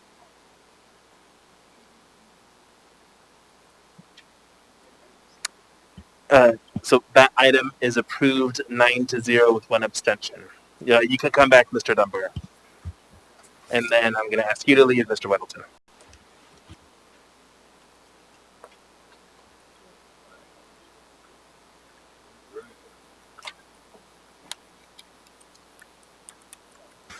All right, so we now have before us section 14. Is there a motion to approve? So moved. Second. Moved and seconded by Ms. Quinn-Davidson. Any discussion on this item?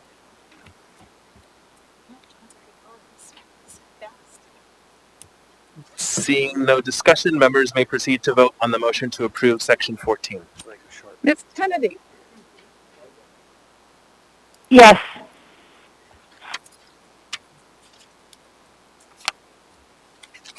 Ms. Zolotel? Yes. Mr. Peterson, Yes. Mr. Perez Verdilla,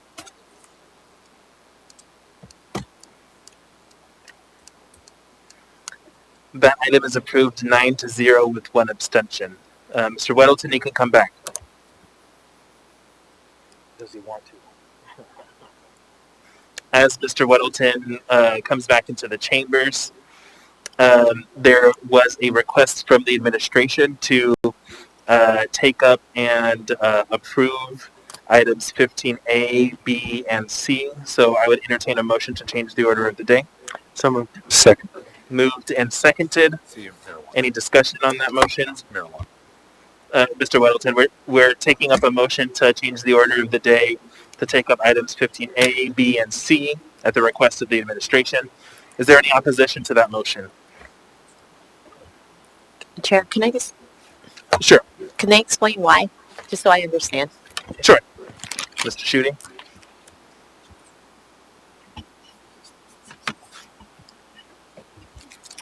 Thank you. Through the chair, Assemblymember Allard. So the items in the 15 are the quasi-judicial portions of the meeting that deal with licenses for alcohol, etc.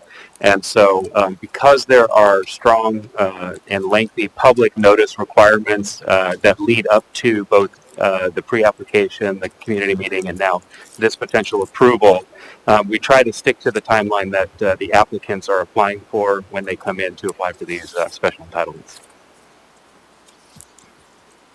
Thank you. Seeing no objection then, that motion is approved. So now we'll take up items 15A, B, and C, and then it is my intent that we adjourn the meeting and leave the rest of the items for the August 25th meeting.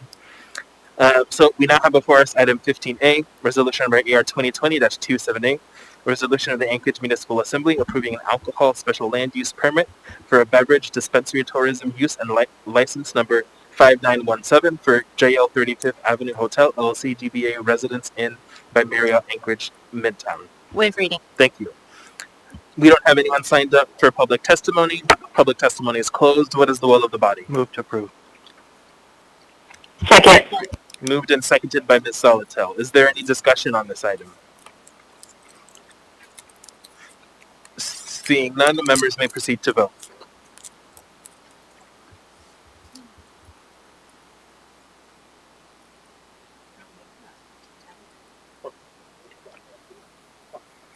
Ms. Kennedy, Yes. Ms. Solitel, Yes. Mr. Peterson, Yes. Mr. Perez Verdilla, Okay. All right. Thank you.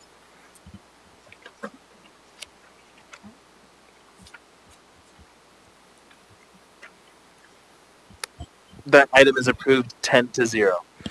Next, we have before us item 15B, resolution number AR 2020-279, resolution of the Anchorage Municipal Assembly approving an alcohol special land use permit for retail sales of alcohol with brewery license number 5902 for Zip Kombucha LLC in the B3 General Business District located at 3404 Arctic Boulevard within Robert Subdivision Block 3, Lot 13. Waive reading. Thank you. There's no one signed up to testify on this item. Public testimony is closed. What is the will of the body? Move to approve. Second. Seconded by Ms. Salatel. Is there any discussion on this item? Seeing no discussion, members may proceed to vote. Ms. Kennedy, Yes. Mr. Peterson, Yes. Ms. Solitel, Yes. Mr. Perez Verdilla, That item is approved 10-0. Next, we have before us item 15C, resolution number AR 2020-277, resolution of the Anchorage Municipal Assembly setting public hearings for the first-time renewals and approving the renewals of municipal marijuana licenses for retail establishments Canabasca, number M10254, and Mary Jane's Cannabis Emporium, number M18117. stating the Assembly's wave of protest to the renewal of State of Alaska marijuana license numbers 10254 and 18117 for the same establishments. Waive reading. Thank you. There's no one signed up to testify. Public testimony is closed. What is the will of the body? Move to approve. Yeah. Second. Second. Moved and seconded. Is there any discussion on this item? That's amazing. Seeing no discussion, members may proceed to vote. Ms. Kennedy? Yes. Ms. Solotel? Yes. Mr. Peterson? Yes. Mr. Perez Verdia?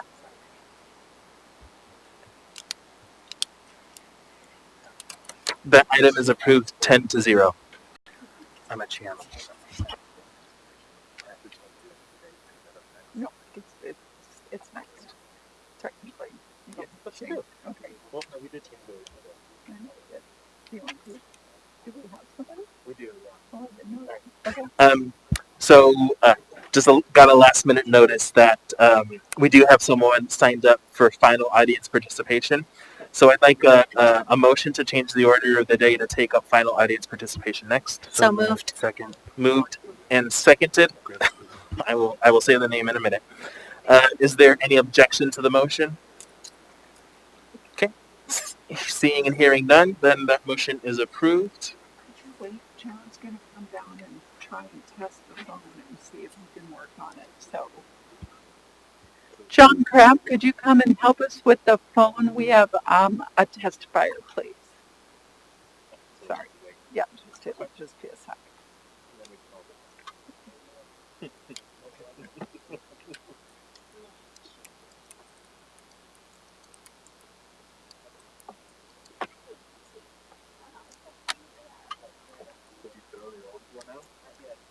You're looking forward to it?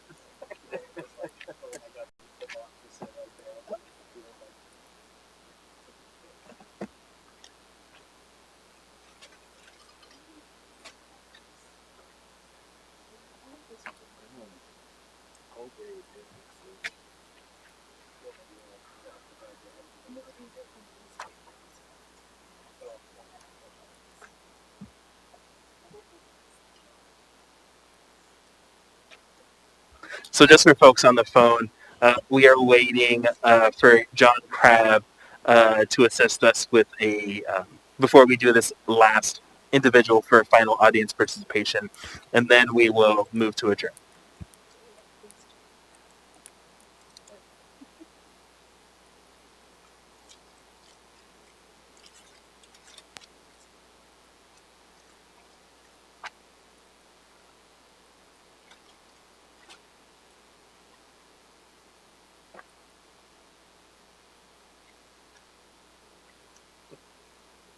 I'm sorry.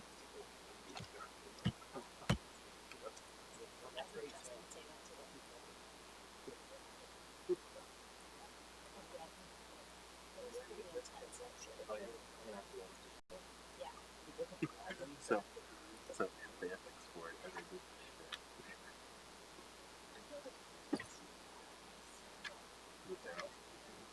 the administrator director session again.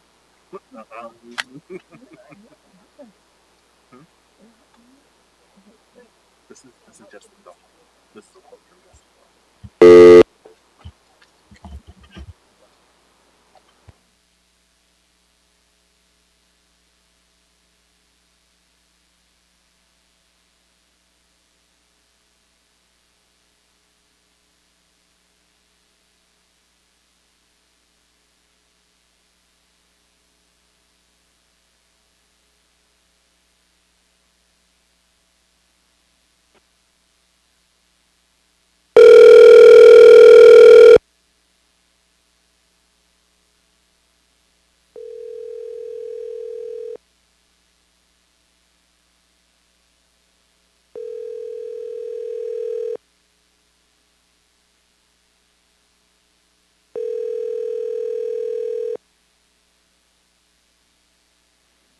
You have reached the voicemail of Danielle. Sorry I couldn't come to the phone right now, but if you leave your name, number, and a brief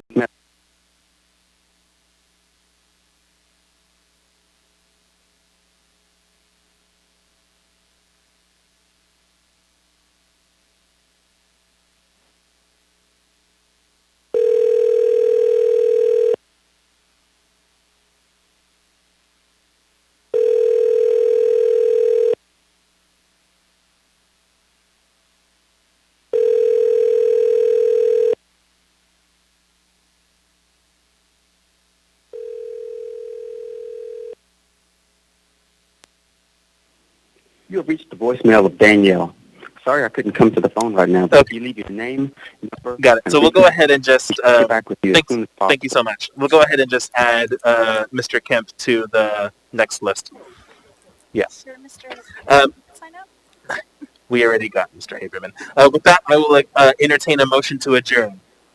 So we're adjourned. Thanks, everyone.